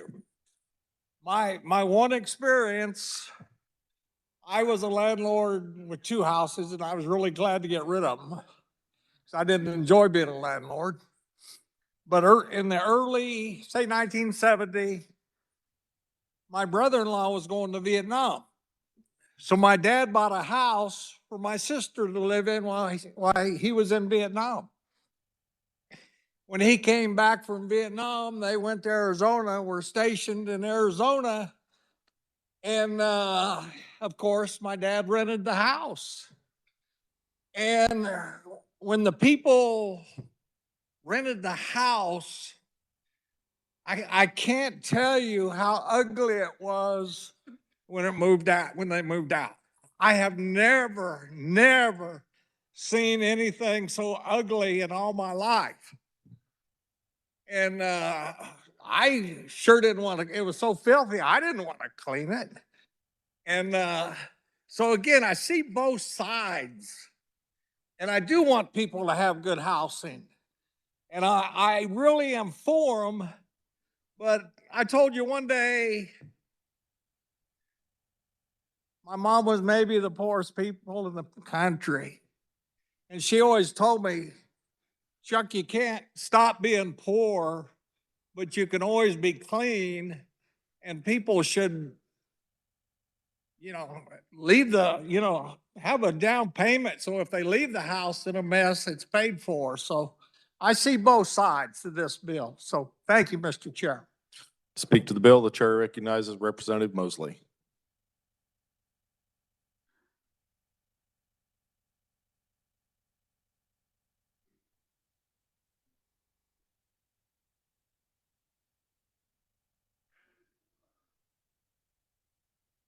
Thank you, Mr. Chair.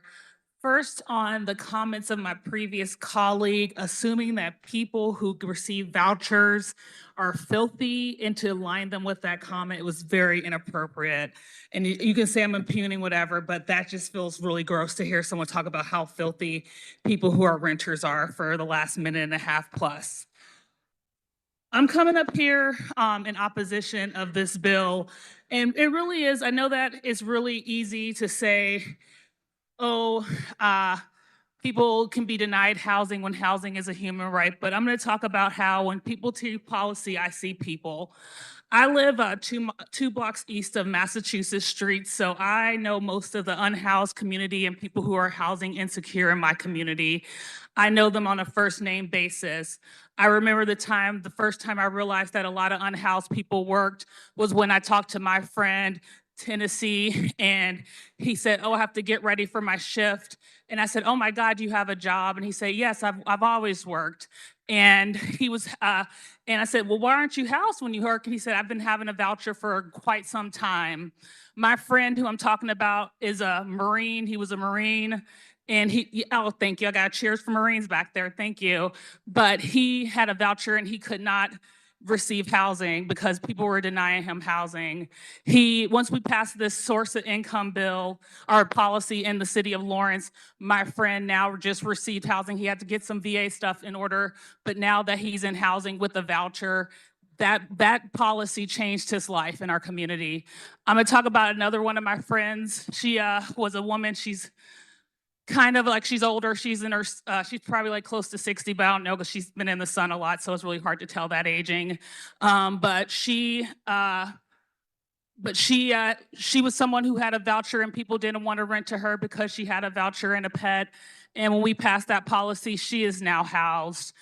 Each individual community has individual needs. This policy or whatever they want to call it, has been in place for 3 years. It has gone through courts. It has been deemed constitutional. And now we have people who are landlords, who are corporate landlords, who own in some communities, upwards of 20 or 30% of the rental properties coming to this body and asking the legislature when it's already been adjudicated on multiple levels. We have also had 2 local elections since then. They hold forums. They have the ability to get this changed, but the people said that they need it, and we are addressing a need in our community. So when you pass legislation like this, what you're telling is people in my community and some of the people in your communities, because your communities don't have services. We get people from Franklin County. We get people from all these surrounding counties that don't want to take care of their unhoused population. So Lawrence had to figure out how to take care of their unhoused population. I have a friend in C-47 who's asleep. I'm sorry that I am boring you, sir.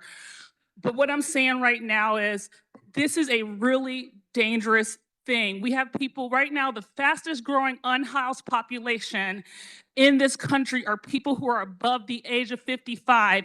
When they get source of income, if they're getting money from a voucher, this bill is going to make it where it's possible that a corporate landlord who in some communities, like I said, on 30% of the rental property can deny that person housing because they have a voucher. I understand the concept of private property. I have people in my family who are landlords. I have friends in my family. I have friends who are landlords. I get it. This is not protecting those people. What is protecting are corporate landlords who have risen the price of housing is pricing people out of housing all over this country, especially in Kansas. We do not have enough low-income housing stock in our state. We are not dealing with the issues that need to be dealt with when we do legislation like this. So I understand the concept of private property, and I want someone, if I have a friend who's a landlord, I don't want someone to have to rent to someone who possibly could do damage to their home. But what the policy in Lawrence did said that it doesn't force anyone into any kind of program they don't want to be in. But it said that the sole reason for you to deny someone housing cannot be a voucher. The sole reason, it doesn't push anyone into. Body, please keep your conversations to a minimum and respect the speaker at the well. Thank you. It doesn't push anything to anyone. There is people are being misled. When you do this, you're gonna put people out of housing. There's multiple people, even in your community, some of the poorest communities are your communities. There's people right now who are full-time workers who cannot afford housing. There is no place in this state that someone who is making minimum wage can rent a place. And so when they don't have that need being met, then those other needs have to be met with things like vouchers. They have to be, because we are subsidizing corporations when we do that. But what we're doing with this legislation is getting rid of the one protection that renters have. 30% of our state are renters. You're getting rid of that sole protection that they have. Landlords have so much power. They have power to raise the rent. They have power to not take care of your lodging because they know your housing, because they know that you have few options. And the one thing that we passed to say that you can't deny someone because the sole reason of the denial cannot be a voucher. And if you think there's something wrong with that, I want to pray for you tonight. Thank you. There will be no applause. Seeing no further discussion, Representative Ward, you may close. Mr. Chair, I move that when the body rises to report, they report House Bill 2504 favorably for passage. Body, you've heard the motion by Representative Ward to report House Bill 2404 favorably. All those in favor signify by saying aye. Opposed, no.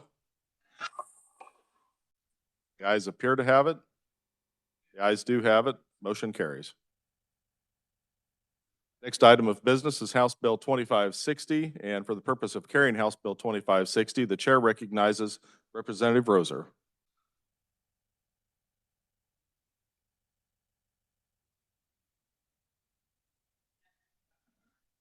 Thank you, Mr. Chair. There were no amendments in committee. I move the adoption of the committee report.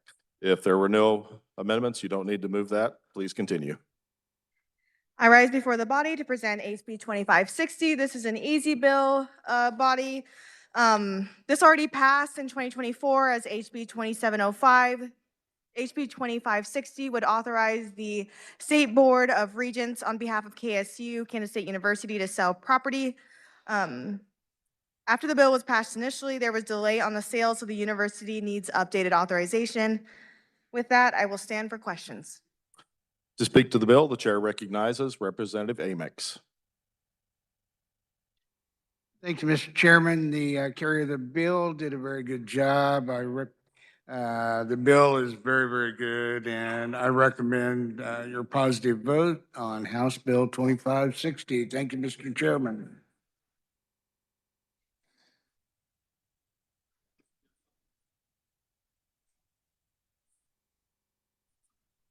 If there is no further discussion, Representative Roser, you may close. Mr. Chair, I move that when the body rises to report, they report HB 2560 favorably for passage. You've heard the motion by Representative Roser to report House Bill 2560 favorably for passage. All those in favor, please say aye. Opposed, no. The ayes appear to have it. The ayes do have it. Motion carries. Next item of business is House Bill 2374. And to carry House Bill 2374, the chair recognizes Representative Kahar.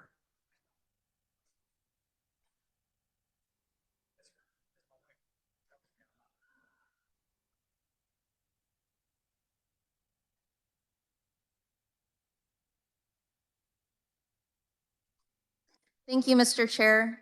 There were committee amendments. I move the adoption of the committee report. You've heard the motion. All in favor, say aye. Opposed, no. Motion carries. You may continue. House Bill 2374 creates a specialty practice student loan program under the Medical Student Loan Act to address physician workforce shortages in underserved areas of Kansas. The program will be administered by the University of Kansas School of Medicine and overseen by the Chancellor of the University of Kansas. The bill expands and modernizes our current medical student loan structure to better respond to the Kansas workforce needs, particularly in specialty and mental health fields. There were committee amendments that only involved updating the dates from last year. I'll stand for questions. To speak to the bill, the chair recognizes Representative Amix. Thank you, Mr. Chairman, and Carrier did a very good job on this bill too. It is a good bill. Quite a bit of discussion in committee. In fact, I had a little bit of question about it. But anyway, I would recommend your positive vote on House Bill 2374. Again, it's an excellent bill. Thank you, Mr. Chairman. Is there further discussion? Seeing none, Representative Kahar, you may close. Mr. Chair, I move that when the committee rises and reports, it report House Bill 2374 favorable for passage. Thank you. Body, you've heard the motion by Representative Kahar to report House Bill 2374 favorably. All in favor, please say aye. Opposed, no. Motion carries. Next item of business is House Bill 2604, and for the purpose of carrying House Bill 2604, the chair recognizes Representative Francis, who is on the phone right now.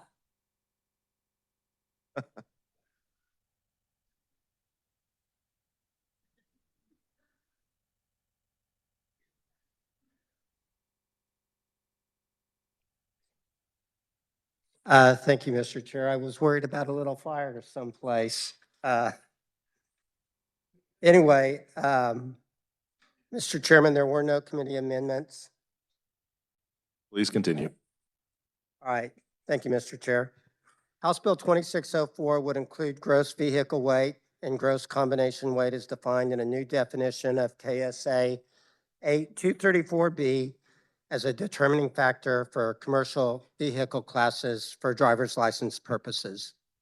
The purpose of this bill is to align Kansas law with federal commercial driver's license regulations and with the statutes in our neighboring states, Missouri and Nebraska. Under federal law and the laws of those states, a commercial motor vehicle includes vehicle with a weight rating above 26,000 pounds, as well as vehicles that actually weigh more than 26,000 pounds. When these overloaded vehicles exceed federal limits, the Kansas Highway Patrol is currently authorized to place them out of service during roadside inspections, but it currently results in no direct penalty to the driver or their driving record. The Department of Revenue introduced this bill to ensure Kansas statutes mirror federal regulations and to ensure that individuals hauling dangerous heavy loads are properly licensed and trained to do so. All of the farm exemptions would remain in place, so there's no change in exemptions, and non-CDL classes will not be affected. To give you an idea of a scenario where this will come into place is it's common among what's called hotshot haulers. They're typically a large pickup pulling a 26-foot trailer loaded with tens of thousands of pounds of materials such as construction equipment or used equipment. For example, one of the things that this would apply to is a Sierra 3500 towing 6 Priuses, and that would weigh over 26,000 pounds. This is just a way that the state can make sure that we punish the bad actors that are trying to find a way around our CDL laws. And we also come into compliance with our neighboring states and with federal law regulations. And with that, I'd stand for questions. To speak to the bill, the chair recognizes Representative Helgerson. Would you stand for a question? Sure. Does this at all deal with eyesight? No. Okay, I'm looking up there. Do you see anything missing up there? A B? No, your light. A B for my light. Yeah. I'm in support of the bill and he'll be added to the list. Is there further discussion on the bill? Seeing none, Representative Francis, you may close. Thank you, Mr. Chair. I move when the committee rises and reports House Bill 2604 favorably for passage.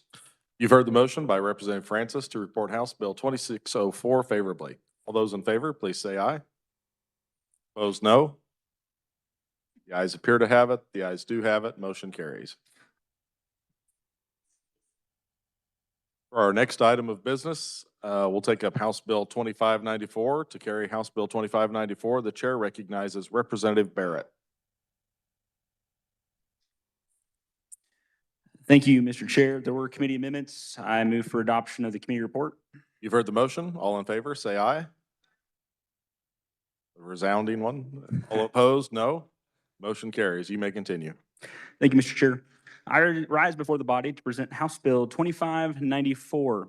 HB 2594 would amend the definition of blackmail as it relates to threatened dissemination of intimate images under current law. Blackmail includes threatening to disseminate images that were obtained in violation of the breach of privacy statute. The bill would remove this requirement and would instead prohibit threatening to disseminate any image of an identifiable person who is nude or engaged in sexual activity. The bill would also explicitly include images that have been created, altered, or modified by artificial intelligence or any digital means to appear to depict the identifiable person, regardless of whether that person was involved in creating the original image. The penalty classifications would not change. Blackmail by threatening to communicate accusations or statements, that would remain a level 7. And then the video portion, disseminating that, would remain a level 4. This bill is necessary to close a loophole in Kansas law that currently excludes children under 18. When you look at the breach of privacy law, that's section 8. And with that, I do have an amendment.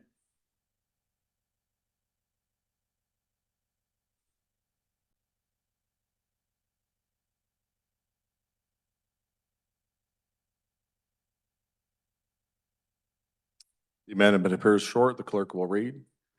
I move to amend HB 2594 as amended by House Committee on page 1 following line 32 by inserting C, as used in this section, image, video, or other recording means any photograph, film, video, picture, digital, or computer-generated image or picture, whether made or produced by electronic, medical, or other means. Also on page 1 in the title in line 3 by striking videotape, photograph, film, or also in line 3 after image, by inserting video or other recording. In line 6, by striking videotape, photograph, film, or also in line 6 after image by inserting video or other recording. Representative Barrett, do you care to further explain your amendment? Yes, Mr. Chair. So pretty similar to the last amendment, it's kind of updating some language, but also adding some language that's kind of universal with other bills we've heard with this and on this topic area. And I'm happy to answer any questions. To speak to the amendment, the chair recognizes Representative Osman.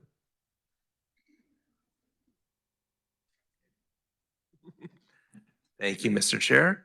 The amendment is a good one. Again, just consistency across the KSA for the various judiciary bills that we've been dealing with this session. Thank you. Is there further discussion on the amendment? Seeing none, Representative, you may close. Thank you, Mr. Chair. I would close and move my amendment. You've heard the motion. All those in favor, please say aye. Opposed, no. Motion carries. Amendment passes, and we are back on the bill. I'll stand for questions. Speak to the bill. The chair recognizes Representative Osman. Great. Thank you very much, Mr. Chair. I rise in support of 2594. I think Judiciary has done really good work with regards to this. We went back and forth on definitions of video and came up with a good solution there. We had various bills that we were dealing with on, on sexual extortion, on breach of privacy, and now on the crime of blackmail. And then there were questions of how do we make sure that they don't intersect one another? How do we make sure that somebody is charged with one crime but not the other, so they can't plead down to the easier crime because they are non-intersecting? So we've done really good work on 3 different bills to make sure that they are all delineated, and we actually have something specific in the KSA that can actually go for these really heinous crimes. So I would urge your support on 2594. Thank you very much. Is there further discussion on the bill? Seeing none, Representative Osman, you may close. Excuse me, Barrett, you may close. Another fine. All right. Mr. Chair, I move that when the body rises to report, they report House Bill 2594 favorably for passage as amended. You've heard the motion by Representative Barrett to report House Bill 2594 favorably as amended. All those in favor, please say aye. Opposed, no. Motion carries. Next item of business is House Bill 2591, and for the purpose of carrying House Bill 2591, the chair recognizes Representative Roser. Thank you, Mr. Chair. There were no amendments in committee.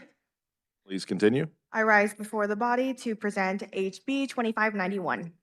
HB 2591 would allow financial institutions to establish a trusted contact program, allow for reporting of suspected financial exploitation, and allow a financial institution to temporarily delay a suspicious transaction for up to 10 business days when the institution has reported the suspected exploitation to law enforcement and to Kansas Department for Children and Families. With fraud losses in the United States now estimated to exceed $12 billion annually, and with scams becoming more sophisticated with enhanced technology, our Kansas banks are on the front lines. This tool would be helpful to change what's currently authorized by law and give financial institutions the flexibility to take action. This bill would give any adult customer the option of adding a trusted contact to their account. It is an optional opt-in program, so you are not going to be required to have a trusted contact. With that, I will stand for questions.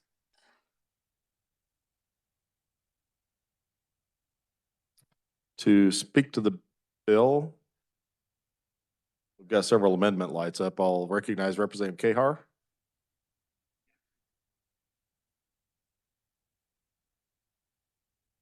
Thank you, Chair. I have an amendment.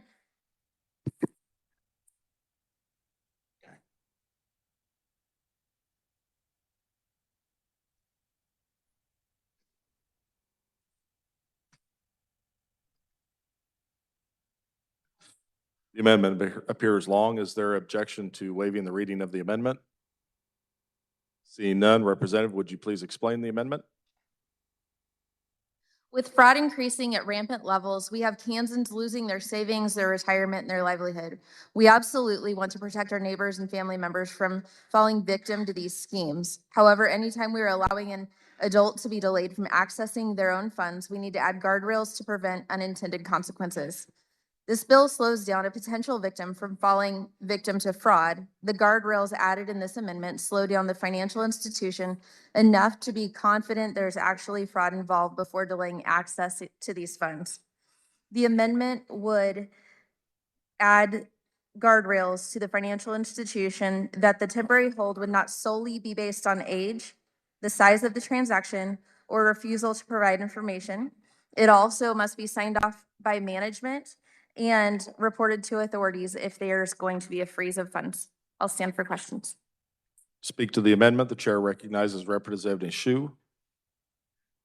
Thank you, Mr. Chair. Amendment's fine, and so I don't have to come back up. Bill's fine too. Speak to the amendment. The chair recognizes Representative Roser. Hello, body. As a former banker, banks are already doing this, so it's important to put it into statute. It is a friendly amendment. I urge the, say yes.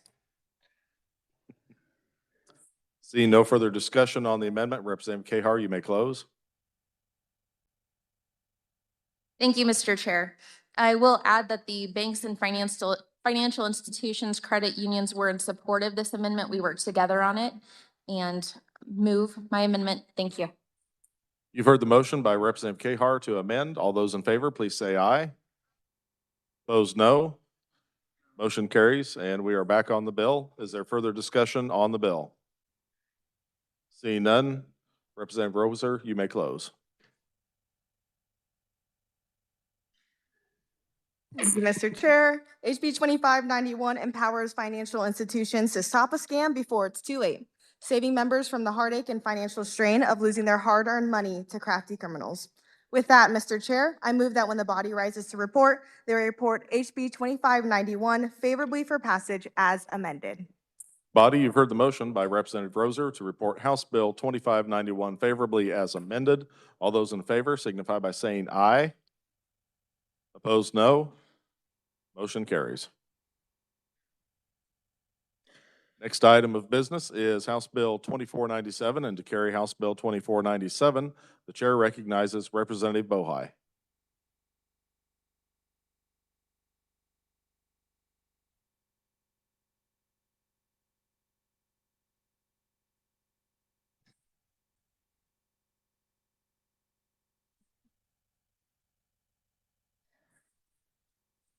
Thank you, Mr. Chair. There are no amendments in committee. I move the adoption of the committee report. You can continue. If there's no amendments, we don't need to adopt that motion. Thanks.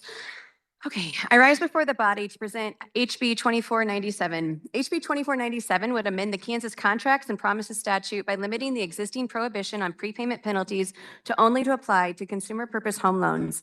Under current law, no prepayment penalty can be assessed against any party of home loan evidenced by a note secured by a real estate mortgage where such repayment is made more than 6 months after execution of the mortgage. The bill would amend the statute to provide that no prepayment penalty could be assessed against any party more than 6 months after the execution of a note evidencing a home loan made primarily for personal, family, or household purposes secured by a real estate mortgage.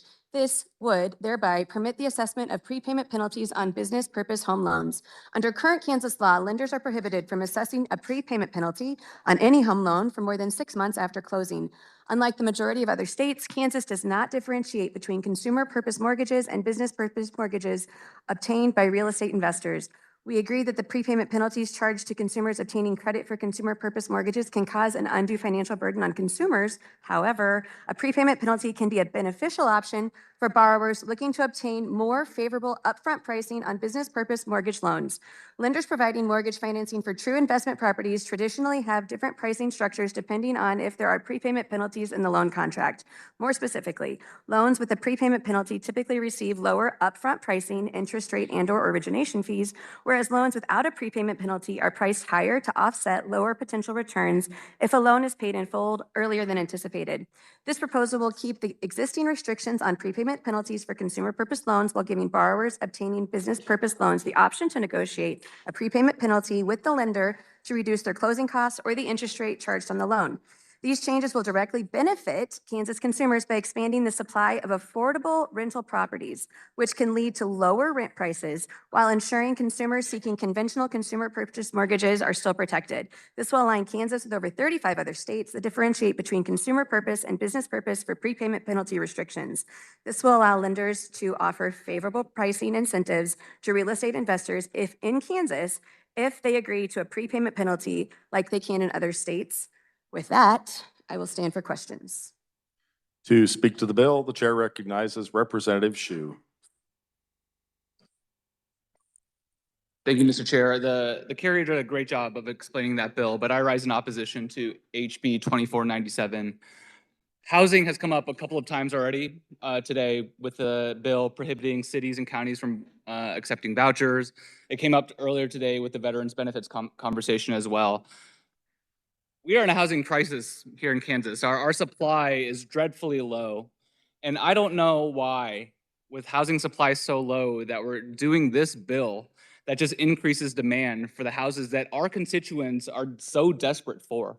There's a finite number of houses, but what this bill does is it essentially allows commercial loans for houses to get a lower interest rates to compete against our constituents for these houses. I have lots of friends who are trying to buy houses and they're going in and at asking 25 grand, 35 grand above asking and not getting it. And this just increases more and more competition by allowing commercial buyers to get lower loans. So in the sake of affordability, I think this is a really bad idea. Thank you, Mr. Chair. Speak to the bill. The chair recognizes Representative Weichel.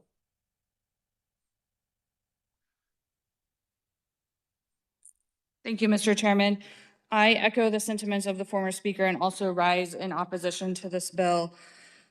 Following the hearing in committee of this bill, I thought to myself, why do real estate investors and commercial buyers want to agree to a loan that now would include a prepayment penalty? What's in it for them?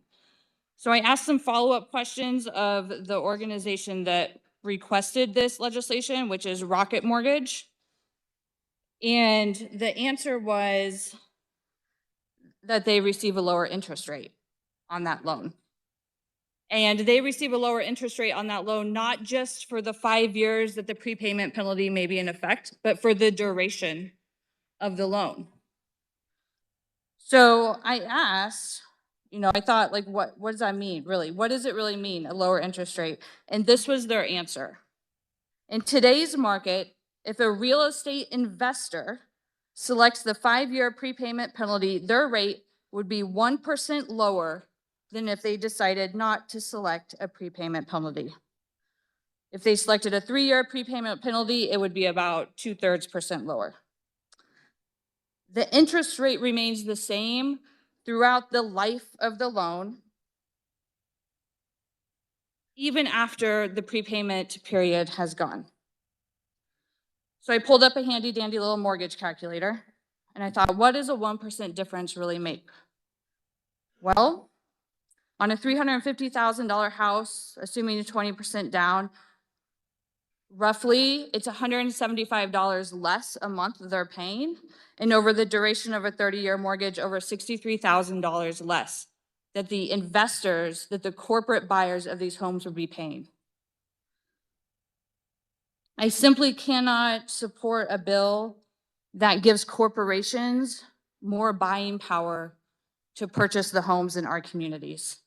I don't know about your community, but in ours, real estate investors are doing just fine. They're able to purchase the homes they want to purchase. And I heard the argument that a lower interest rate for investors leads to lower rents for tenants, and I find it, quite frankly, laughable. We have had years and years and years of historically low interest rates. Investors bought up home after home after home, and that has not translated to cheaper rents for Kansans, right? Those houses, those units are renting at market rate.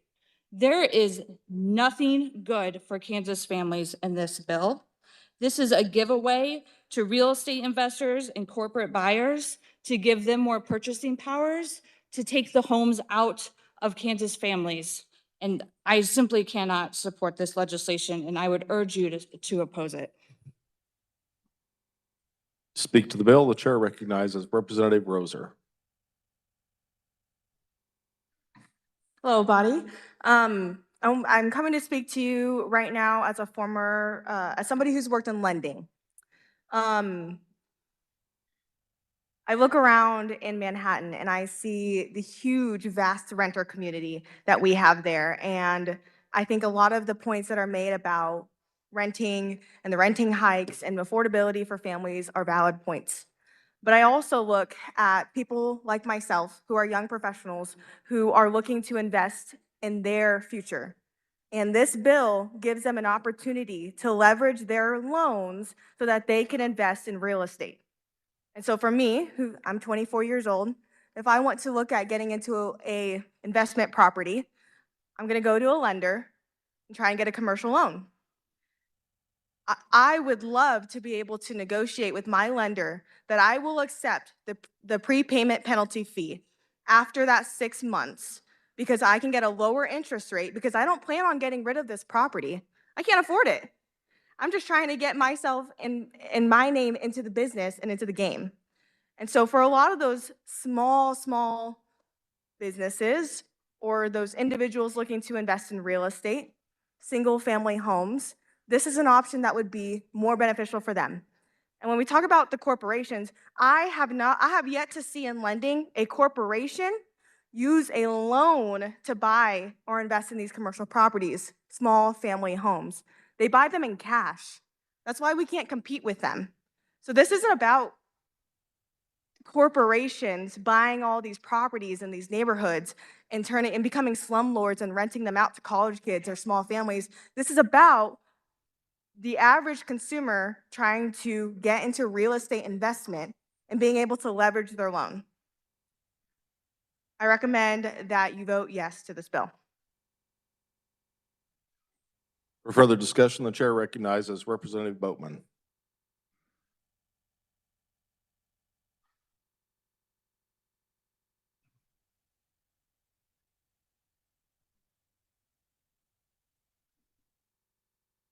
Thank you, Mr. Chair. I'll try to keep this short. You may remember from a few weeks ago when I told you that I represent a district that is 2/3, their median average income is 2/3 that of the rest of Kansas.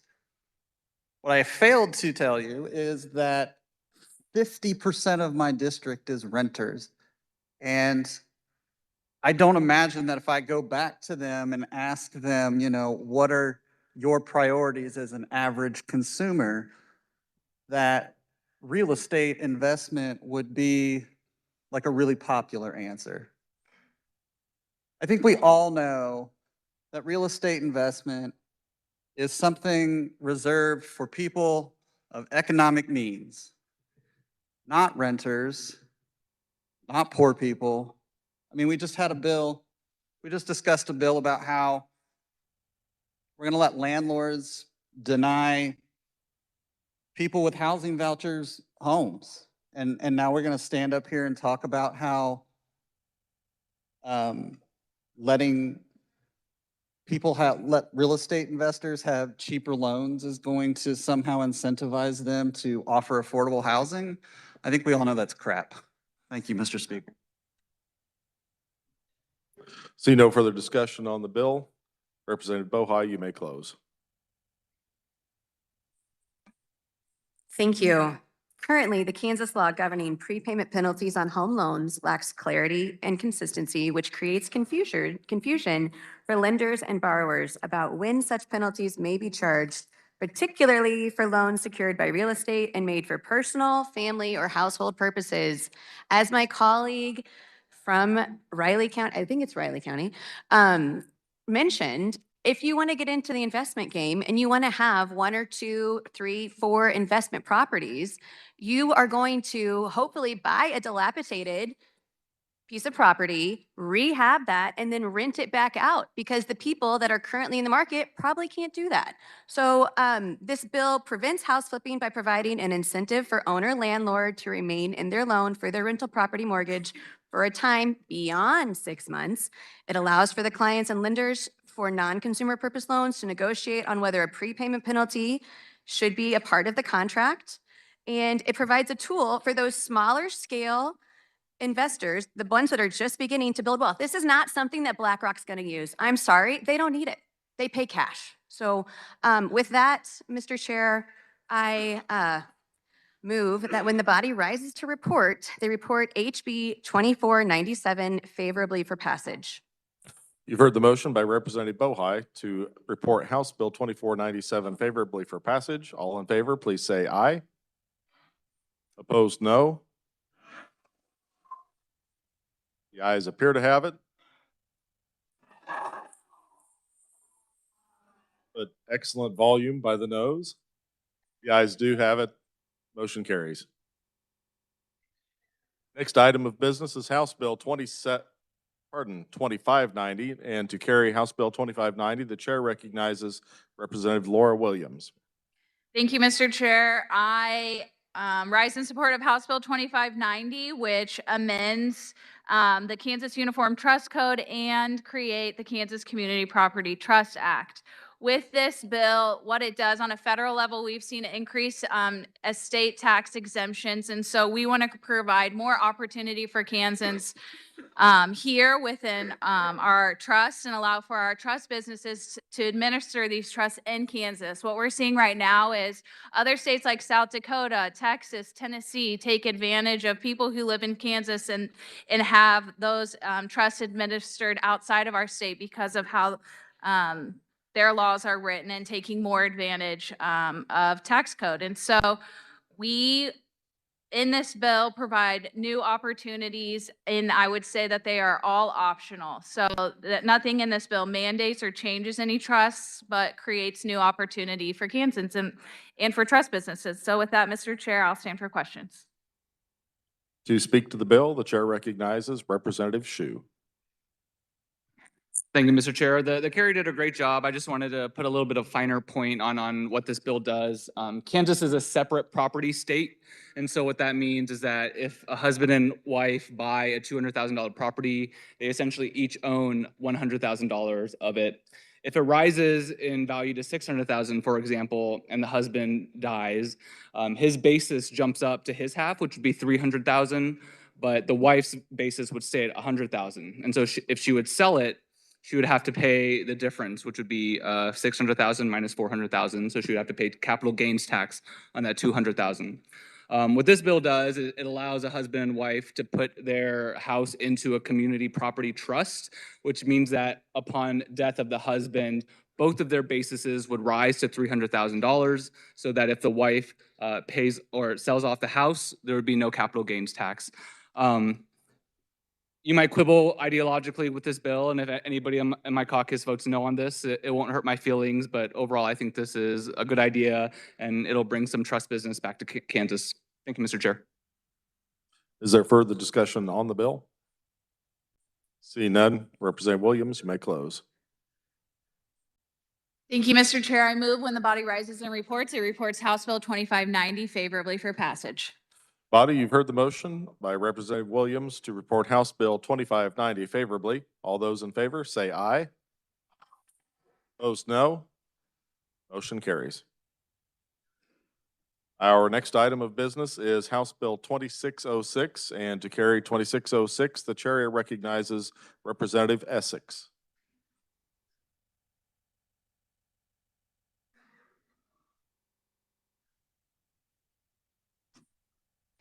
Thank you, Mr. Chair. Hello, body. How we doing? Hope we're okay still. This is a great bill.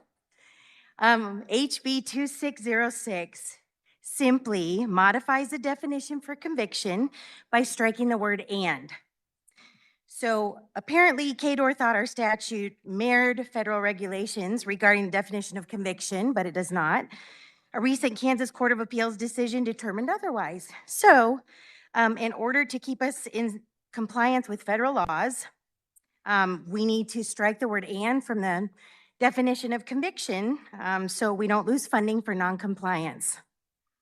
I stand for questions. Speak to the bill. The chair recognizes Representative Helgerson. There are no questions. I urge you to support the bill. Is there further discussion? Seeing none, Representative Essex, you may close. Mr. Chair, I move that when the committee rises and reports, it reports HB 2606 favorably for passage. Body, you've heard the motion by Representative Essex to report House Bill 2606 favorably. All those in favor, please say aye. Opposed, no. Motion carries. Next item is House Bill 2408, and to carry 2408, the chair recognizes Representative Turner.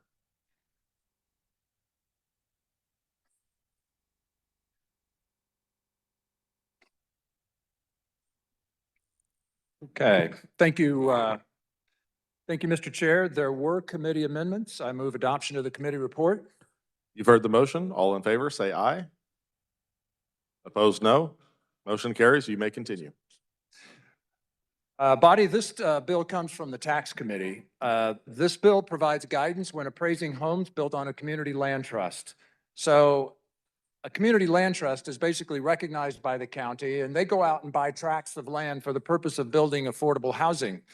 So when a homeowner comes or a home purchaser, they build a home on that property. They own that home, but they sign a 99-year lease for the property that's under the home. And they also, in the agreement with this community land trust, they agree that when they eventually sell that property, they will be getting no more than 25% gain on the investment. So, you know, and they sell it. Also, when they sell it, they have to sell it to another eligible low-income purchaser. So it's a very small population of folks that can buy it. They're limited in the amount that they can gain on the market appreciation. However, the appraisers at this point don't have clarity on the fact that they can consider those rules when they're appraising that property. So let's say they got this house for $200,000 and now it might be a market value of $300,000, but all they're going to potentially realize is $225,000. So what this bill does is provide clarity that they may consider a community land trust's resale restrictions as a factor when determining the fair market value of the homes on leased grounds. So in other words, the homeowner's never going to get full market value because of the restrictions, so they shouldn't be taxed on the higher level. There were no opponents, no neutral. The proponents were Habitat for Humanity, United Community Services of Johnson County, Build WYCO, which is in Wyandotte County, and the League of Municipalities. So with that, I will stand for questions. Speak to the bill. The chair recognizes Representative Sawyer. Thank you, Mr. Chairman. I don't have any questions. The carrier bill did a good job explaining it. The bottom line is this bill will provide some property tax relief to people that own homes that were built by Habitat for Humanity. So it's a good bill. Urge you to vote yes. Seeing no further discussion, Representative Turner, you may close. Thank you, Mr. Chair. I move that when the committee rises and reports, that it reports HB 2408 favorable for passage. Body, you've heard the motion by Representative Turner to report House Bill 2408 favorably. All those in favor say aye. Opposed, no. Motion carries. Our next item is House Bill 2437, and to carry 2437, the chair recognizes Representative Proctor. Thank you, Mr. Chair. There were committee amendments. I move the adoption of the committee report. Body, you've heard the motion. All in favor say aye. Opposed, no. Motion carries. The committee report is adopted. You may continue. Thank you, Mr. Chair. House Bill 2437 was brought to us by the Secretary of State's office. It does several things. First of all, it authorizes and requires the Secretary of State's office to use the SAVE database, which is the Systematic Alien Verification for Entitlements database, which is run by the Department of Homeland Security. It requires that they do that 2 times per year, and it also requires that they issue a report on the 31st of January of each year to tell us how many, how the running of the voter rolls through that database went, what non-citizens they believed that they had identified, and how many of them actually turned out to be non-citizens and were removed. This bill also amplifies our previous bill last year about the DMV providing records on non-citizens by requiring that if somebody is moving inside the state, the DMV provides a list to the Secretary of State's office so they can notify both counties. And if somebody moves out of state and that state's DMV tells our DMV that they've issued a new driver's license, it also triggers the Secretary of State to scrub the voter rolls for that voter. Something else that this bill does is removing deceased voters from the voter rolls. We had an interim hearing last year where we heard that there are more folks 65 years or older on our voter rolls in Kansas than there are actually humans alive 65 years or older in the state of Kansas. And that's not any nefarious intent. It's just that we have not provided the clerks and the Secretary of State's office with all of the tools we could. And so two things that this does is first, it requires the Secretary of State to scrub our voter rolls against or request the Social Security Administration's list of deceased people to scrub our voter rolls, but also, and I like this a lot, it allows a family member to go into the clerk's office and attest that a family member has passed away. So their mom, their dad dies, they can sign a sworn statement, have it notarized, and that voter will be removed from the voter roll. Of course, if they do that with malicious intent, first of all, they've committed a crime by making a false statement on a sworn statement, but also that voter can go in, vote a provisional ballot, and they're obviously alive, so they'll be restored to the voter rolls. The last part of this bill requires the Secretary of State to give the counties a list 2 times a year of duplicate voters that they identify on the voter rolls so that they can scrub those, and also once a quarter, a list of folks that have moved. And so there are a lot of other cleanup provisions in this, but I'll stand for questions, Mr. Chair. Speak to the bill. The chair recognizes Representative Haskins. Hello. Thank you, Mr. Chair and colleagues. I promise I will be brief on this one. I had my fun this morning. All right, so again, here we are. Got to clean up the Secretary of State's voter registration. That's their job. Just to be clear, I understand that's their job to do. They also have to make sure all of the records are accurate, such as business financial filing reports, which I would like to know how accurate those are, and maybe we spend some time talking about that. There are 2 things to note why you should oppose this. First off, again, we're taking 2 databases, 3 databases, 4 databases, sorting them all together, and anytime that happens, you're going to have errors. Now, errors are acceptable in data managing if there is a cause for what we're looking for, but there is not a cause because there is not an issue of voter registration fraud in the state of Kansas. And here we go. My Emporia representative, M&M's, non-citizen. That's when you're, okay, we worked on that earlier. So this is also about making sure that we can identify if we have citizens that are voting here in the state. The other thing that should concern you is that CORA doesn't apply. This bill specifically says that information collected, obtained by the Secretary confidentially would not allow disclosure pursuant to CORA, Kansas Open Records Act, until 2031. What are they hiding? Why can't they release that? Voter registration is, who's registered to vote is public. Why can't they do that? And the last thing, 2 words you like, fiscal note. We didn't have a fiscal note when we first worked this bill. We finally got a fiscal note. It said there won't be much to cost for the Secretary of State, but again, the county's cost could increase. They are unable to identify how much it will cost them. Once again, you have an election bill that we bring forth that is an unfunded mandate. We're not talking about property taxes. We're talking about spending our county's dollars that we are not giving them any. Please vote against this. We don't need it. Is there further discussion on the bill? Seeing none, Representative Proctor, you may close.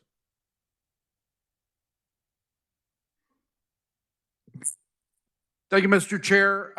On the fiscal note, the DMV said that it'll cost them about $11,000 to produce these additional lists. There is already a system in place where when the Secretary of State identifies somebody who's an invalid voter, they send that to the clerk's office and the clerk removes them. That is a regular process that is already happening and should incur no additional costs to the county, to the counties. So with that, Mr. Chair, I move that when the body rises and reports, it report House Bill 2437 favorably for passage. You've heard the motion by Representative Proctor to report House Bill 2437 favorably. All in favor, please say aye. Opposed, no. The ayes appear to have it. The ayes do have it. Motion carries. If anybody was asleep, they aren't anymore. Next item of business is House Bill 2477, and for the purpose of carrying House Bill 2477, the chair recognizes Representative Essex. Thank you, Mr. Chair. Hello again. So HB 2477 was requested by the Kansas Department of Agriculture, and it's just requiring the Department of Agriculture to publish a map on the department's official website that shows the location of all applied diversions of water, including requested changes in the point of diversion by more than 300 feet, and expanding the current individual notice requirement to apply to all landowners that are within half a mile of such applied for diversions or changes. And I stand for questions. To speak to the bill, the chair recognizes Representative Vaughn.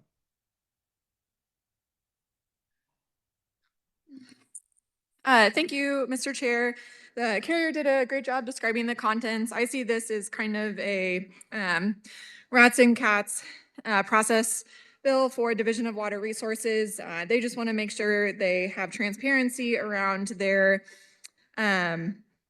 applications for water diversion and for water change applications, while also protecting the personal information of the applicants. And then improving notification requirements for folks in the surrounding areas where those water diversion applications and change applications are being made. So I think this is a good bill. It'll help them improve their processes and inform Kansans of water right applications in their area. So I urge your support. Thank you. Is there further discussion? Seeing none, Representative Essex, you may close. Thank you, Mr. Chair. I move that when the committee rises and reports, it reports HB 2477 favorably for passage. You've heard the motion by Representative Essex to report House Bill 2477 favorably. All those in favor, please say aye. Opposed, no. Motion carries.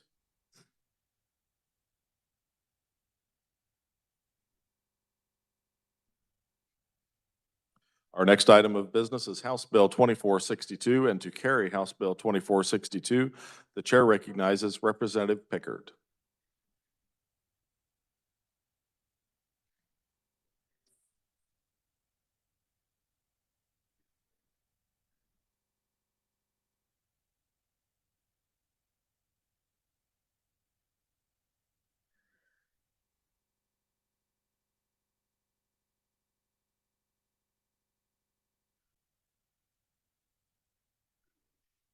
Hello again, body.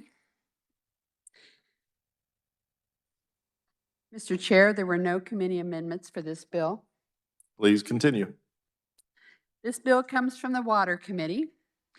House Bill 2462 requires the Secretary of Health and Environment to adopt rules and regulations on or before July 1st, 2028 to provide for, but is not limited to, primary drinking water standards applicable to all public water supply systems in the state, including for the direct and indirect potable reuse of treated wastewater. And specific information for drinking water standards are listed in the bill. Implementation of indirect and direct potable reuse of treated wastewater has begun in Colorado, Texas, and California. And Florida and Arizona are in the process of developing rules and regulations for their future implementation. So this is a new concept that's being implemented around the country, really not so much in the Midwest. So Kansas would be the first. To approximately a sixth of the population of Kansas, with primary water sources of Cheney Reservoir and the Equus beds.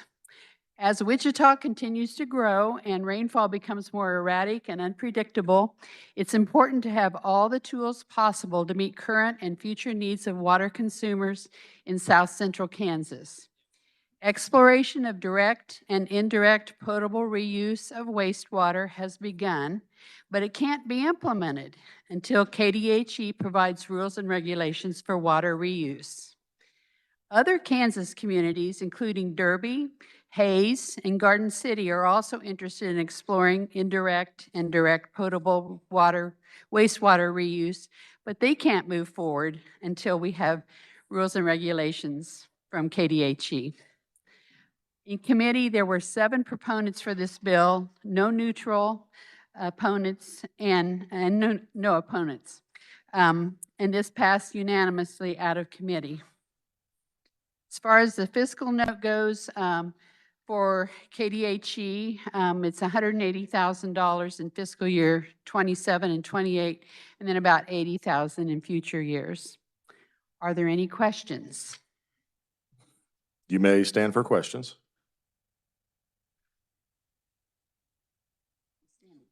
To speak to the bill, the chair recognizes Representative Wassinger.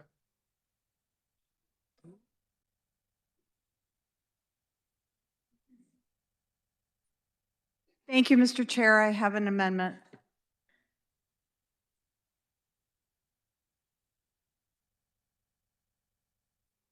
The amendment appears short. The clerk will read. I move to amend House Bill 2462 on page 2 in line 6 after 2 by inserting capital A, following line 8 by inserting capital B.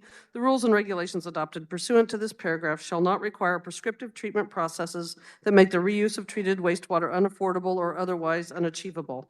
On page 1 in the title in line 3 after the semicolon by inserting prohibiting such rules and regulations from requiring prescriptive treatment process that make the reuse and treated wastewater unaffordable or otherwise unachievable. Representative Wassinger, would you care to further explain your amendment? Thank you, Mr. Chair. I know that I say this all the time, but what I did with this was ask someone from Wichita to tell me exactly who is more of a water expert. We need to make sure that we put parameters around rules and regulations, because once they're into statute, we can't do anything about it, because the legislature can't change rules and regs without bills or other things. So what I wanted to make sure is that this was something that the gentleman from Wichita said. This is what they had done to California and caused all sorts of problems. And he wanted this added to, this is what he felt needed to be added to rules and regs to give them some guardrails of what they're supposed to do. Doesn't change the bill at all. It just makes things a little clearer. With that, I'll stand for questions. To speak to the amendment, the chair recognizes Representative Vaughn.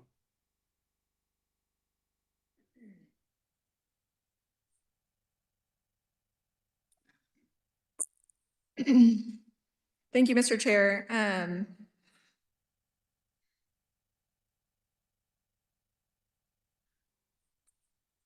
I guess I don't really feel like this is necessary. I think that we should allow KDHE to do their job, which is to develop these rules and regulations. But we are talking about reusing wastewater for drinking water purposes. So we want to make sure that this is done safely. We want to make sure it's done to protect the public health. And I would say that for their treatment guidelines, you know, they're not using prescriptive treatment processes, but they do have standards that they use generally from the federal government. In this case, there are no federal guidelines, which is why we need this bill to establish rules and regulations. But I want to make sure that they have the tools necessary to protect Kansans while also enabling communities to use these tools, which I think will be very important for the future of water in Kansas. So while I appreciate the intent of the carrier of the amendment to, I guess, to get this bill to a point where it helps it move forward in her eyes, I don't think this is necessary. I think it could potentially handicap the department to create rules and regs that protect the public health of Kansans. So because of that, I cannot support the amendment. Thank you. To speak to the amendment, the chair recognizes Representative Carmichael. Thank you, Mr. Chair. This is very important to my community. We have been working on the proposal for direct reuse of water for, well, it's at least been under consideration for at least 10 years, and probably it's been under more serious consideration for the past 3 to 4 years. Whether you like to drink your own urine or not, the day is coming. But I'm not sure what this amendment does, so I hope perhaps the maker of the amendment would help me.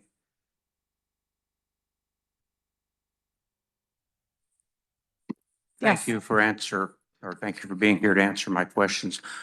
What does the amendment do? I heard you say it doesn't do anything, but I'm sure it does something or prevents something that you perceive to be bad from happening. Can you help me with that? What the Gary Jensen from Wichita told me is that it caused all sorts of problems in California when they started doing prescriptive additions to things. And he said this was an important thing to put in there. I don't have it in front of me, I'm sorry.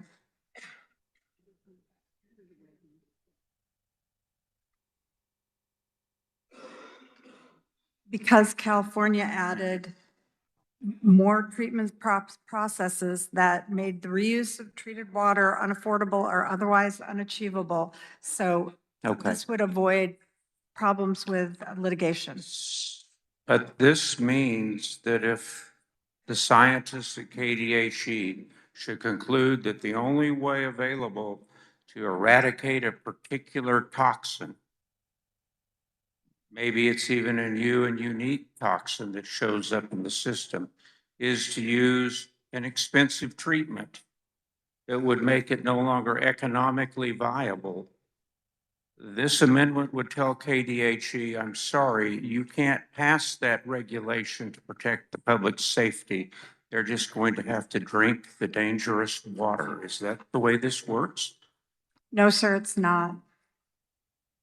If you want to explain why not, I certainly want to give you a fair opportunity. It doesn't prevent them from treating dangerous toxins whatsoever.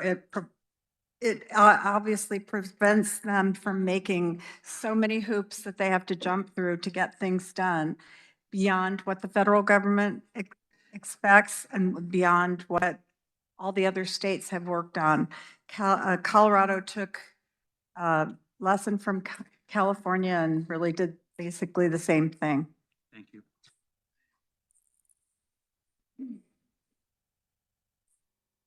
I really think it is necessary that we begin to drink our own urine. As distasteful as that proposition may be, I've talked to Gary Jensen, who is the city engineer for Wichita, on multiple occasions about this. At first, I thought it was a joke, but it's not. But here's the problem with the amendment is it says if at some future point the something toxin, because these things, whether they be bacterial or viral, but particularly bacterial in this context, the critters evolve. They grow in different places at different rates based on climate and a number of other factors. And the fact that you could do it in California doesn't always mean that you will face the same scientific problem in Kansas. And as best I can tell what this says, if it becomes too expensive to treat a particular bacteria or the toxins created by that bacteria, KDHE cannot approve a solution that would make it economically unviable for us to drink our own urine. Now that's dangerous. I mean, if there's something unique about what's in the water system in Wichita that might not be in California, I would think you would want whatever that is killed before you feed it to your children. And if that means we can't recycle sewage water, then we'll have to find another way to deal with the water quantity problem. But this amendment is dangerous, and I don't support it. Thank you. Any further discussion on the amendment? Chair recognizes Representative Pickert. I appreciate the graphic details from the previous speaker. Believe me, it will be crystal clear, safe drinking water. So, colleagues, this is a friendly amendment. Is there any further discussion on the amendment? Seeing none, Representative Wassinger, you may close.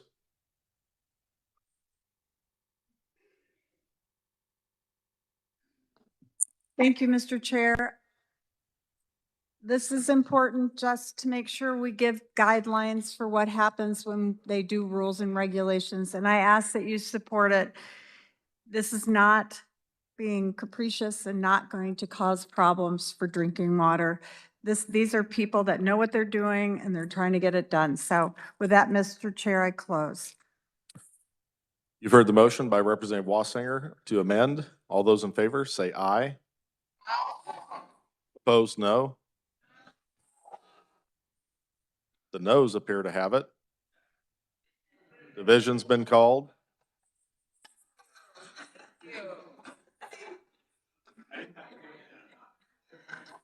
Clerk will open the roll and you may record your vote.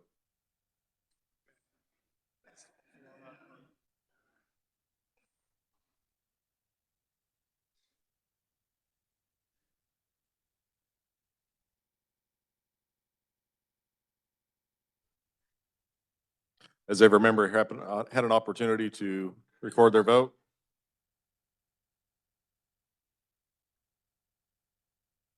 Clerk will close the roll and take the tally.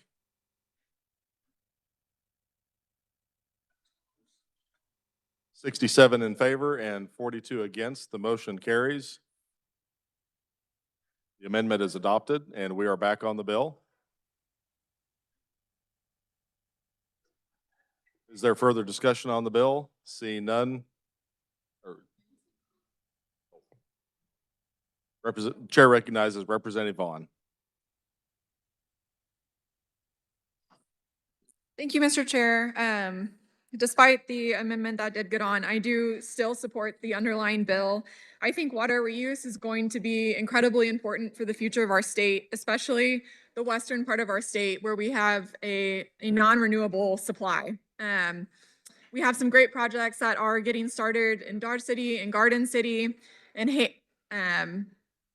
Wichita is also looking at projects as well. So I think it's important that we have uniform guidelines, rules, and regulations to help communities do this safely. And I think it's an exciting opportunity for Kansas to be an innovator in this space. So I'm very much in support of the bill and I urge your support as well. Thank you. Seeing no further discussion, Representative Pickert, you may close. Mr. Chair, I move that when the committee rises and reports, it reports House Bill 2462 favorably for passage as amended. You've heard the motion by Representative Pickert to report House Bill 2462 favorably as amended. All those in favor signify by saying aye. Aye. Opposed, no. There we go. Motion carries. Next item of business is House Bill 2460, and to carry 2460, the chair recognizes Representative Bourgeon.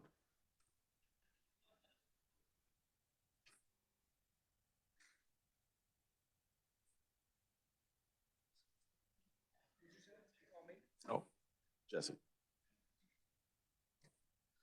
Thank you, Mr. Chair. There were committee amendments. I would move the committee report. You've heard the motion. All in favor, say aye. Opposed, no. Motion carries. The committee report is adopted. You may continue. Thank you, Mr. Chair. House Bill 2460 comes to you from the House Judiciary Committee, and it provides an exception to KORA, the Kansas Open Records Act, that authorizes home addresses or home ownership to being restricted from public access or public websites for public officials. The provisions in the bill include law enforcement, judges, members of the legislature, statewide elected officials, and local elected officials.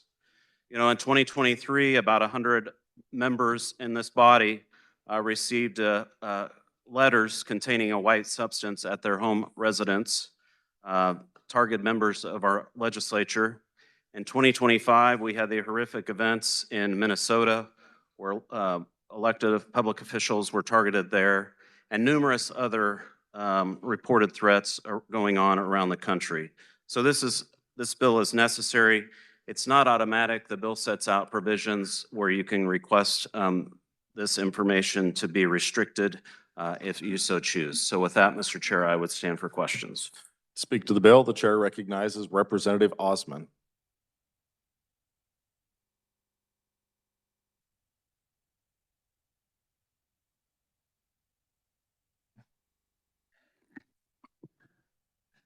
Thank you, Mr. Chair. So typically on a Cora bill, it's pretty cut and dry. Within our caucus, we had some pretty robust discussion, specifically on the original part of 2460. The part that was 2419 that got moved into it, that regards to capers and retired other retired people, no real objection. But there were discussions in terms of like 2460. Does it go too far? Does it not go far enough?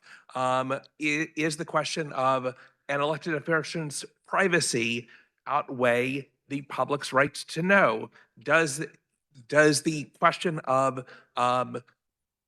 opening this up as well to family members, is that an overriding concern for an elected official? And I think that these were really good discussions that we had within our caucus. I know how I am going to vote on this issue, and I'm happy, as I said, to discuss that further. But for the caucus as a whole, I'm not going to make a recommendation specifically. I'm going to tell you to vote your district and vote your personal feelings, specifically, you know, how it relates to public officials. So with that, thank you very much. To speak to the bill, the chair recognizes Representative Sawyer Clayton. Thank you, Mr. Chair. And I respect both of the descriptions of both the carrier of the bill and the ranking on this. I will be opposing this because I have been in office for quite some time. I've gotten all kinds of weird, absurd threats. And you know what? I signed up for that. I believe in the purity of transparency and of being dead honest about where you live. We also have to keep in mind that later on in our general orders, we will have a bill that basically states that you have to live in the state in which you represent. Well, if you're not allowing anyone to see your address, we could run into problems with that. This is a difficult job that we all do, and it is dangerous, but I'm a firm believer of if you can't take the heat, get out of the kitchen. Thank you. Chair recognizes Representative Estes.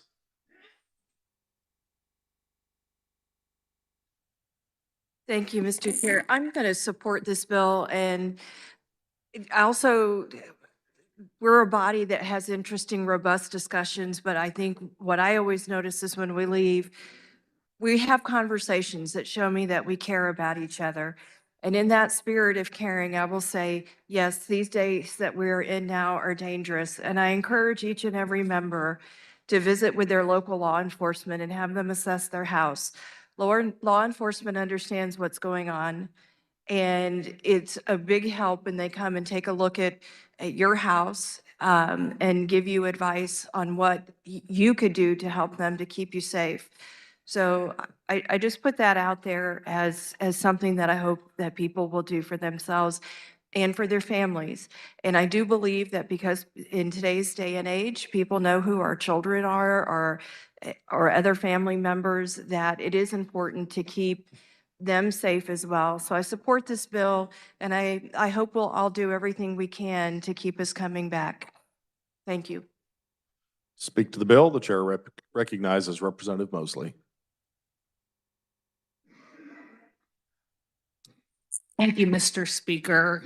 I am a woman who is very opinionated, who does not take, I do not suffer fools. And some in the world will call that a very murderable personality. And but however, when you sign up for public office, I'm not saying that we should be hurt or anything like that. When we sign up for public office, we become we're just a member of the public. And even though I do think that maybe there should be some protections. It is very difficult for me to sit here in this body and offer more protections for us when we are not doing anything for Kansans. And so we're taking care of everything and everyone but the people in Kansas who are struggling. So as much as I want to support this bill and give myself a little bit more protection outside of my personal home protection, I can't sit here and support a bill that takes care of us before we take care of people living below a living wage, before we take care of people who are struggling to feed their families, before we take care of the 89,000 kids in our state that live before the poverty line. So it just feels strange that this is our priority. And so because this is our priority, when there's so many Kansans that are struggling right now, there's so many Kansans that want us to do right by them, who voted for us and took a chance on us, I'm gonna have to say no to this bill because I wanna take care of Kansans before I take care of myself. Thank you. Speak to the bill. The chair recognizes Representative Simmons.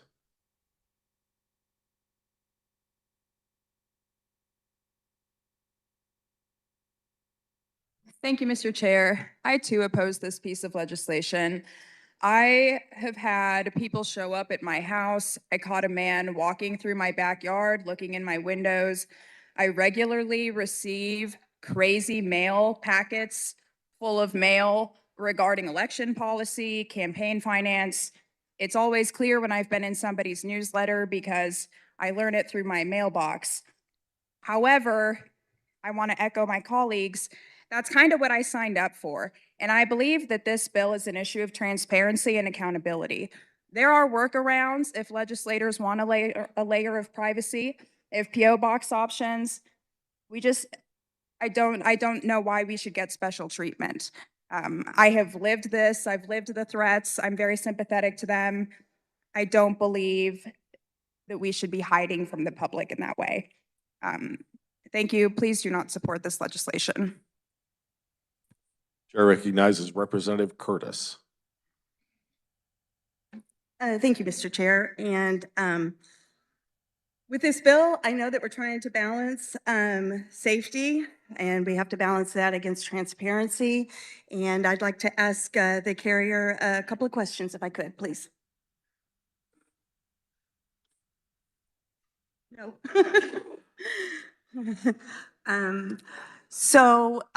We talked a little bit about who all is covered in this bill, and I'm not sure if we covered exactly who we expanded to cover, and that is like everyone who then resides at an address of an elected official that's named in the legislation. Is that correct? Yeah, I believe I covered the provisions of the bill with the public officials who are covered. Mm-hmm. The bill, as you'll recall, went back to judiciary, and we did provide an amendment in committee that passed successfully that also includes members in the household. In the household. And I think, I mean, you bring up a good point here. I think this is more about than just the officials. It's about families and others that might live at those residences. So. Yes, correct. So I appreciate that answer. And then I have another question for you because this deals with the transparency piece. So if a constituent were to want to make sure that the people that they are voting for and have elected, that they actually reside in that, what would be the steps for them with somebody who has hidden their addresses? What steps would they take then to verify that that person does indeed live in the district that they represent? Great question. I did contact the Secretary of State's office, and they, if a constituent would call, the Secretary of State's office would verify and confirm that that official lived in the district that they represent, but they would not give the address out if a public official had submitted the necessary paperwork that was required to have their information not available on public websites. Okay, that seems to make it a little more difficult to contact your elected official if you don't even have the address where you can contact them. And if you call the Secretary of State's office to verify it, then they're not even going to provide that as well. So I'm not sure, are we trying to hide from our constituents? Well, I don't believe that's the case. So you could use a PO box. It's up to us individually as public officials to determine how we would want to provide that information to our constituents. You know, a lot of these threats are coming from outside of our districts or from outside of the state. And so, again, this is voluntary. It's not required. It's up to each of us to decide how we want to handle it. And so currently, does the Secretary of State, do they verify when somebody does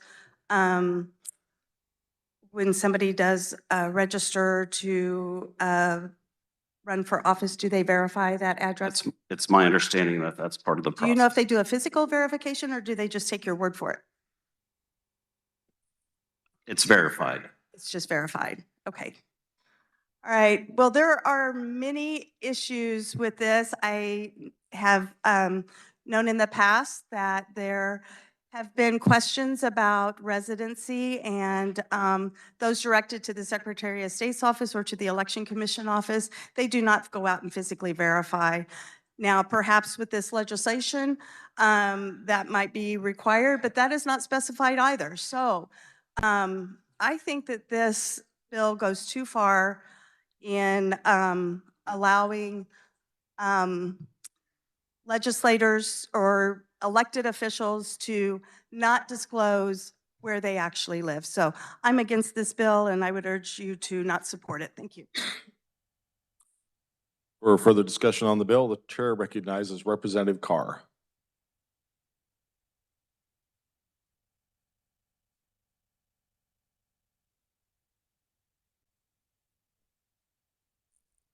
Thank you, Mr. Chair.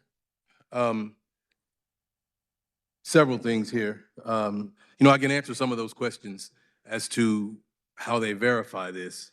You know, many of you here probably don't know that, you know, someone filed one of those, he doesn't live in his district complaints on myself. So they came out and did their due diligence of an investigation to prove that I lived where I lived. You know, that being said, you know, I am a single man. And I may be in several places at various times. However, that being said, I don't feel as though I should receive any more special treatment than those that I represent. It is those people in my district that took the time out of their life to go and vote and elect me to this position. And though I admit I may be difficult to track down from time to time, I do believe that that opportunity should be there. And I shouldn't get any special treatment. You know, when you decide that you want to be a leader, for whatever reason, if you're a coach, if you're a manager, if you're a legislator, there are certain responsibilities that come with that. There are certain responsibilities, there are certain risks that come with that. And if you're unprepared to accept those responsibilities and risks, then, you know, this is another one of those situations where I feel like you might want to seek other employment. Again, I don't ever put myself in front of those people that thought enough of me to put me here. And I would never want to provide more for myself than what I would provide for them. And in this building, that's difficult because there's a whole lot of things that we don't want to provide for those people that I represent. But we have no problem providing those things for ourselves. So I would urge you to consider the people that you represent when you vote on this, because I'll certainly be considering those people that I represent. Thank you. To speak to the bill, the chair recognizes Representative Blake Carpenter.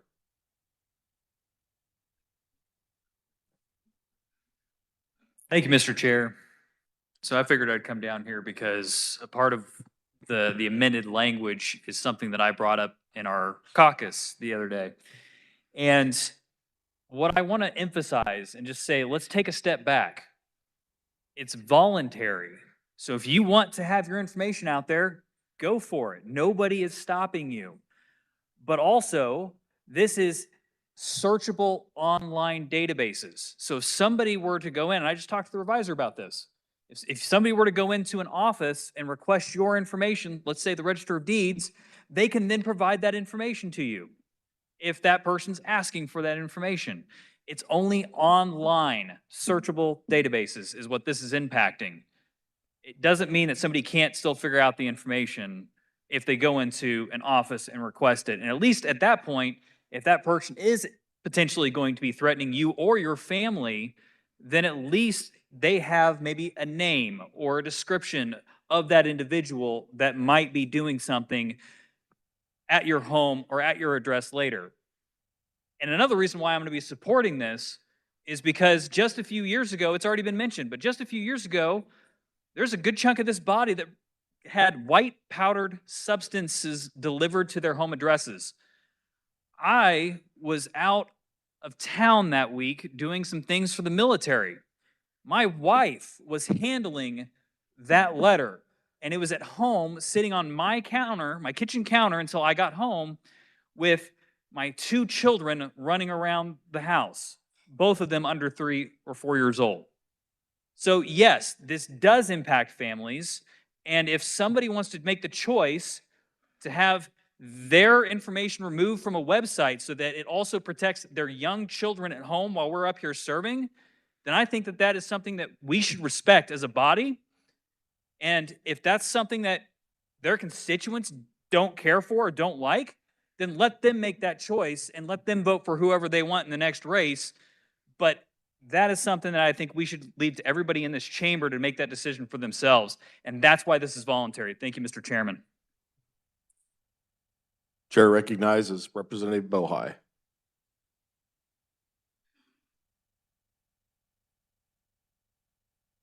Thank you, Mr. Chair. May I ask the carrier of the bill a question, please?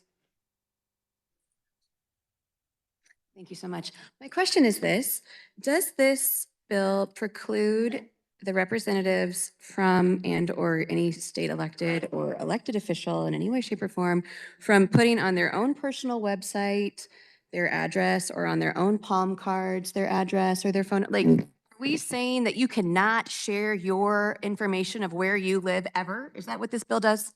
Absolutely not. You can share your information however you like. Thank you. To speak to the bill, Chair recognizes Representative Laura Williams.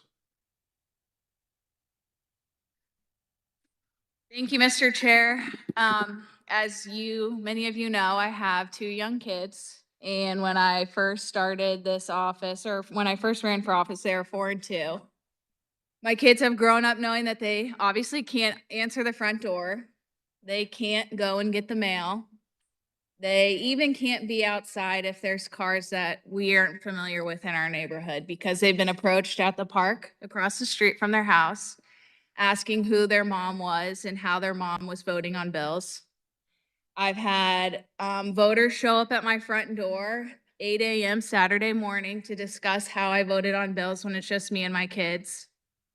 I've even been approached in the local drugstore and was threatened with gun violence. But I say all of that not to say this bill is for me or for any of you here in this room. I truly believe where America is heading when it comes to political violence, we are not going to have the right leaders wanting to run for office because of their safety being compromised. And I think it's important to think about the office that we hold now and wonder if we are making this office a better office for the next leader to serve in. And so when I look at this bill, whether it's optional and you can take your information off, I don't think about my family, because my family signed up for this. My family, we put in safeguards to try to protect them. Ultimately, that's out of my control. But what I can do now is protect this office and make it better for the right leader to come in and serve and to continue to help People, especially women, want to serve in political office, and so that's why I stand in support of House Bill 2460. Thank you, Mr. Chair. Seeing no further discussion, Representative Bourgeon, you may close.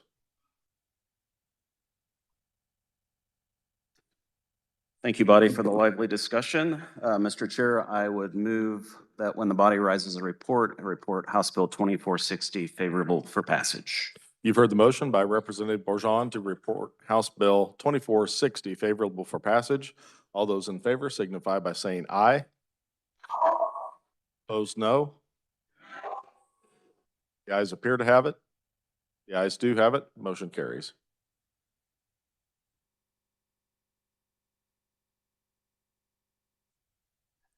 Next item of business is House Bill 2511, and for the purpose of carrying 2511, the chair recognizes Representative Howell.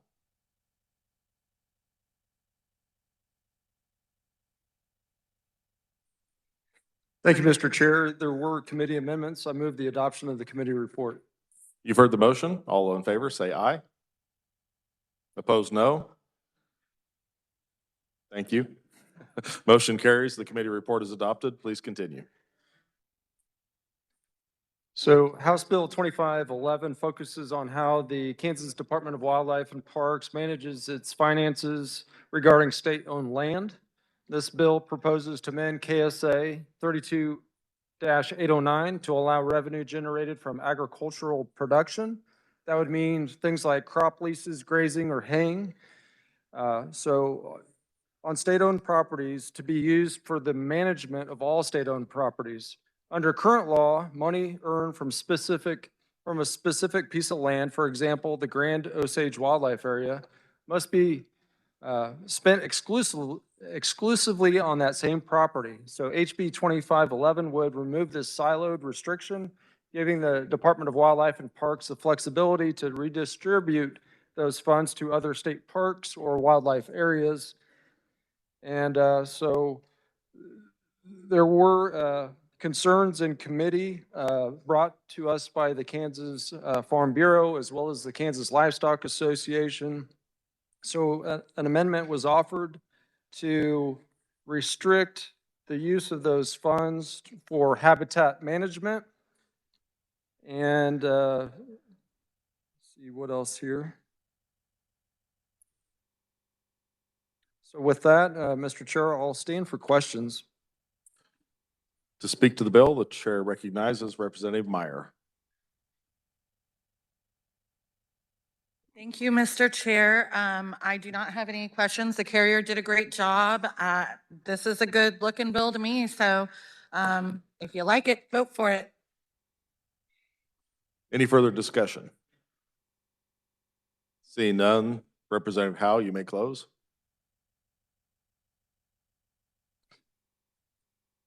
Thank you, Mr. Chairman. I forgot to also share some additional information for context. Kansas Department of Wildlife and Parks testified that only 80 of their 177 public lands and 20 of the 28 state parks generate any agricultural revenue. And so, for example, the Grand Osage Wildlife Area generated $105,823, while the Shawnee State Fishing Lake generated only $1,476. So by removing that siloed restriction, it'll allow money to be reallocated to other wildlife areas that have some unmet needs for habitat management. And so, Mr. Chair, I move that when the committee rises and reports, they report House Bill 2511 favorably for passage. Body, you've heard the motion by Representative Howe to report House Bill 2511 favorably.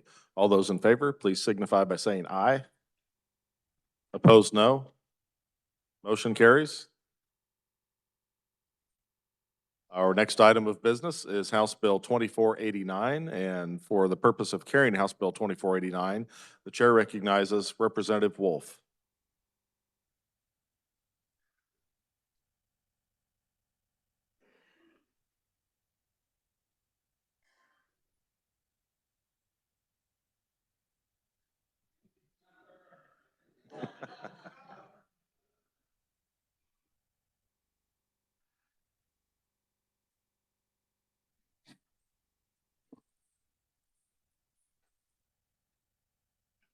Thank you, Mr. Chair. There were committee amendments. I move for the adoption of the committee report.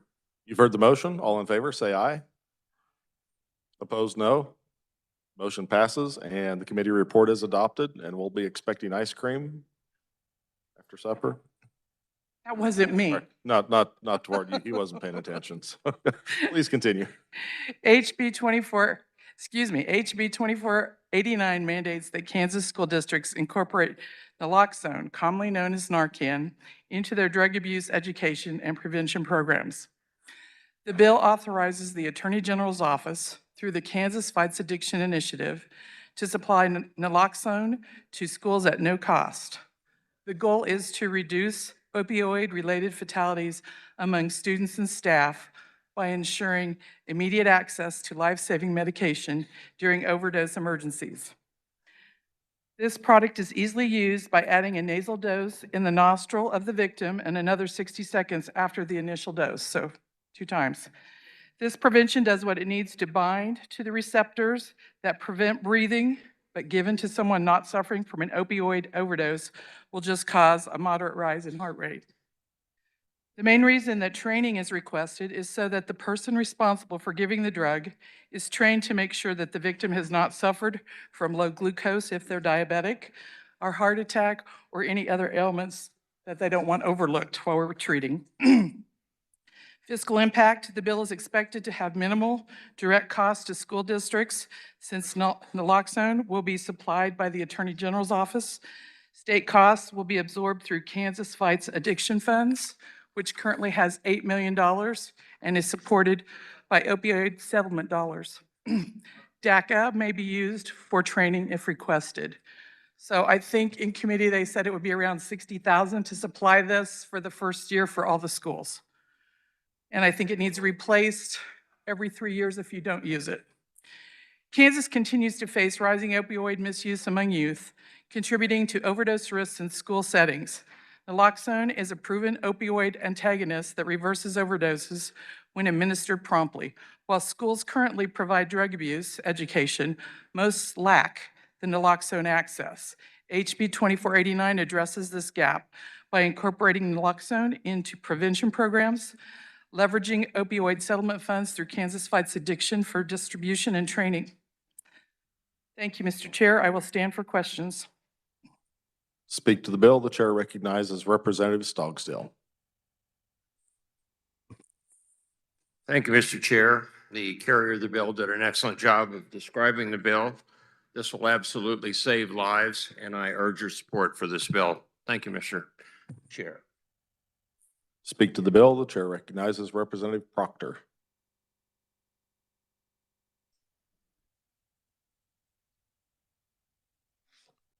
Representative Proctor. Thank you, Mr. Chair. I just wanted to take a moment to talk about this bill. When I first came up here, I had no idea just how serious this problem was until I met a friend. His name's Andy Burris. His son bought what he thought was a Percocet on Snapchat. Guy showed up at his house at 2 a.m, gave him the pill, took the money. And Cruz, Andy's son, thought that it would be cool to have this experience with his friends. So he dialed him in on FaceTime, and they watched him die, overdose on fentanyl, which is what the pill really was. This is happening to our kids.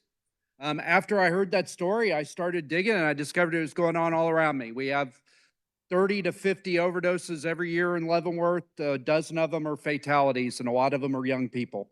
And the thing is, they don't know they're taking fentanyl. They think they're taking a Percocet. They think they're taking a Xanax.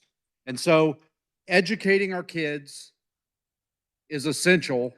They have to know one pill can kill. And so I urge you to support this bill. Thank you. Representative Meyer, were you wanting to speak to this bill? Okay. Is there further discussion? Seeing none, Representative Wolf, you may close.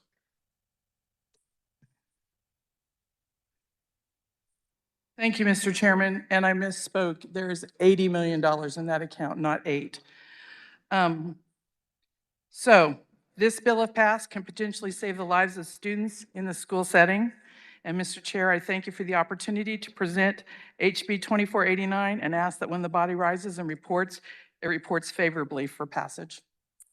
You've heard the motion by Representative Wolf to report House Bill 2489 favorably. All those in favor signify by saying aye. Opposed, no. Motion carries. Next item is House Bill 2485, and for the purpose of carrying 2485, the chair recognizes Representative Wilson.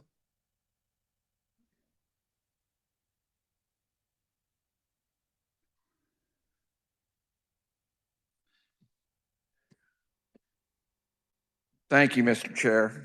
There were no committee amendments. I move the adoption of the committee report. We don't need a motion if you don't have any amendments, so you can continue. Thank you.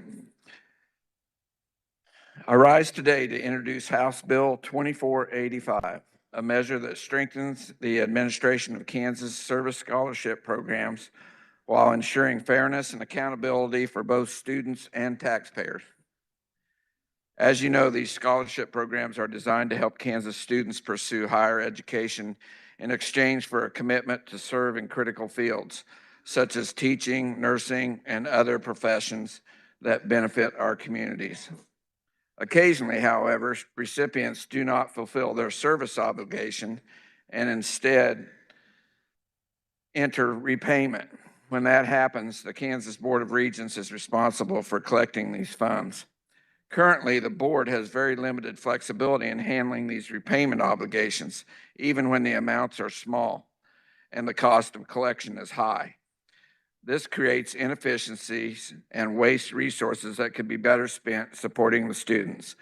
House Bill 2485 addresses this issue by granting the board's chief executive officer the authority to negotiate and settle repayment obligations under these scholarship programs. This simple change allows the board to resolve cases more efficiently and reduce administrative costs.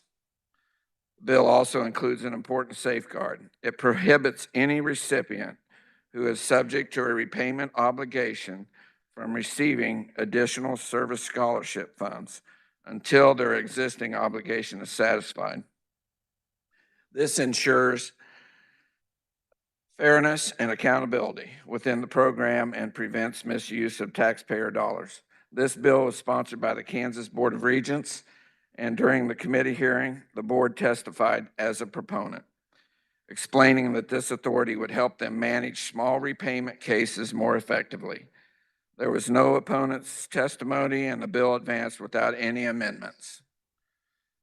According to the fiscal note prepared by the Division of the Budget, the Kansas Board of Regents indicates that enactment of the bill would have a negligible fiscal effect on agency operations. In short, House Bill 2485 is about common sense and good stewardship. It gives the board the tools it needs to manage these programs responsibly, saves resources, and maintains the integrity of the scholarships that help Kansas students succeed. I urge your support for House Bill 2485, and I will now stand for questions. Speak to the bill. The chair recognizes Representative Stogsdill.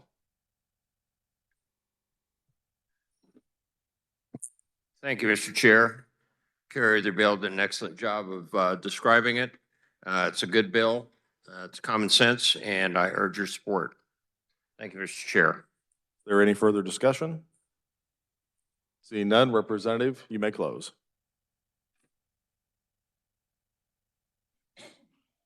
Thank you, Mr. Chair. I move that when the committee rises and reports, it reports House Bill 2485 favorably for passage.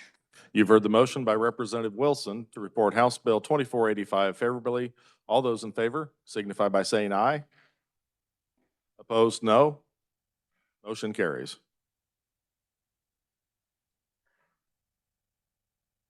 Next item is House Bill 2663. For the purpose of carrying House Bill 2663, the chair recognizes Representative Schreiber.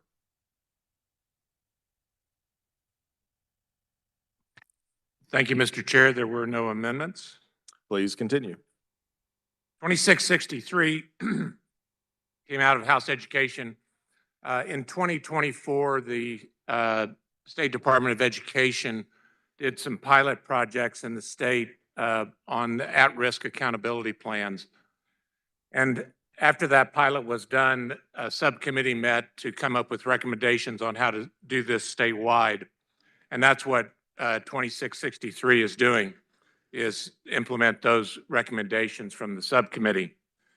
The primary one is to the cohort groups that were formed, were initially established in 3rd grade, but the subcommittee recommended them go to the 4th grade, start at the 4th grade level, because that's when the state assessments start, not in 3rd grade.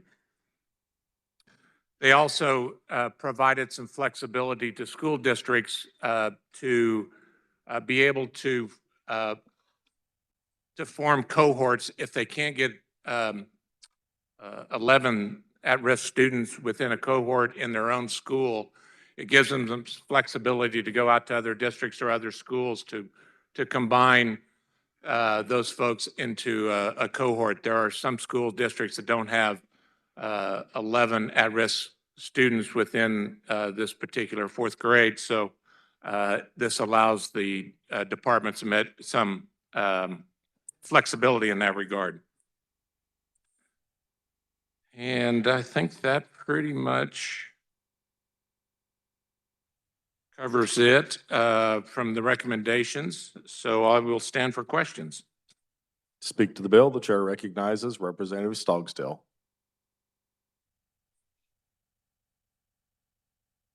Thank you, Mr. Chair. I have a question for the carrier of the bill.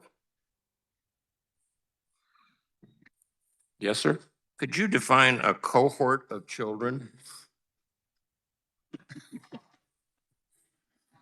A group.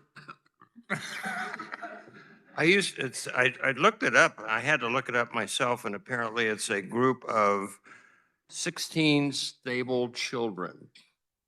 I always thought that was a swarm.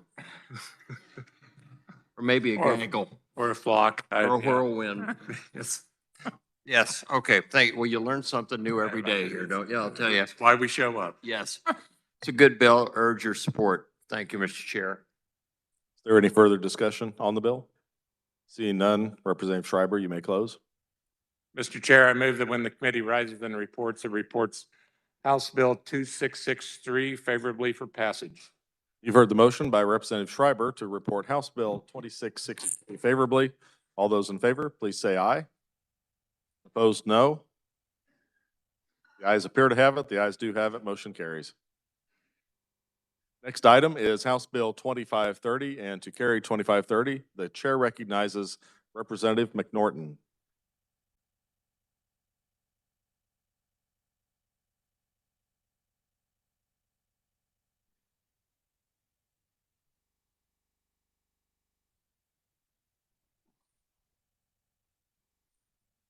Thank you, Mr. Chair. There were committee amendments. I move that the adoption of the committee report.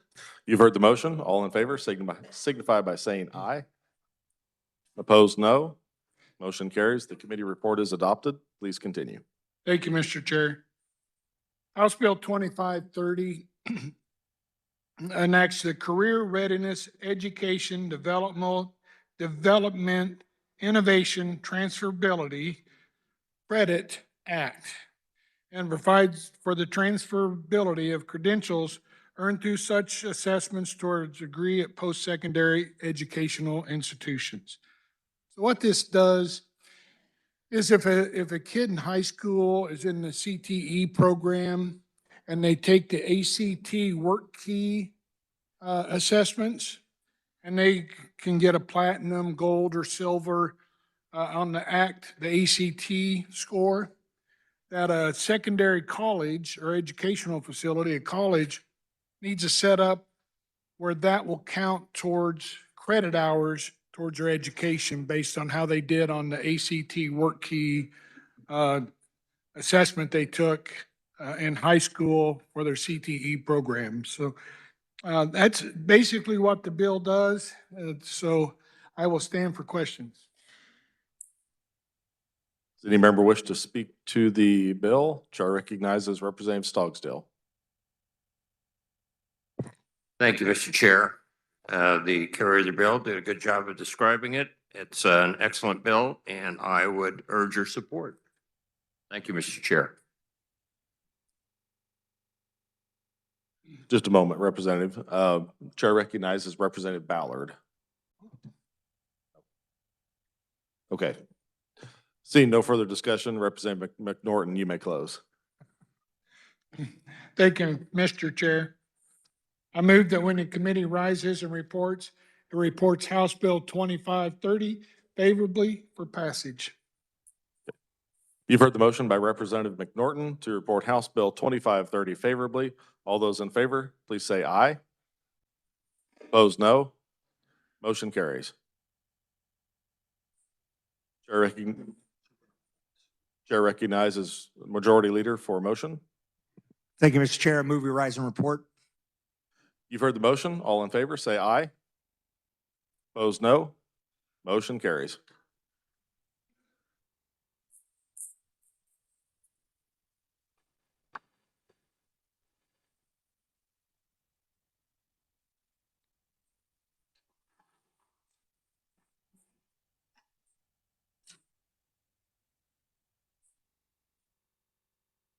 The clerk.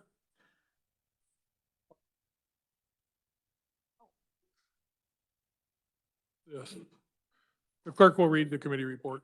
Mr. Speaker, your committee of the whole recommends that HB 2412, 2364, 2610, 2536, 2504, 2560, 2604, 2497, 2590, 2606, 2477, 2485, 2663 be passed. House Bill 2220, 2393, 2444, 2537, 2518, 2747, 2501, 2374, 2594, 2591, 2408, 2437, 2462, 2460, 2511, 2489, 2530 be passed as amended, and House Bill 2613, 2614 be passed over and retained a place on the calendar.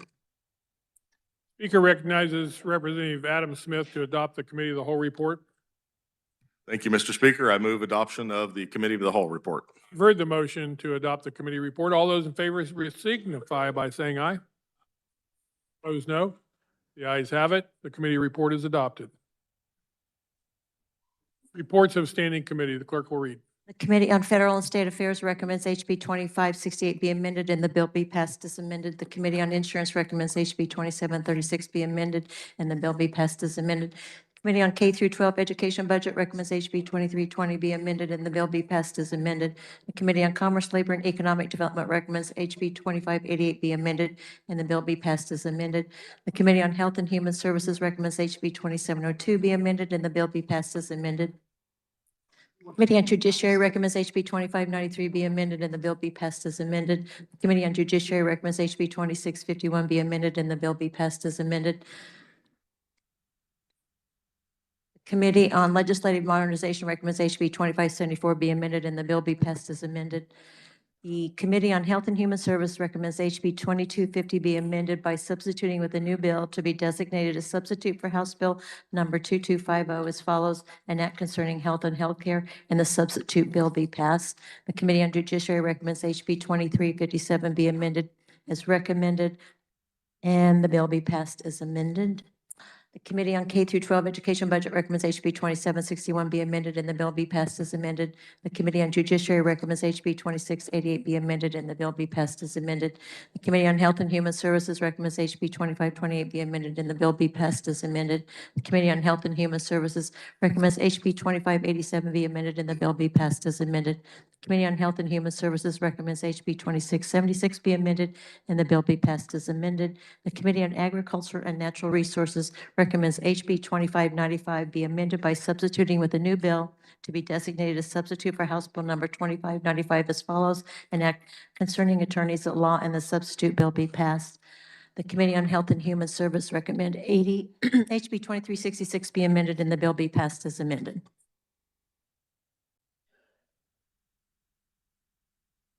Is there any objection to returning to that order of business, introduction of bills and concurrent resolutions? Seeing no objection, the clerk will read. House Bill 2782 by Committee on Taxation, requested by Representative Hoffman, an act concerning property taxation. House Bill 2783 by Committee on Taxation, requested by Representative Getz, an act concerning taxation. Speaker recognizes the majority leader for instructions and announcements. Oh, you have one more? Oh. Introduction of original motions and House resolutions, the clerk will read. House Resolution Number 6032 by Committee on Taxation, a resolution urging the United States Congress to fulfill the federal government's original funding promise under the Individuals with Disabilities Education Act. Now, the majority leader will give an announcement. Right, so we're going to stand at ease here in a minute when the speaker allows us to do that. Outside, there's food. We had it brought over from Grain and Feed for everybody. There's also some pizza back here, cold, but it's still a food group, so it's good. Say, it's what got me through life. So anyways, that's what we're going to do, and then we're going to come back in here and we're going to continue on mission and get this thing done tonight. So, but wanted to give you a chance to take a break and get some food. All right, thank you, Mr. Speaker. Body, we will stand at ease until you hear the gavel.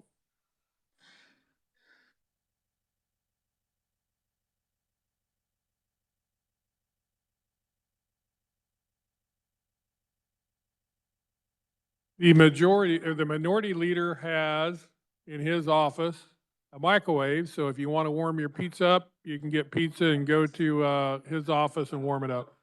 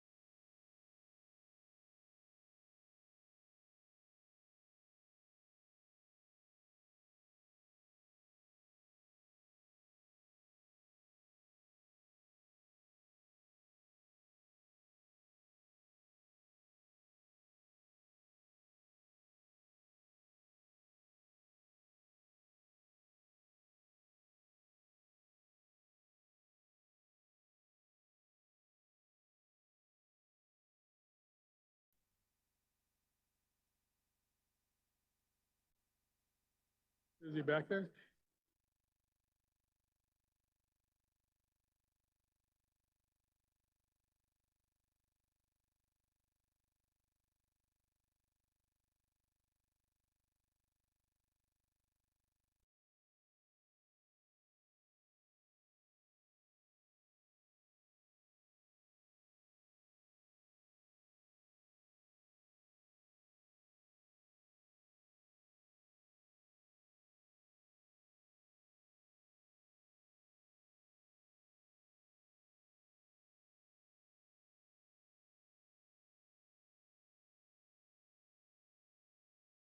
House will be in order.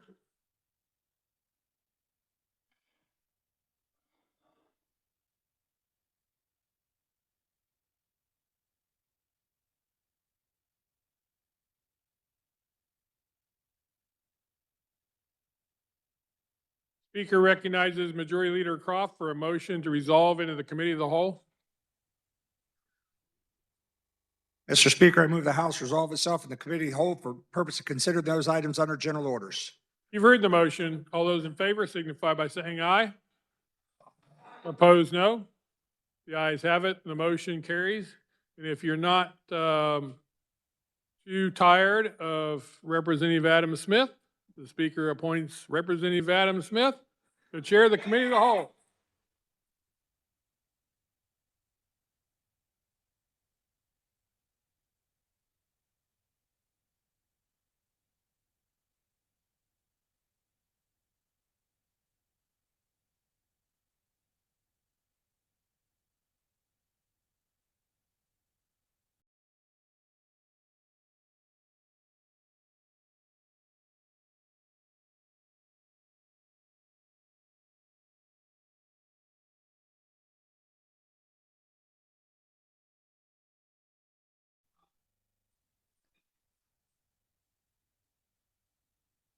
All right, there we go.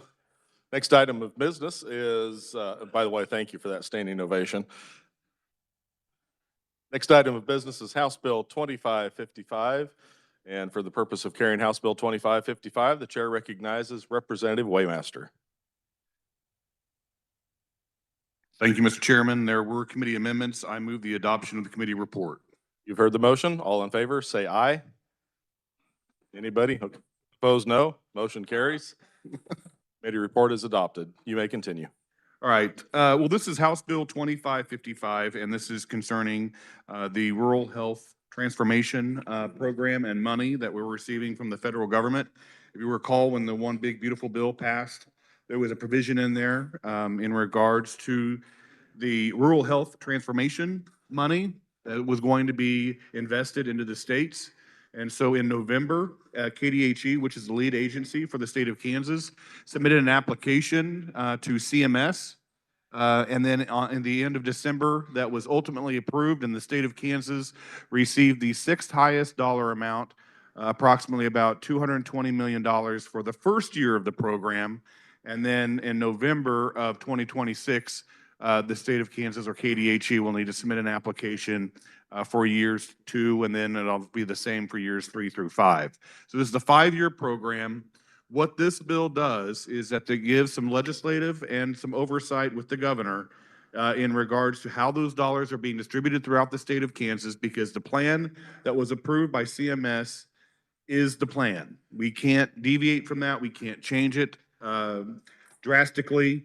There can be some modifications are made in the out years in regards to years 2 through 5, but pretty much the plan that CMS approved at the end of December is the plan for 5 years in regards to the rural health transformation money.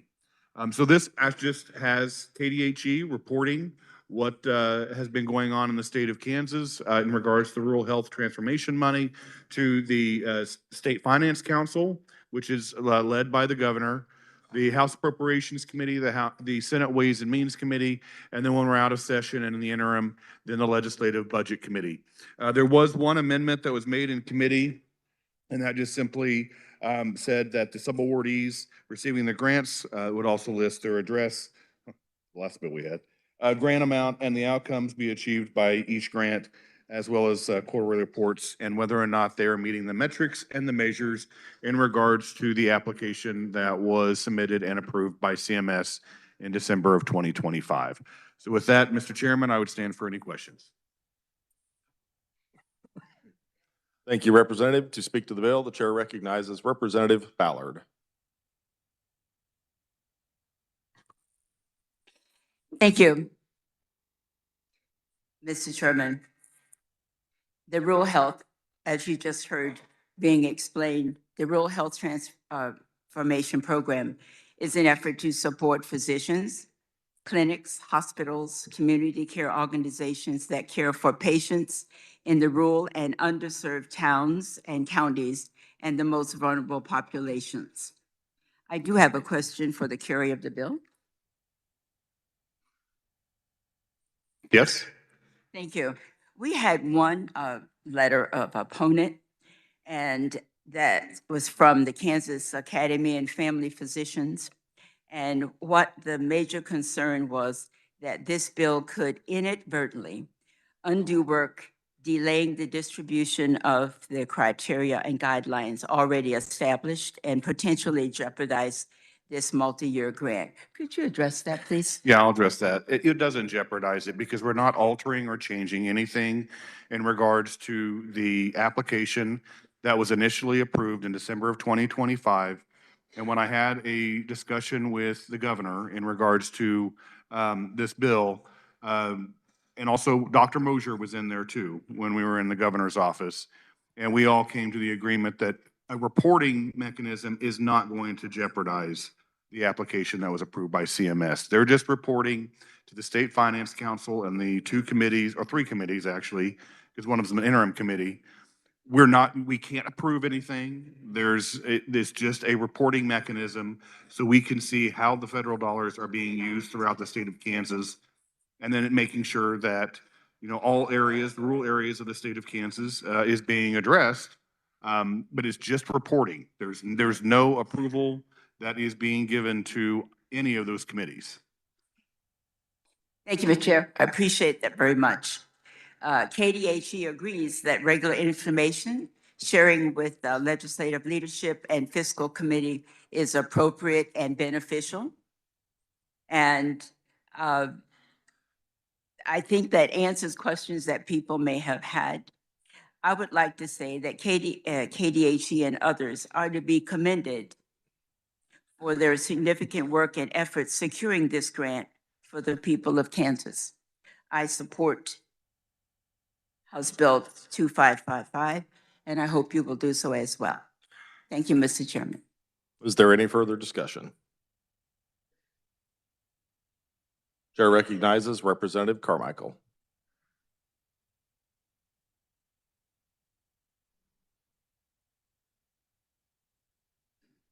Thank you, Mr. Speaker. I know this is serious legislation, but I do want to make all the members aware that more pizza has arrived. It's just as cold as the first. Thank you. Seeing no further discussion, Representative Waymaster, you may close. All right, thank you, Mr. Chairman. So I move that when the committee rises reports, it reports House Bill 2555 favorably for passage. You've heard the motion by Representative Waymaster to report House Bill 2555 favorably for passage. All those in favor, please say aye.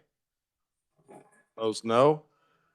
The ayes appear to have it. The ayes do have it. Motion carries. Next item is House Bill 2368 for the purpose of carrying 2368. Chair recognizes Representative Bueller.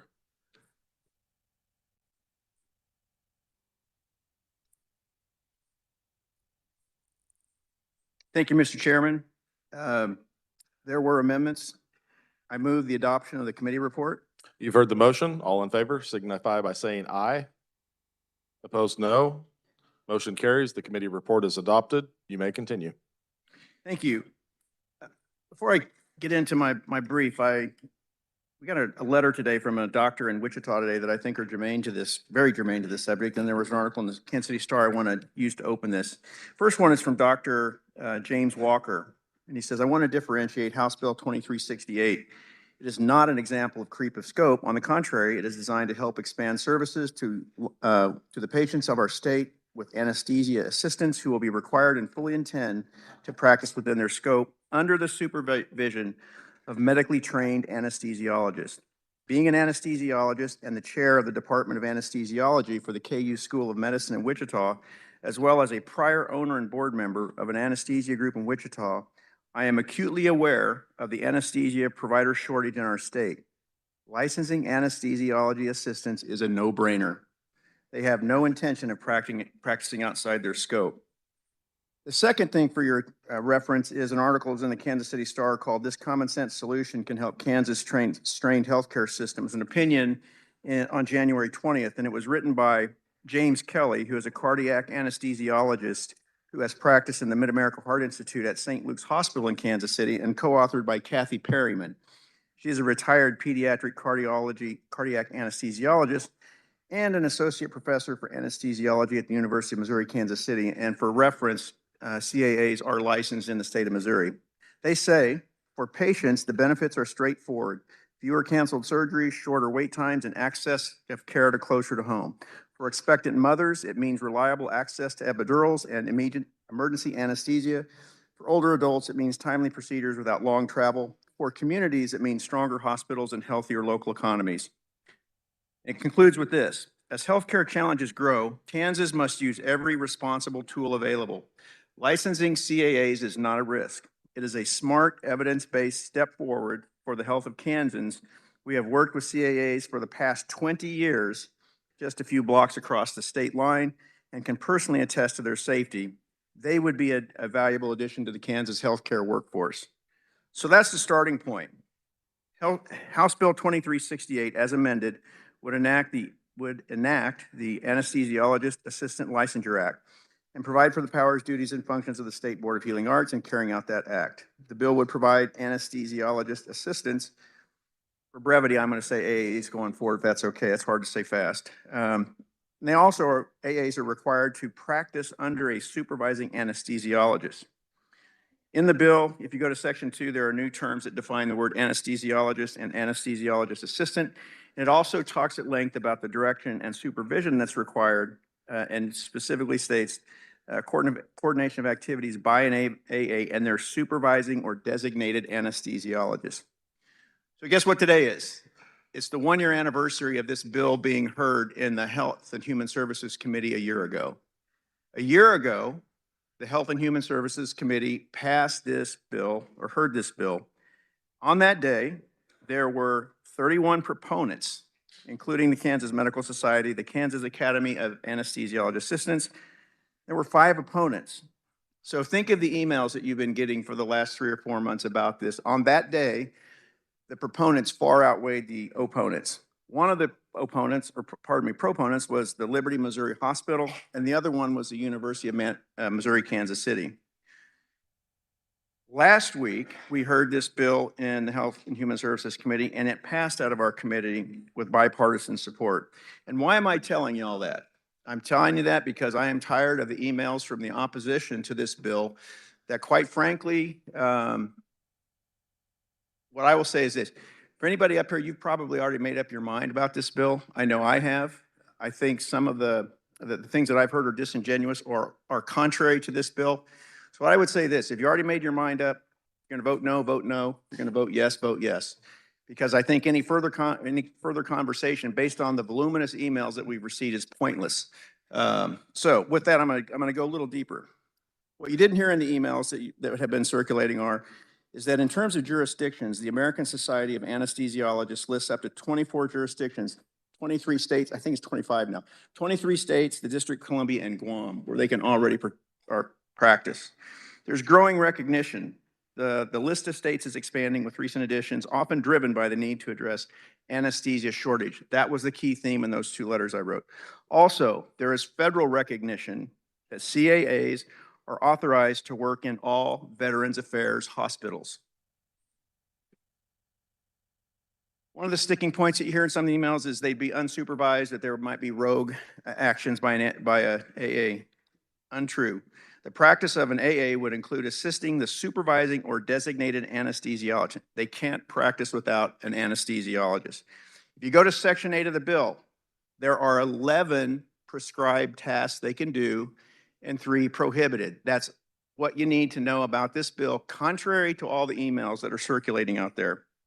From the Kansas Medical Society, we've heard such a structure in no way limits the scope or practice of other anesthesia providers. AAs cannot work off-site for a physician that does not practice anesthesiologists.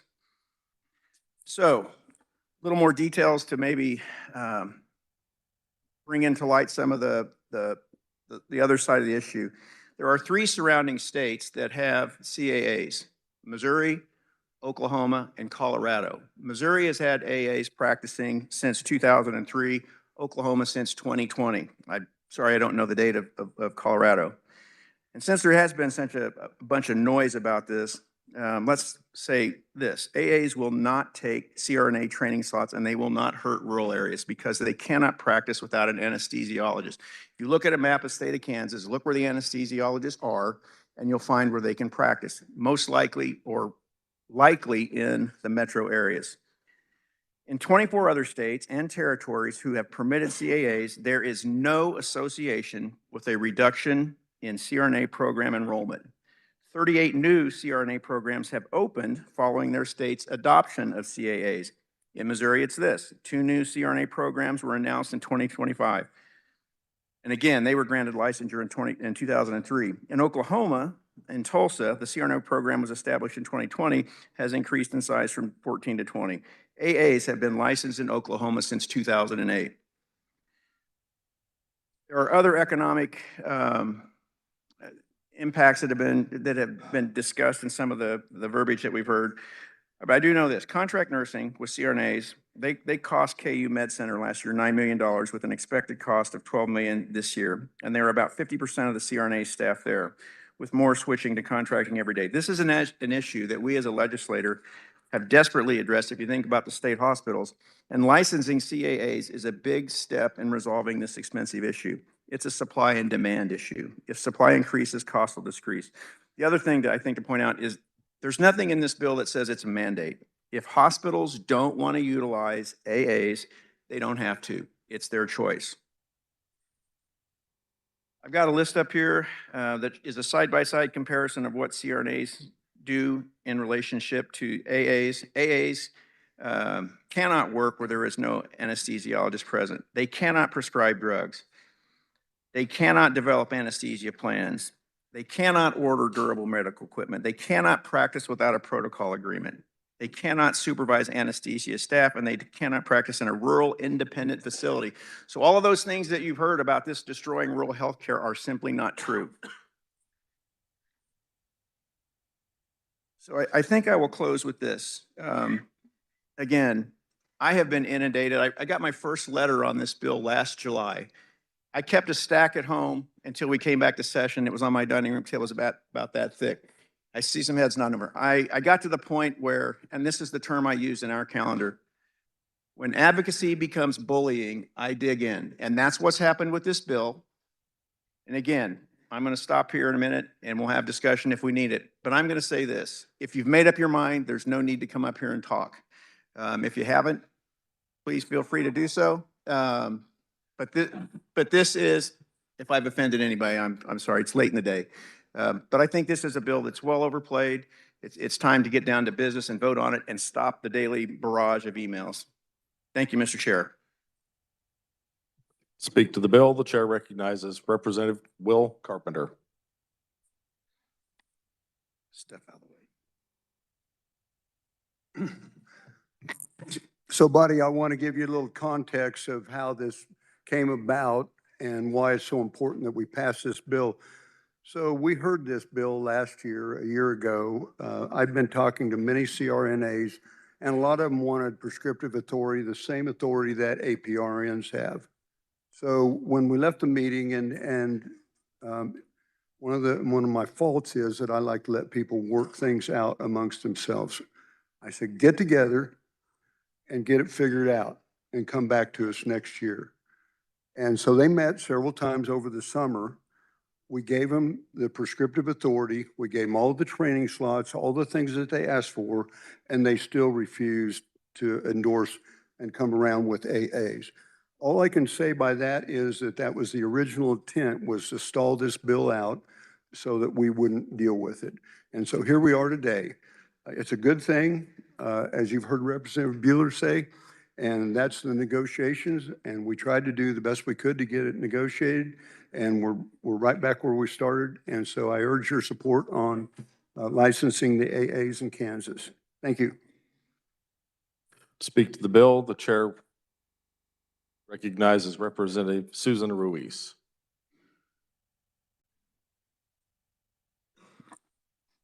Thank you, Mr. Chair. Yes, we've all been inundated with all of the emails, the phone calls, letters that were sent to my home.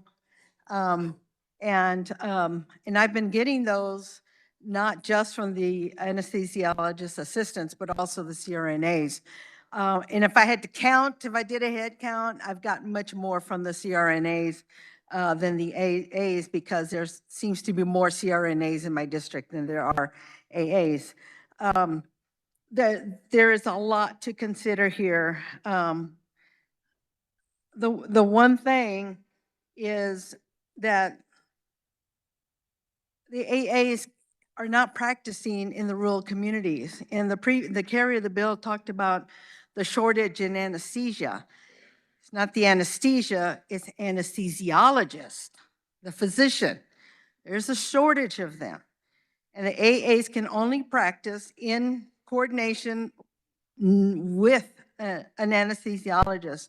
So if you had let's say you had a clinic, or you're going to open up a hospital, or you want to hire more staff, you want to hire an AA, you have to hire an anesthesiologist first. And if you can imagine what kind of a salary they command, because there's far and few between them, you know, so they're going to demand more salary. The AAs and the CRNAs, their salaries are pretty comparable. However, the CRNAs, and some of you might have seen a map, that if the CRNAs came to see you, they might have given you a map of where they are practicing in Kansas. They are just about in every inch of this state. And so one of the things that I promised many of my friends and colleagues, people that I have met west of Salina, west of Hayes, is them talking to me a lot about access to health care. The AAs are not going to help them. The CRNAs have already been helping them. And currently certified, the CRNAs are advanced practice nurses who safely administer anesthesia, manage pain, and monitor patients before, during, and after procedures, often serving as a primary provider in rural areas. According to an opponent, 80% of our hospitals rely entirely on CRNA-only care models. Introducing AAs in Kansas will not solve workforce shortage. In fact, we have 6 times as many applicants for CRNA programs as available seats. So they're not going to help with our workforce shortage. It will help the urban areas. That's a fact. I'm not going to skirt around that, because that is true. So you're looking at Sedgwick County, Johnson County, Wyandotte County, Shawnee County, Douglas County. That's where the AAs, because that's where you have the anesthesiologists are located. And so then they would be able to hire AAs. I'm not going to try to sway anybody to vote any which way. Where both sides are here, we're trying to provide everyone as much information as possible in order for you to make an informed decision. Thank you, Mr. Chair. Chair recognizes Representative Wassinger.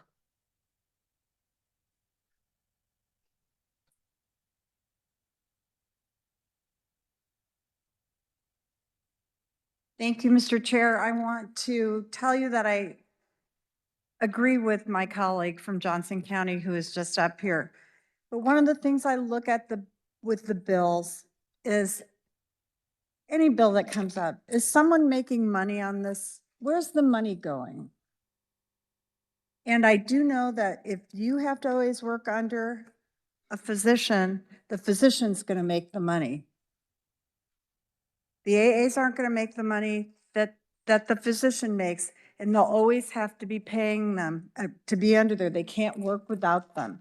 So I just want you to keep that in mind. It's one of the reasons we allowed APRNs to practice by themselves, because they were paying physicians all kinds of money that never saw them, never talked to them. Someone was making the money, and that's all I want you to look at. You know, obviously, but vote the way you feel, but it's a problem for me. Thank you, Mr. Chair. Chair recognizes Representative Oropesa.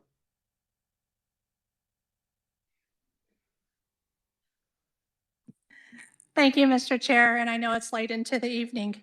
And I do appreciate the bringer of the bill brought up some very key points. But to every story, there are two sides.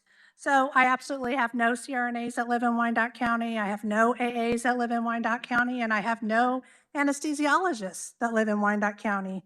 So I'm the most unbiased person that you could find here because they don't live in my county. They practice in my county, but they don't live there. So I'm glad he actually brought up the Kansas City Star and Dr. Walker, because the email I read, it was forwarded from a colleague, was very disturbing. It talked about loyalty. I'm not up here for loyalty. I'm up here because when the CRNAs came to talk to me, we had an in-depth conversation of the impact to the workforce. I asked them questions as I do with anybody who approaches me with any bill. And this is not just because I'm a nurse. This is because I like to be informed on how I'm voting and to ensure I'm doing the right thing, not only for Wyandotte County, but for the entire state of Kansas. The second thing I would like to bring up about that email that I received and unfortunately read in great depth was that I was really upset about how Dr. Walker implied that the CRNAs who are coming to you and asking for your support were spreading rhetoric. That is not true. That is just absolutely not true. When they come and they show you their forms, they may not sway you, but it's not rhetoric. I was very, very disappointed in the email that unfortunately I read in great depth. So in that email, he additionally said, of course the AAs will not take any MD residency spots, and they won't. That won't be allowed, absolutely not. But unfortunately, nothing was said about the student registered nurse anesthetists who are already fighting for cases and patient experiences to ensure they can perform their duties when they are graduated.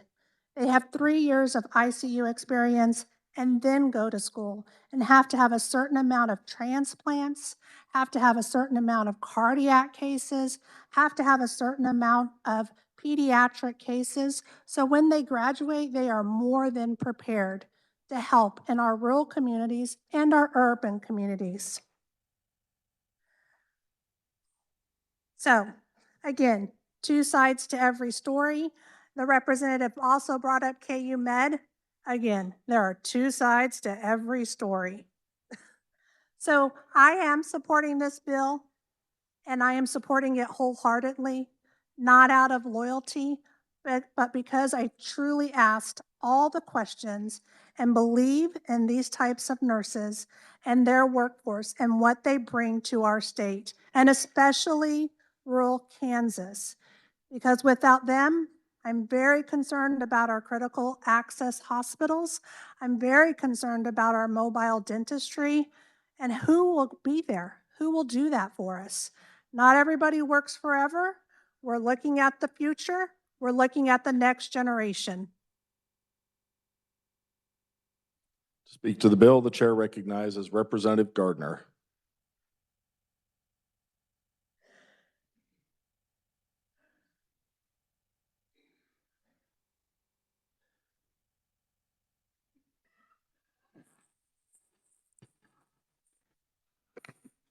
Thank you, Mr. Chair. This bill's important to me. It's important to my district.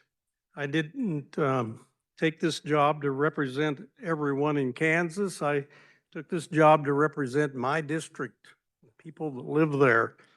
We're very rural. We have 2 hospitals in my district. The anesthesiologist never found us to start with. We've been dependent on certified registered nurse anesthetists for a very long time. I realize this bill has some real benefit for the bigger systems, and I'm sure not against them. I owe my very life to them a couple of times over now. And so I want them to be successful. When it comes to my district, the anesthesiologists aren't there. The AAs won't be there either. And so our only hope is to strengthen the programs for the certified registered nurse and anesthetists. And so, you know, ever since I've come here, I hear a talk every session about our rural hospitals and closing of rural hospitals. This bill doesn't help keep our rural hospitals open. If you're really in favor of helping us out there, I encourage you to join me in voting no for this measure. Thank you very much. Chair recognizes Representative Oropeza. Thank you, Mr. Chair. Got a little wound up with my comments, so I do apologize. I oppose this bill adamantly.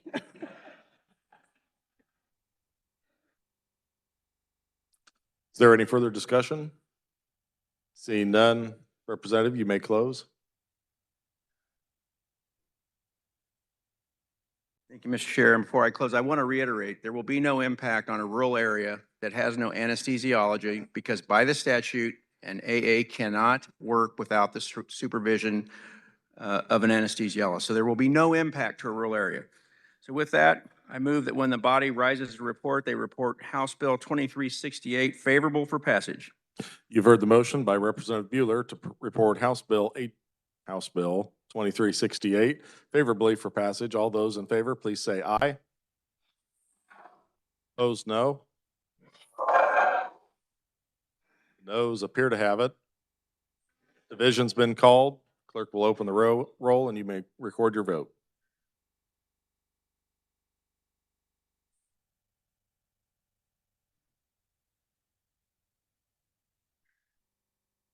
Has every member had an opportunity to vote? The clerk will close the roll and take the tally.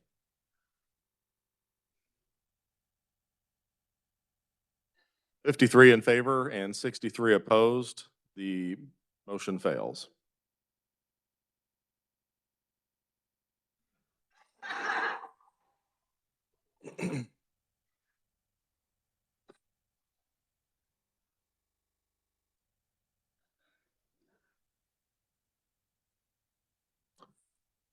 Our next item of business is House Bill 2562. For the purpose of carrying House Bill 2562, the chair recognizes Representative Blex.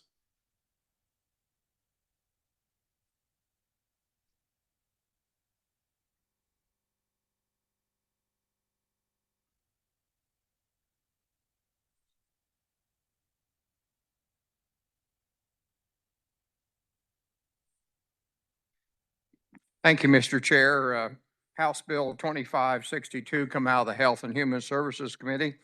And basically what it would do, it would add physical therapists that are licensed to practice under the Physical Therapy Practice Act to the list of authorized practitioners who can certify to the Kansas Department of Revenue Division of Vehicles that an individual has a disability. So in short, they'd be able to issue a license plate or a handicap placard.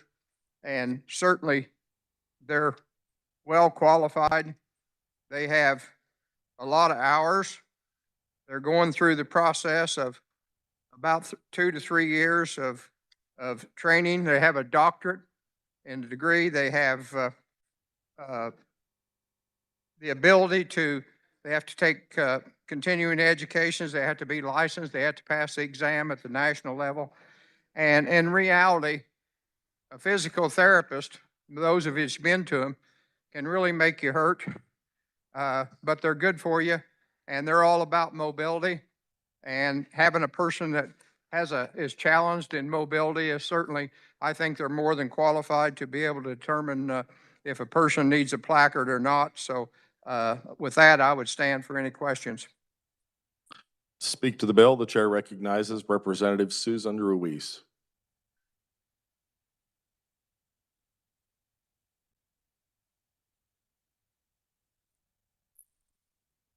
My committee buddy, carrier of the bill, did a great job explaining the bill. I urge your support on HB 2562. Is there any further discussion? Seeing none, Representative Blex, you may close. Thank you, Mr. Chair. I would like to recommend that when the committee rises a report, they report House Bill 2562 out favorably for passage. You've heard the motion by Representative Blex to report House Bill 2562 favorably. All those in favor signify by saying aye. Opposed, no. Motion carries. Chair recognizes the majority leader for a motion. Mr. Chair, pursuant to House Rule 1903, I move that House Bill 2672, appearing under that order of business, general orders, be passed over and retain a place on the calendar. You've heard the motion. All in favor, say aye. Opposed, no. Motion carries. So our next item of business is House Bill 2737. For the purpose of carrying 2737, the chair recognizes Representative King. Thank you, Mr. Chair. There were committee amendments. I move the adoption of the committee report. You've heard the motion to approve the committee report. All those in favor say aye. Opposed, no. Motion carries. The committee report is adopted. Please continue. House Bill 2737 is amended would enact the Taxpayer Agreement Act concerning economic development projects of a city eligible for tax increment financing or TIFs. This bill modernizes how TIF projects may be financed by allowing private capital to bond and finance projects while keeping repayment responsibility solely on the developer, not on the municipality. This bill does not expand TIFs, increase taxes, or create public debt, or change any of the TIFs in any way. If enacted, a taxpayer agreement is a voluntary contract in which a developer or property owner agrees to guarantee repayment of a TIF-backed financing if the incremental tax revenues generated by the projects are insufficient. The developer, not the governmental entity, covers the differences. Entering into taxpayer agreements is optional and subject to local governmental approval, giving projects a third option for economic development growth for only infrastructure costs, not including vertical construction. Mr. Chair, I'll stand for questions. Speak to the bill. The chair recognizes Representative Sawyer Clayton. Thank you, Mr. Chair. The carrier of the bill did an excellent job describing it. We had a pretty simple discussion in caucus. This protects the taxpayer. It helps save money. It's a good bill. Vote yes. Thank you. Seeing no further discussion, Representative King, you may, or pardon, Representative Susan Ruiz, were you wanting to speak to the bill? Okay. Representative King, you may close. Thank you, Mr. Chair. When the body as a whole reports, I move they pass out House Bill 2737 favorably. Body, you've heard the motion to report House Bill 2737 favorably. All those in favor say aye. Opposed, no. The ayes appear to have it. The ayes do have it. Motion passes. Next item is House Bill 2700, and for the purpose of carrying House Bill 2700, the chair recognizes Representative Laura Williams. Thank you, Mr. Chair. There were committee amendments. I move the adoption of the committee report. You've heard the motion. All in favor, say aye. Opposed, no. Motion carries. The committee report is adopted. Please continue. House Bill 2700 establishes the Kansas right to repair digital electronic equipment, which requires manufacturers of certain digital electronic equipment to provide owners and independent repair providers with access to documentation, replacement parts, and tools necessary for diagnosis, maintenance, and repair.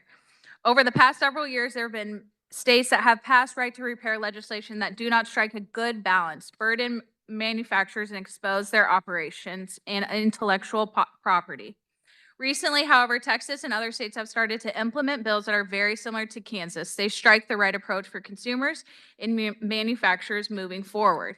There were opponents to this bill, but they all came together, John Deere, Caterpillar, Apple, Cox, auto dealers, auto manufacturers, to narrowly tailor this bill to only address digital electronic equipment and consumer electronics. So with that, Mr. Chair, I will stand for questions. Speak to the bill. The chair recognizes Representative Sawyer Clayton.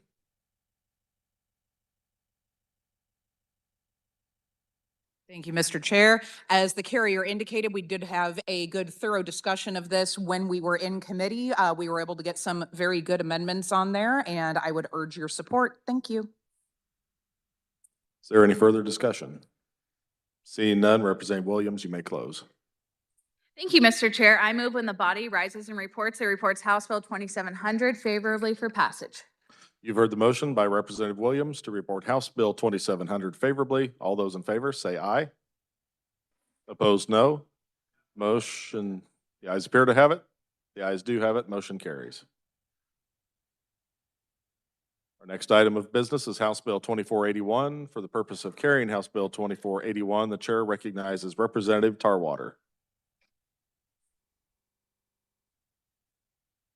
Thank you, Mr. Chair. House Bill 2481 came to us as a transient guest tax bill that would lower the number of rooms to one from more than two. Representative? There were committee amendments, and I moved the committee report. I knew you were getting to it. You've heard the motion. All those in favor say aye. Opposed, no. Motion carries. You may continue. Sometimes you just got to get to the second paragraph. I'm sorry. So anyway, it came to us as a transient guest tax bill, and it lowered the number of rooms to one that you would have to collect transient guest tax on. The committee didn't like that much for raising taxes on small businesses, so that didn't go over very well. But it so we put that back. So now it's more than two, as it was before. We also used it as a vehicle to make it so that anyone would be able to rent their house out for the time period of the FIFA World Cup soccer tournament. In that you will now be able to rent your house out without limitations from local governments as far as number of homes that are available for Airbnb. Some locals have it so that you can only have one for every couple of blocks. But when you have 650,000 people coming to the state for a 3-month period or 2.5-month period, there's a tremendous opportunity there for people to make more money in that 3-week period than they do all year. And so we wanted to make sure everyone had that opportunity, but we also wanted to do it safely. So we allowed the local governments still get to regulate them, and they have 15 days to answer them when they turn in their application. So the regulation is still there. This does not affect homeowners associations or anything like that. It just makes it so that everyone fairly can rent their home. I'll stand for questions. To speak to the bill, the chair recognizes Representative Sawyer Clayton. Thank you, Mr. Chair. The carrier of the bill did a good job describing it. There was some discussion in our caucus in particular in regards to the fact that this does look like a bit of a one-size-fits-all approach. It's great for the areas that are closer to where a lot of the World Cup is happening, but there was some dissent among those who represent areas other than that. So listen to the debate and make your decision. Thank you. Chair recognizes Representative Shu. Thank you, Mr. Chair. I have an amendment.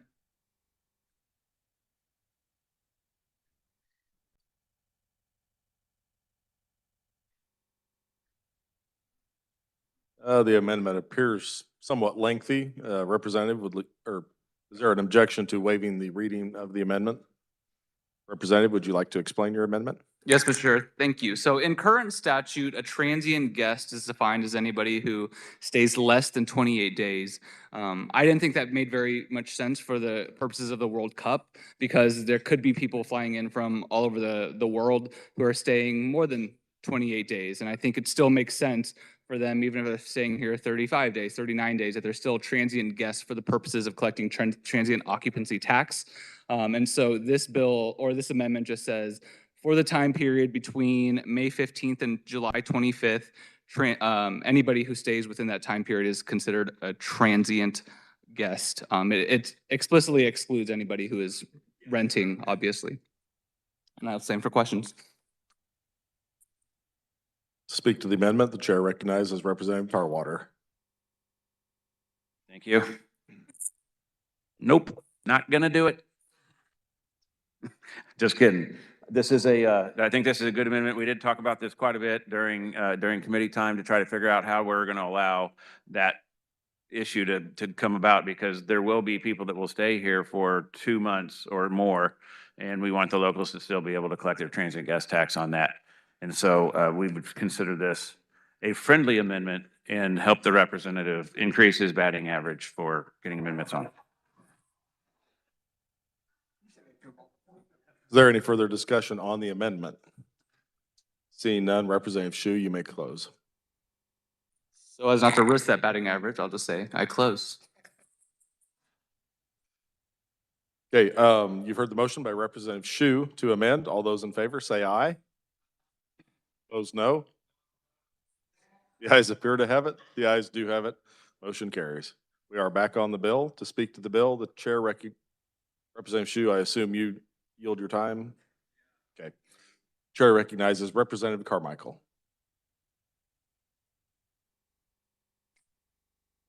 Thank you, Mr. Chair. I have a few questions for the chairman if he's available.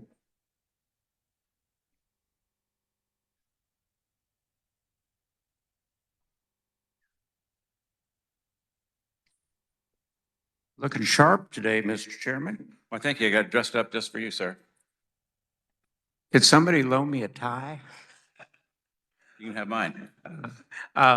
Seriously, you said there's something about a 15-day application period, and my inference was it would give the municipality the opportunity to turn down the application within the 15 days, but I'm not sure that's what it really does. Can you help me? Yes, sir. The intent is to allow the local government to still run the safety aspect of it. So if the house does not qualify, they can't do it. We didn't want to remove the safety mechanisms, and we still left it up to the local governments to approve it or not based on everything except for the number of units that are available in a certain, like some places will have like 1 every 2 blocks. And we don't want just to have one lucky person making thousands of dollars a week. So then to follow up, would that mean that every house on the block could be one of these transient places? Yes, and you say transient like it's kind of a dirty word. Thank you, Mr. Chair. It is a dirty word in my town. These Airbnbs, whatever other companies they're known by, are destroying some very good neighborhoods in Wichita. And the city council's trying to deal with the problem. But what happens is that folks will rent an Airbnb, perhaps near the representative from Eastborough's neighborhood, probably more like in the Crestview, or excuse me, can't even remember where the rich folks live, but anyway, over in the nice neighborhood. And then they turn these things into party houses. And it's a real problem. We have murders, we have shootings, we have loud parties, we have cars parked on the streets so that residents can't get through. FIFA, so far as I know, there's no advantage to Wichita, Kansas for people in northeast Kansas being able to rent out their houses during a soccer, I guess it's a soccer tournament, is it? We honestly don't know. But at any rate, this is not a good thing for my town. This, number one, infringes on local control as to whether or not you're going to have these types of facilities in the first place. And then number two says you can concentrate these facilities. You can have multiple transient guest houses, otherwise known as party houses, in fancy homes on the same block. You don't need to do this. If you want to do something special for Johnson County, then do it for Johnson County, but leave my town alone. Is there any further discussion on the bill? Seeing none, Representative Tarwater, you may close. Thank you, Mr. Chairman. So I'm going to explain how the law works to the lawyer again. Laws have to be uniform when it comes to code, when it comes to cities. And so that's why it's for everybody. However, this is a golden opportunity, and this is a limited time period. And there will be people in Wyandotte County that make more money in that 3-month period than they will all year. It's an excellent opportunity for them, and I just don't want to hold them back.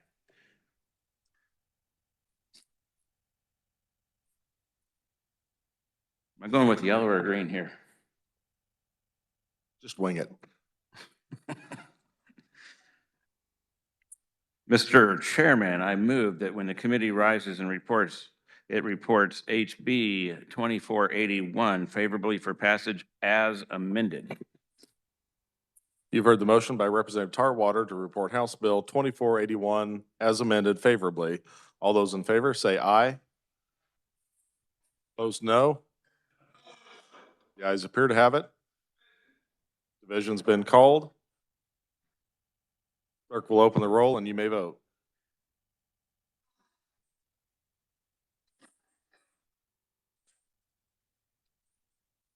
Has every member had the opportunity to vote? Clerk will close the roll and take the tally. 77 in favor, 8 against. The motion passes.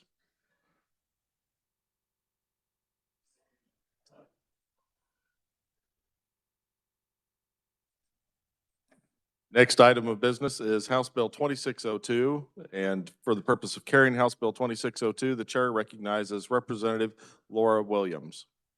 Thank you, Mr. Chair. This is the last time you get to see me tonight, so I know.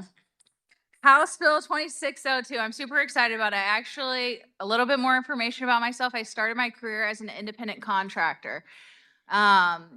It provided an additional income source for our family, and I couldn't afford childcare. My daughter was 4 months old, and it was a way that I could work from home and work for small to medium-sized businesses, but also still had that flexibility to watch my daughter in between meetings. House Bill 2602 establishes a framework, a legal framework, so that employers and independent contractors can enter into negotiations and allow for employers to contribute to healthcare plans. This is not a mandate. This isn't a new healthcare benefit. This is just providing protection for the independent contractor to keep their independent contractor status and a protection for the employer so that their contributions to this independent contractor's health account is not miscommunicated as them being an employee. So really it just provides protections for both parties, but it gives independent contractors flexibility to be able to have an additional source of contribution into their account and something they can negotiate with these employers as well to have them contribute. So I think this is good for Kansas, especially as we see the gig economy growing. And Kansas needs to start being flexible with our workforce and how we are able to provide that flexibility to Kansans. So with that, Mr. Chair, I stand for questions. To speak to the bill, the chair recognizes Representative Neighbor.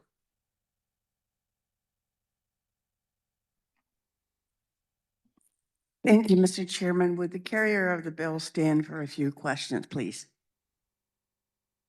I've seen a lot of you today. You haven't hope it's seen any good. of me. A question, people can put money in these accounts. Would you like to explain how that works? Yep. So it's a portion that would be negotiated between the employer and independent contractor on what that agreed upon is, but it can be, independent contractors are hired by typically several different businesses, or can be. And so that number can be negotiated, and they can make those contributions into a health savings account. And you can have additional flows of income in from different employers. And how can this money be spent? Specifically in the marketplace on healthcare. Okay, and I think it's on, Oh, healthcare, disability, life insurance, retirement benefits, yes. okay. I just wanted to Thank you. clarify Yes, thank you. for that. And can other people put into this account as they see fit? You yourself can put money in there. Mm-hmm. Another employer that you have agreed upon can. And that's it. That's the limit. Yeah. Thank you very much. Ladies and gentlemen, this also changes the criterion for determining workers' compensation classification. One of the things that just concerned me after we passed this, and I know this gives new opportunities and things like that, but we haven't talked about the fiscal note. The fiscal note on this, based from the Kansas Department of Revenue, estimates the bill will decrease the state general fund revenues by $3.1 million in 2027 and by $10.4 million in both, I'm sorry, 3.1 million and 10.44 million in 2028 and 2029. The rest of the finances are, there would be another cost of $84,200 from the SGF in 2027 to implement the bill to be able to get the tax program set up for this handling. So I think that's an important thing to think about when you're making this decision. I've had some people outside, and I did vote for this out of committee, but I've had some people come to me since and say that there are some holes in this bill, a lot of questions still to be answered, and yes, it is a new program. So at this point, I'm going to leave it up to the body to vote their district. Thank you, Mr. Chairman. Chair recognizes Representative Sappington.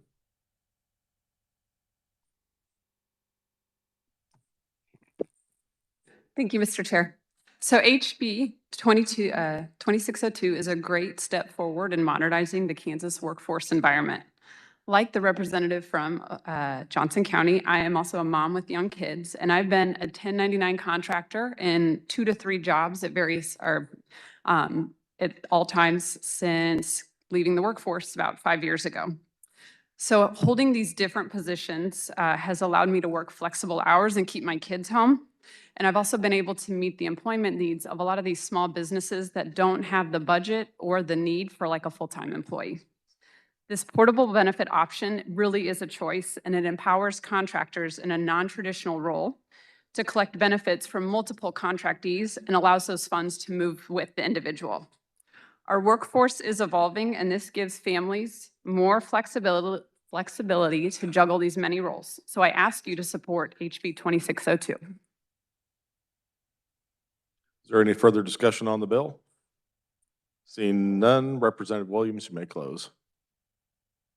Thank you, Mr. Chair, and I do appreciate the ranking on insurance bringing up the fiscal note. I too myself, when I saw the fiscal note, was a little bit shocked to see the numbers, but after digging into it a little bit further, There, I believe, are 220,000 independent contractors in the state of Kansas, according to the 2020 census. And so I believe it would be all of those independent contractors maxing out to the best of their ability to be able to receive that type of fiscal note. But I do appreciate her raising those concerns, and I feel comfortable with this bill and where it stands today. So with that, Mr. Chair, I move that when the body rises and reports, it reports House Bill 2602 favorably for passage. You've heard the motion by Representative Williams to report House Bill 2602 favorably. All in favor, say aye. Opposed, no. The ayes appear to have it. The ayes do have it. Motion carries. Next item of business is House Bill 2603. For the purpose of carrying House Bill 2603, the chair recognizes Representative Bohai.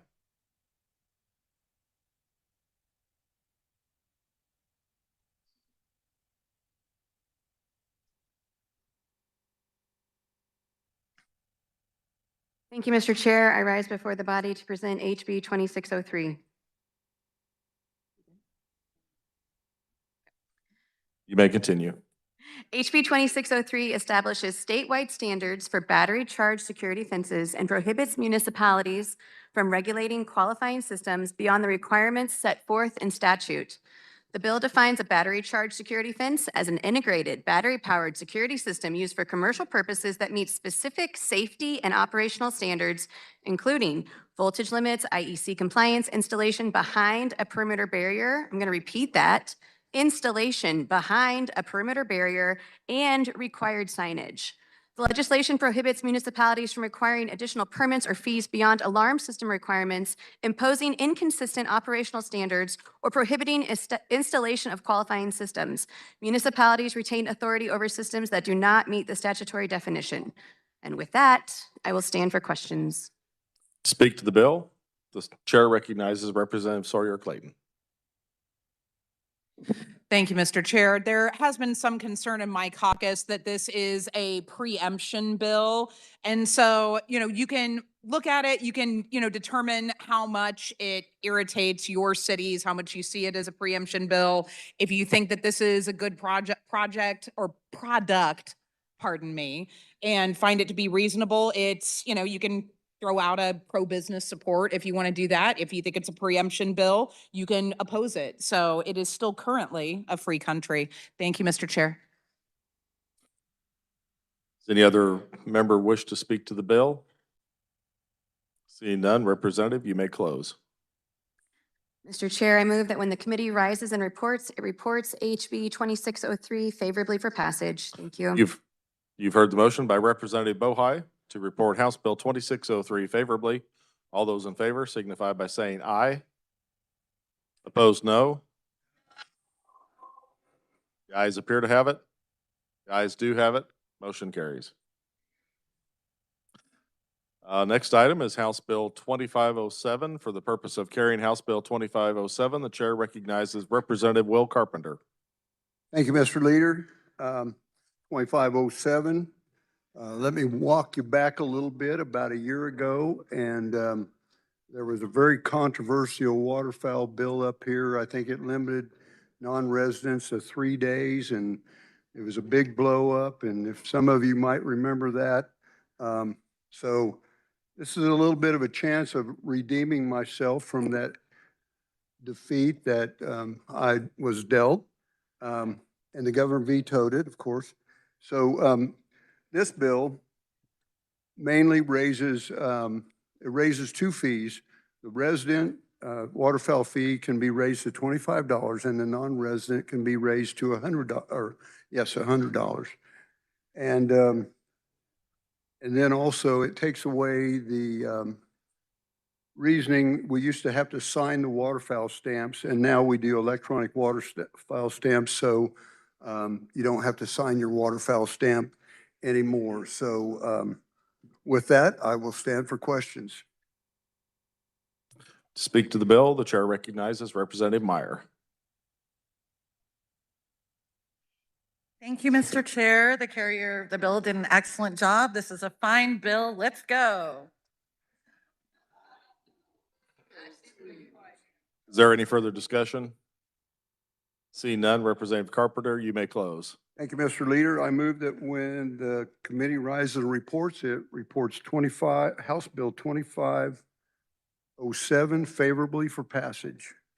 Body, you've heard the motion by Representative Carpenter to report House Bill 2507 favorably. All those in favor, please say aye. Opposed, no. Motion carries. I hope our rules enforcers have been paying attention. I think the Special Olympics Fund is doing quite well. I'd like to remind bill carriers to hit their button when they come down to carry the bill. Next item is House Bill 2505 to carry.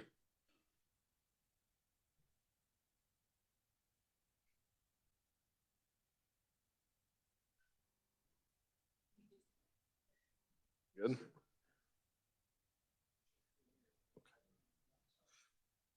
To carry House Bill 2505, the chair recognizes Representative McNorton.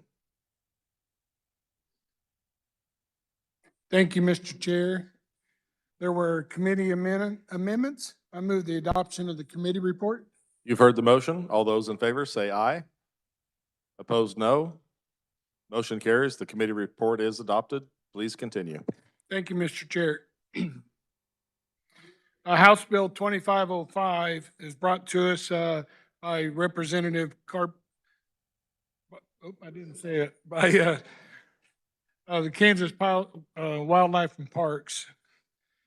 What the bill does is, right now, the Wildlife and Parks has endangered species, and this will make it so they don't have to put on their website and give them an exemption on Cora that they have to give the location of those endangered species so people won't go out and disturb the habitat around these endangered species. They've talked about having a problem with people looking these up and wanting to go out and look at some certain animal and getting on private property or tearing up the habitat. And that's the whole reason we have these, is try to protect those endangered species. And if we have it on the website, it makes it too easy for people to go. They want to get a picture. Maybe they're bad enough that they actually want to take one and stuff it and put it on their wall, whatever, we don't know. So this makes it so the Wildlife and Park does not have to put the location of these endangered species on their website. We did have an amendment that made it a precise location, because some of these might be something that lives in a cave somewhere or a very specific location. And with the phone anymore, you can get a latitude, longitude, and go exactly to where that spot is.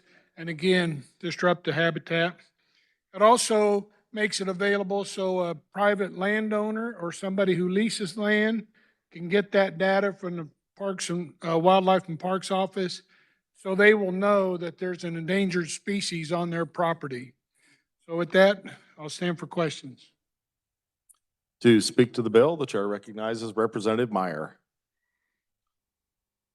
Thank you, Mr. Chair. You guys only have to see me up here 3 more times after this, but the next 3 times aren't going to be as fun. I really think the carrier of the bill did a great job explaining what we did in committee. I like this bill. It's great. Go team. Is there any further discussion? Seeing none, Representative McNorton, you may close.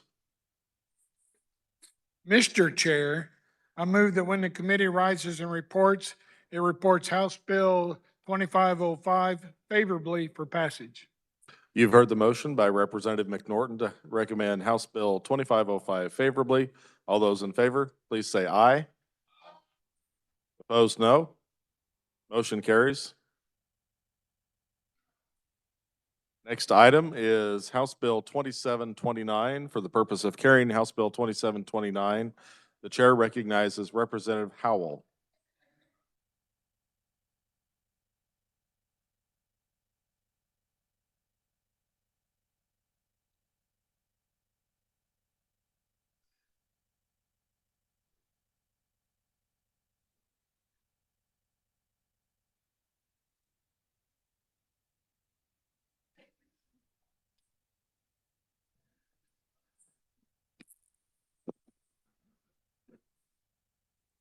Thank you, Mr. Chair. There were no amendments.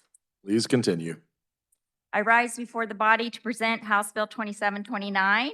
This bill would specify that the information required to be provided by abortion providers under the Women's Right to Know Act shall be on a form provided by the Kansas Department of Health and Environment, KDHE, and that such form may be provided in hard copy format, on paper, or electronically transmitted to the woman. And with that, I stand for questions.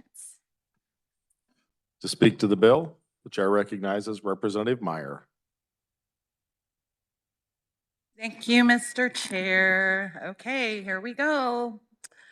I obviously rise in strong opposition to House Bill 2729, and let's call it what it is. It's a bill that directs public resources towards facilities that are not licensed medical clinics and are not regulated like healthcare providers and are not required to give medically accurate information.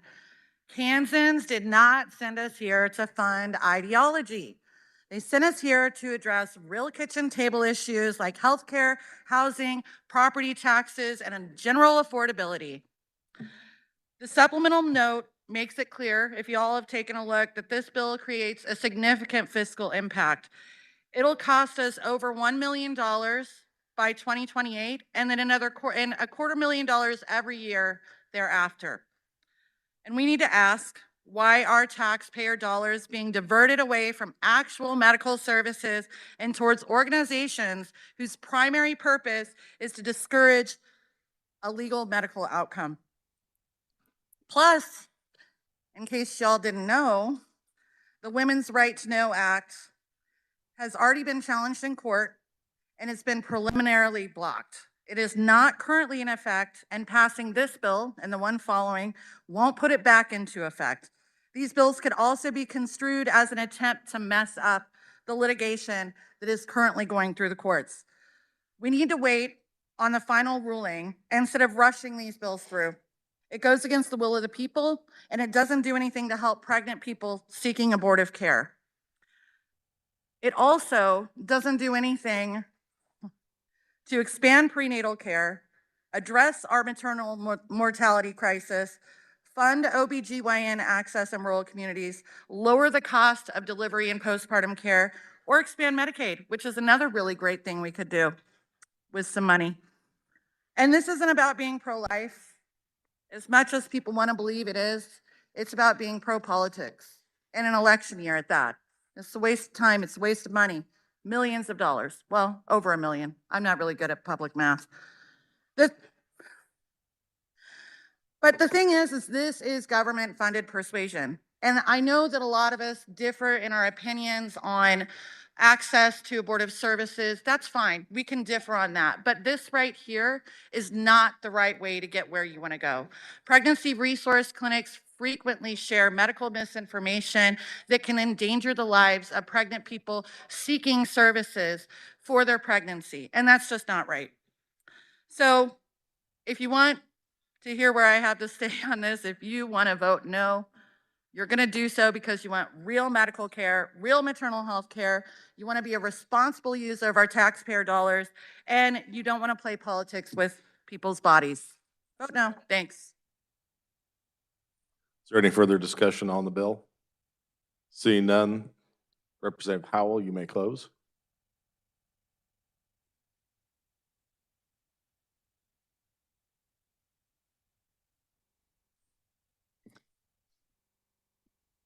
Mr. Chair, I move that when the body rises to report, they report 2729 favorably for passage. You've heard the motion by Representative Howell to report House Bill 2729 favorably. All those in favor signify by saying aye. Opposed? No. Ayes appear to have it. Division has been called. Clerk will open the roll and you may vote.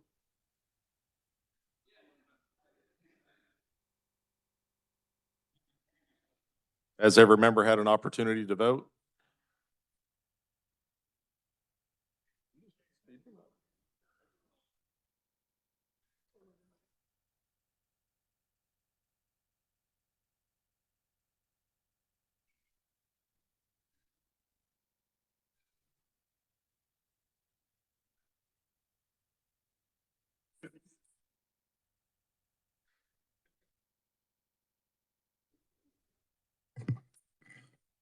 If every member has had an opportunity to vote, the clerk will close the roll and take the tally. 80 voting in favor and 36 against. The motion carries.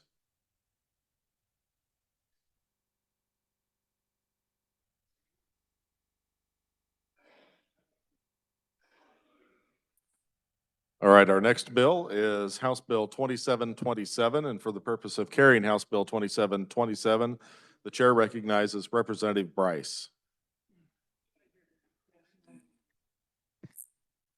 Thank you, Mr. Chair. There were no committee amendments. Please continue. House Bill 2727 comes to us from the Federal State Affairs Committee. It provides an alternative pathway for plaintiffs to elect limited recovery of claims brought for violations of the Women's Right to Know Act. The bill allows plaintiffs to elect a limited recovery of a maximum of $5,000 plus expenses related to any abortion, plus attorney fees. In exchange for that, the parties are not or would not request a convening of the medical screening panel. The bill does not limit the ability to file a malpractice claim.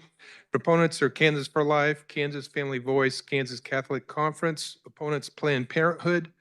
No fiscal effect. And with that, Mr. Chair, I would stand for questions.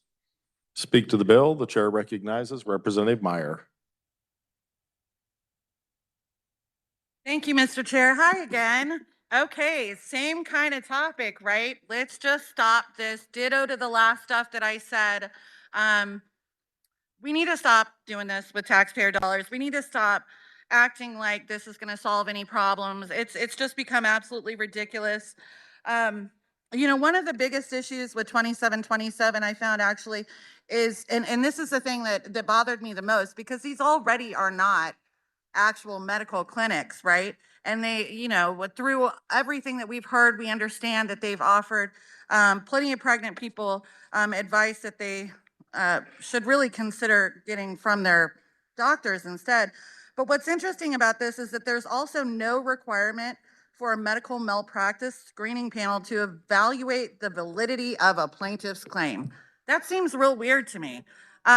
I would think that if it was a valid claim, that they would love to speak with someone from the medical malpractice screening panel. But instead, it seems like this is just a way for pregnant people, or maybe they aren't pregnant. I don't know. They just need to get $5,000, you know, go in there and say, hey, I didn't get the information I needed to get. Oh my gosh, somebody let me just go do this thing and get a check for $5,000. I mean, there's really no oversight or anything in this. So please do not support this. Thank you. Speak to the bill. The chair recognizes Representative Osman.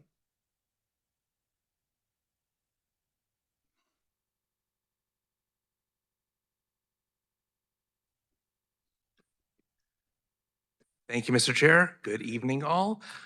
I missed you, and I realized that there's more to life than judiciary bills, so I'm up here. Urging non-support on HB 2727.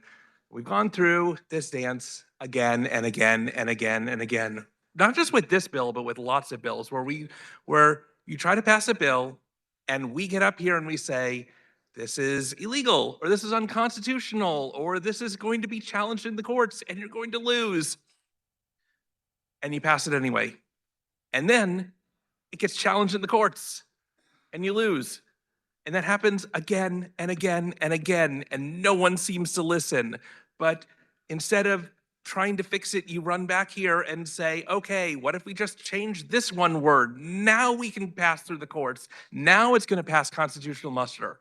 And it doesn't. And sometimes you go round after round after round, tying up the courts and tying up the legislature again and again and again to deal with these issues. You don't believe that there's a problem with this bill. You don't believe that there's a problem with the Women's Right to Know Act. So let me show you. I have an amendment.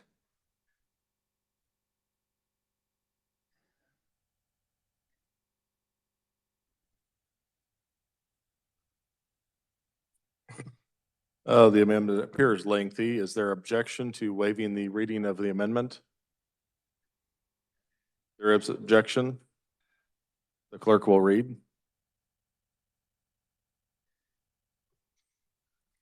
I move to amend HB 2727 on page 1 in line 11 after the comma by inserting or pursuant to subsection D in line 13 by striking all before any and inserting reasonable attorney fees in addition to such amount when the defendant is a physician and not a governmental entity pursuant to subsection D, the plaintiff may recover.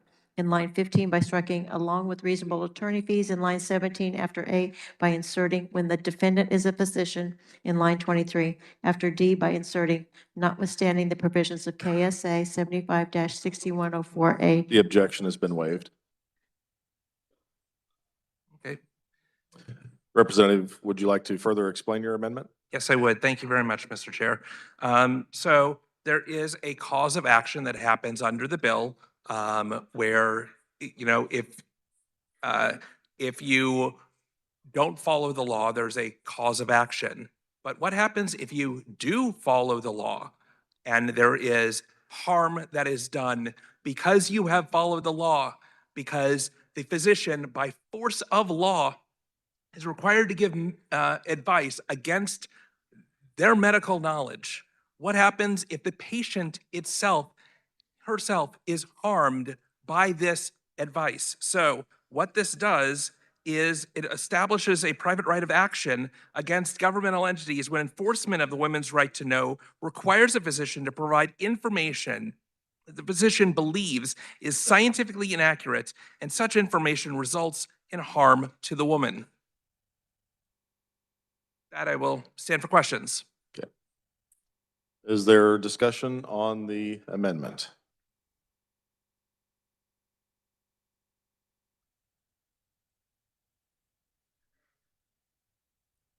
Chair recognizes Representative Bryce. Thank you, Mr. Chair. This will be considered an unfriendly amendment. Thank you. Chair recognizes Representative Carmichael.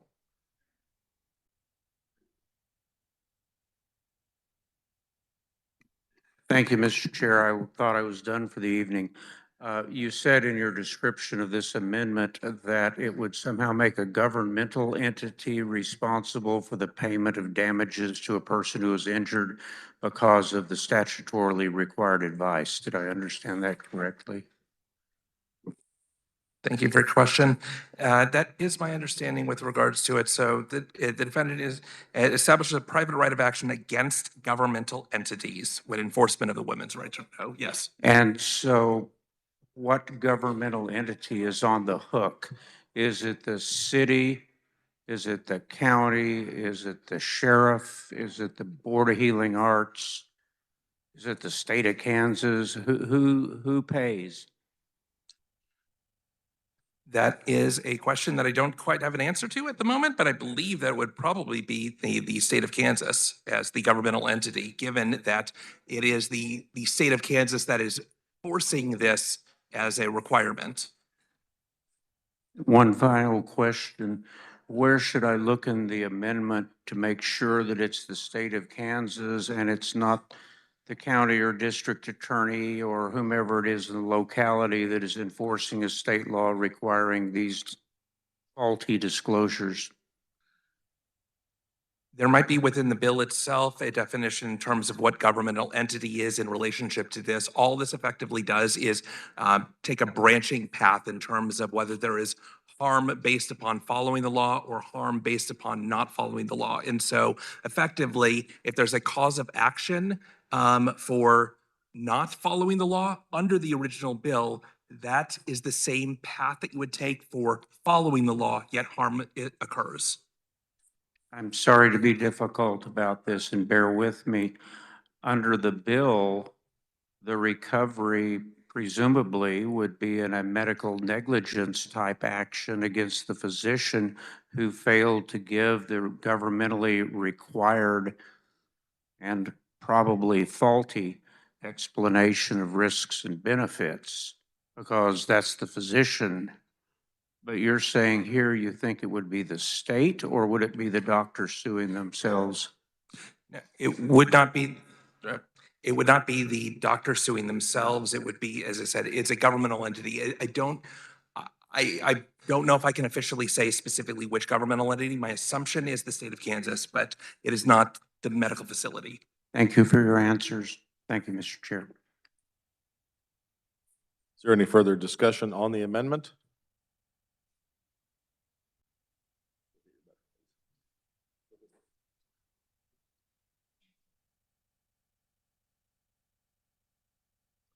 Chair recognizes Representative Humphries.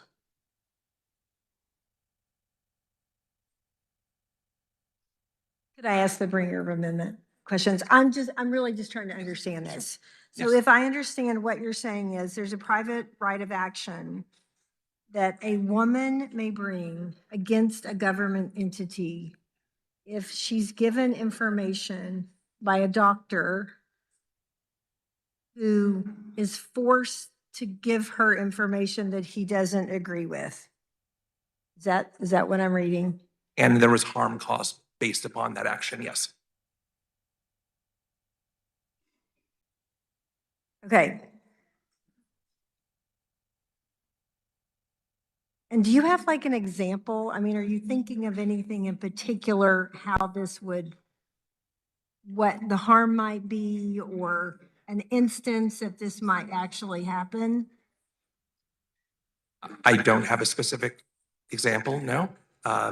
It would effectively be any harm that the woman feels has been brought upon her because of this. Okay, all right, sorry. And then last question. This would be information that a doctor's forced to give, even though he doesn't believe it himself. Under the Women's Right to Know Act, yes.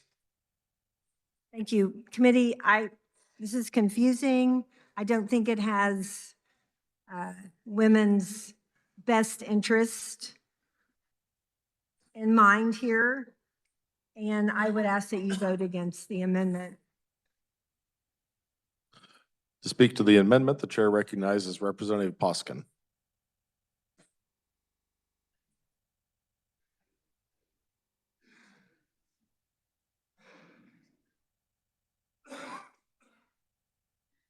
Thank you, Mr. Chair. Will the maker of the amendment stand for questions, please? Yes. Okay. So it's my understanding that the Women's Right to Know Act requires providers to inform women about the abortion reversal pill protocol. Is that correct? That is my understanding, yes. Okay, and I think that we knew already that the American College of Gynecological and Obstetrics and the American Medical Association says that that is not medically, scientifically proven. Is that correct? I have heard that as well. I will take your word for it as well. But yes, I've heard that. Okay, and I understand that there was a pretty big study in 2020 that was stopped because women were hemorrhaging. And maybe that would be an example of a woman could have a cause of action against the state because the state required her physician to tell her that she could reverse her abortion by not taking the second pill and taking progesterone or something. And if she ends up in the ER hemorrhaging, would that be an example? That would fall under this, yes. Okay, thank you. I would stand in support of this amendment. Thank you. Is there any further discussion on the amendment? Seeing none, Representative Osmond, you may close. Thank you very much, Mr. Chair. I understand that they call this an unfriendly amendment. I called the bill unfriendly, and it's unfriendly towards women. And we're talking about the question of if there is harm to women. That is what the base bill is. If there is harm to women, what then? Well, there can be legitimate harm to women by following the bill. What then? That is why I'm bringing forth this amendment, is because we are all in our own way trying to protect women. So let's do it correctly. With that, I move my amendment. Body, you've heard the motion by Representative Osmond to amend. All those in favor signify by saying aye. Opposed, no. Those appear to have it. Division's been called. The clerk will open the roll and you may record your vote. Roll call. Seeing 15 hands, a roll call is in order.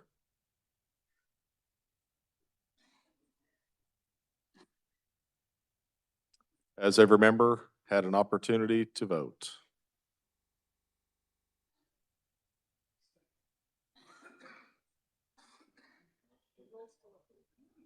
Yeah, roll is still open.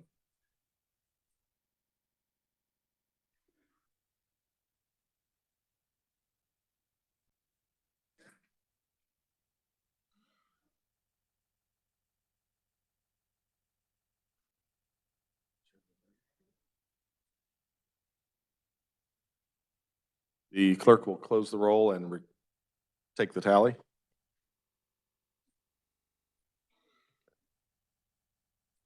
Is there any member wishing to change their vote? Seeing none, 37 voting in favor and 84 against, the motion fails. We are back on the bill. Representative Osmond, you still have the floor. Thank you. Thank you very much, Mr. Chair. I'm sorry that we couldn't get this on. The bill is a bad bill. It's going to continue to hurt women. And not only that, it's going to be caught up in a court of law. Again, we're dealing with it now. We're going to deal with it again. So I will see you all in 2028 as we deal with HB whatever and Women's Right to Know Bill Addendum Part 2. Does any member wish to speak to the bill? Seeing no further discussion, Representative Bryce, you may close. Thank you, Mr. Chair. I just wanted to point out this has really nothing to do with the details of the Women's Right to Know Act. We got a little off track there. It merely gives women a choice, gives them an extra choice to forego the medical screening panel or to go directly to have the medical screening panel and go to lawsuit. It really doesn't have anything to do with progesterone or any of the details of women's right to know. And thank you, Mr. Chair. I move that when the House rises and reports, it reports House Bill 2727 favorable for passage. You've heard the motion by Representative Bryce to report House Bill 2727 favorably for passage. All those in favor say aye. Opposed, no. Ayes appear to have it. The ayes do have it. Motion carries.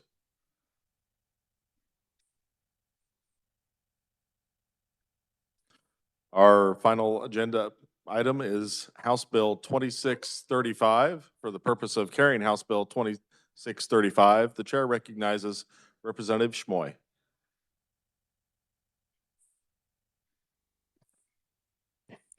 Thank you, Mr. Chair. HB 2635 did not have any committee amendments. You may continue. Thank you. Enacting the Pregnancy Center Autonomy and Rights of Expression Act to provide private pregnancy centers and their life-affirming service and speech.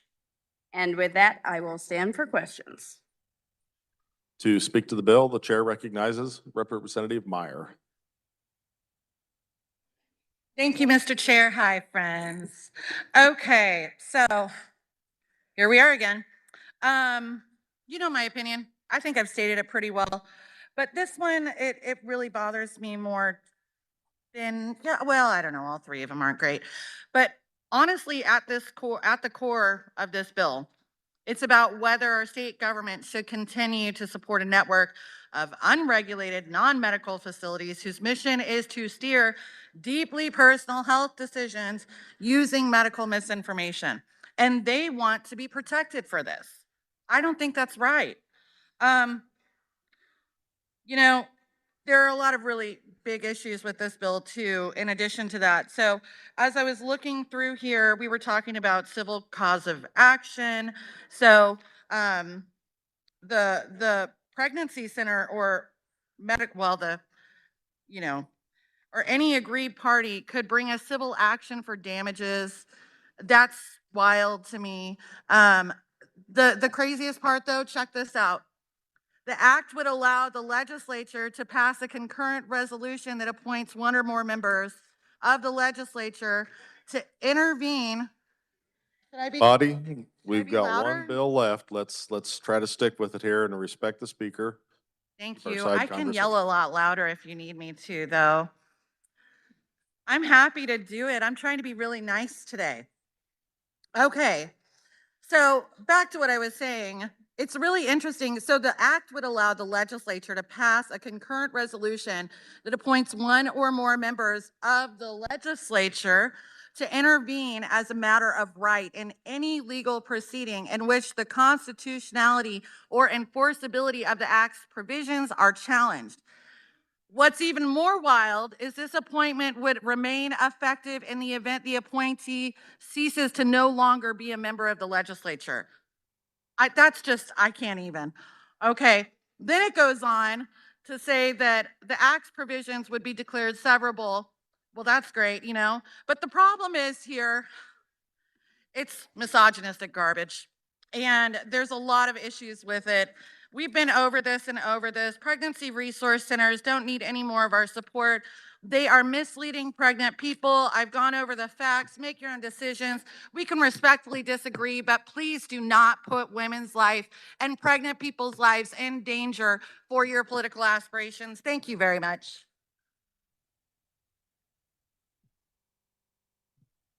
Is there any further discussion on the bill? Seeing none, Representative Schmoy, you may close. Thank you, Mr. Chair. It has been a pleasure. Everything that we just heard over the last several minutes is exactly why this bill is necessary. We are continuously having to explain that these pregnancy care centers are empowering women, they're empowering families. They are a core group in our local communities that are upholding and affirming life. And with that, Mr. Chair, I move that when the body rises to report, it reports HB 2635 favorably for passage. You've heard the motion by Representative Schmoy to report House Bill 2635 favorably. All those in favor signify by saying aye. Opposed, no. The ayes appear to have it. The ayes do have it. Motion carries. Body, it's been a long day. I'm not sure if we set a new record or not. I'm not sure if they even keep track of that, but this concludes our general orders. The chair recognizes the majority leader. A lot of bills we did set a record today. So thank you, Mr. Chair. Mr. Chair, I move we rise and report. All in favor, say aye. Opposed, no. Motion carries.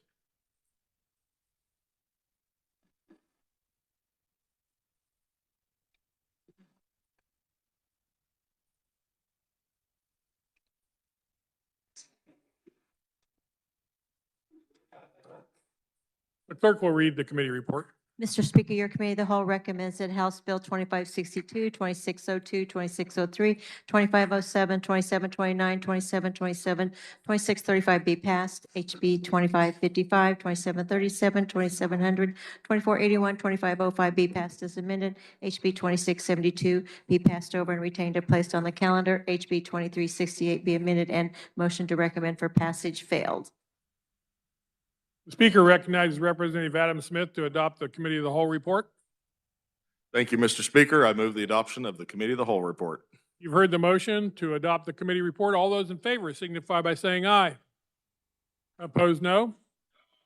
The ayes have it, and the committee report is adopted. Reports of standing committee. The clerk will read. The Committee on Child Welfare and Foster Care recommends HB 2589 be amended and the bill be passed as amended. The Committee on Taxation recommends HB 2745 be amended and the bill be passed as amended. The Committee on Child Welfare and Foster Care recommends HB 2639 be amended and the bill be passed as amended. The Committee on Commerce, Labor, and Economic Development recommends HB 2739 be amended and the bill be passed as amended. Wow, that was fast. You really read those at the end of the day. So I want to thank the body for a great day. I believe, and we'll see, but I think we probably set a record today on bills. And you did it before my bewitching hour, because you all know I like to go to bed early. And you did a great job today. Thank you very much. I'll be able to get to bed early. Are there announcements? Speaker recognizes Representative Riley.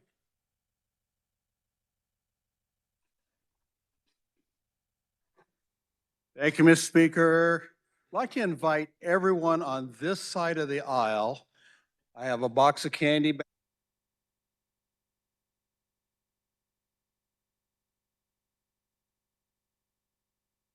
AM. Sorry about that.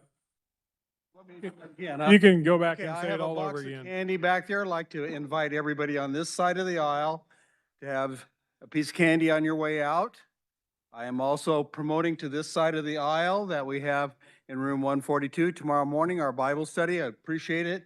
If you could show up at 7 a.m., room 142. We would sure like to see you there. All right. Thank you very much. Have a great night.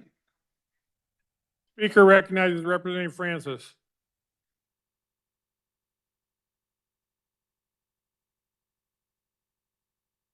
Thank you, everybody, or Mr. Speaker. All right, what day is it today? Pancake Day. That's right. And I know you guys have waited all day long to hear the results of the International Pancake Day race. So liberal Kansas, I am the liberal Republican, by the way, won the race. Hannah McCarter, yes, with a time of 1:03.78 into a very stiff 50-mile-an-hour wind. And then for those of you that are really keeping track of things like this, Liberal wins the contest. We have 43 wins and only England has 31. So, thank you, Mr.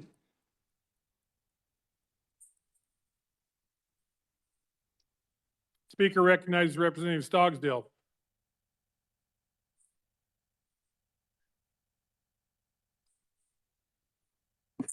Thank you, Mr. Speaker. Democrats, we will have agenda tomorrow morning, 8.